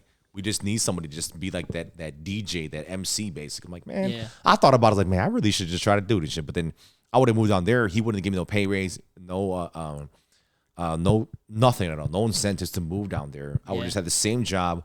I would have maybe like $2-3 more. But like moving down to Atlanta, you're just like, you know, give me a better move than that at least. You know? But like I thought about like, man, I should just fucking done it. I should just fucking done it, dude. When was this? Back in probably like 2013. Damn. Yeah. No, I was playing. Yeah. But actually, no, it was 2015. Don't try to make it sound better. No, it wasn't. It was 15. It was No, I 15, was yeah. playing. But yeah, it was like 2015. damn, I went down to Atlanta, TJ Maxx, like yearly, like for our positions, they hold like this whole like yearly thing where you just got to go down to Atlanta and just meet with everybody else from like the whole entire nation. Yeah. Yeah.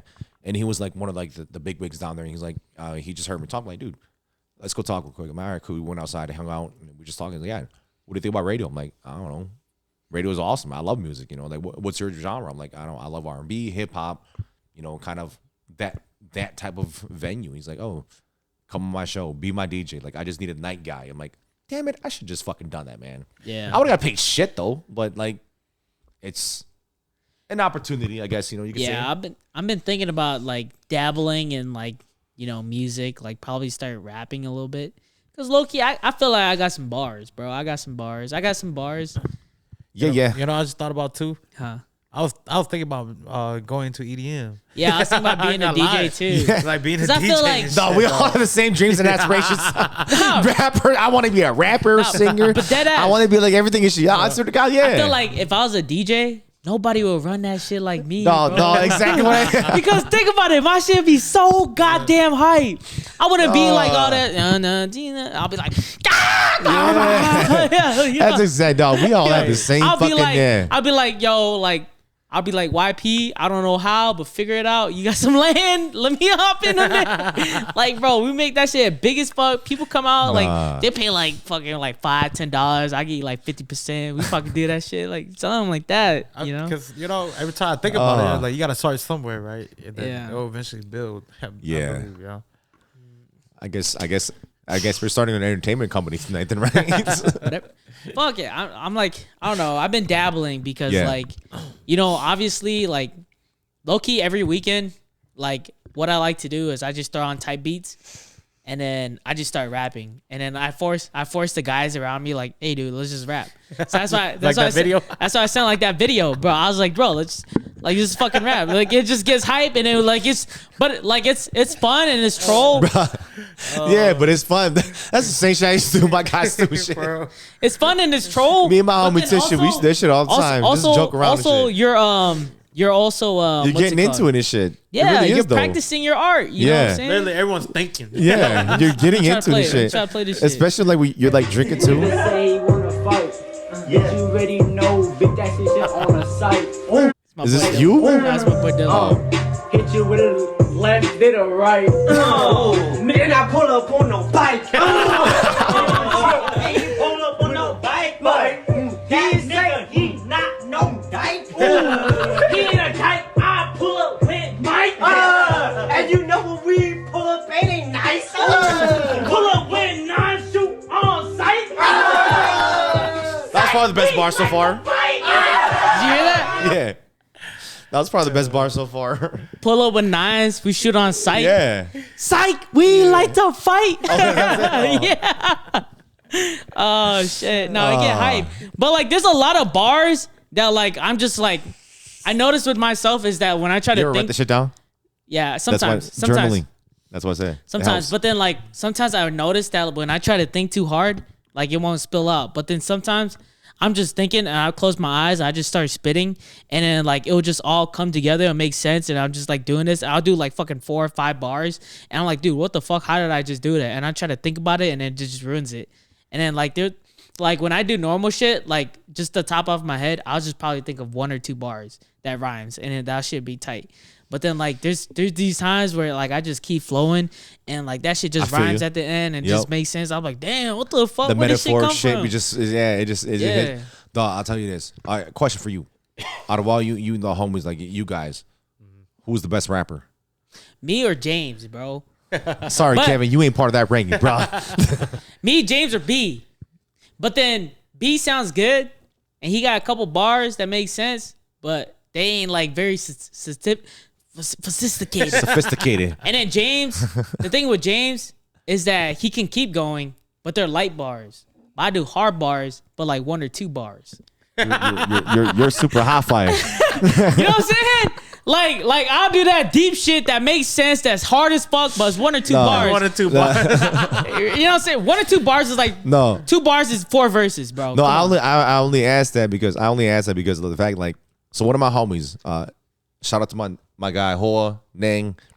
Like, But there's these times Yeah. where I just pop off. no, like, so like my homie Nang, like, he don't rap really. My homie Nang don't rap. Yeah. No, okay, I can't say that. My homie Nang just ain't thought like, oh, if we just chilling, oh, what the fuck you rapping for?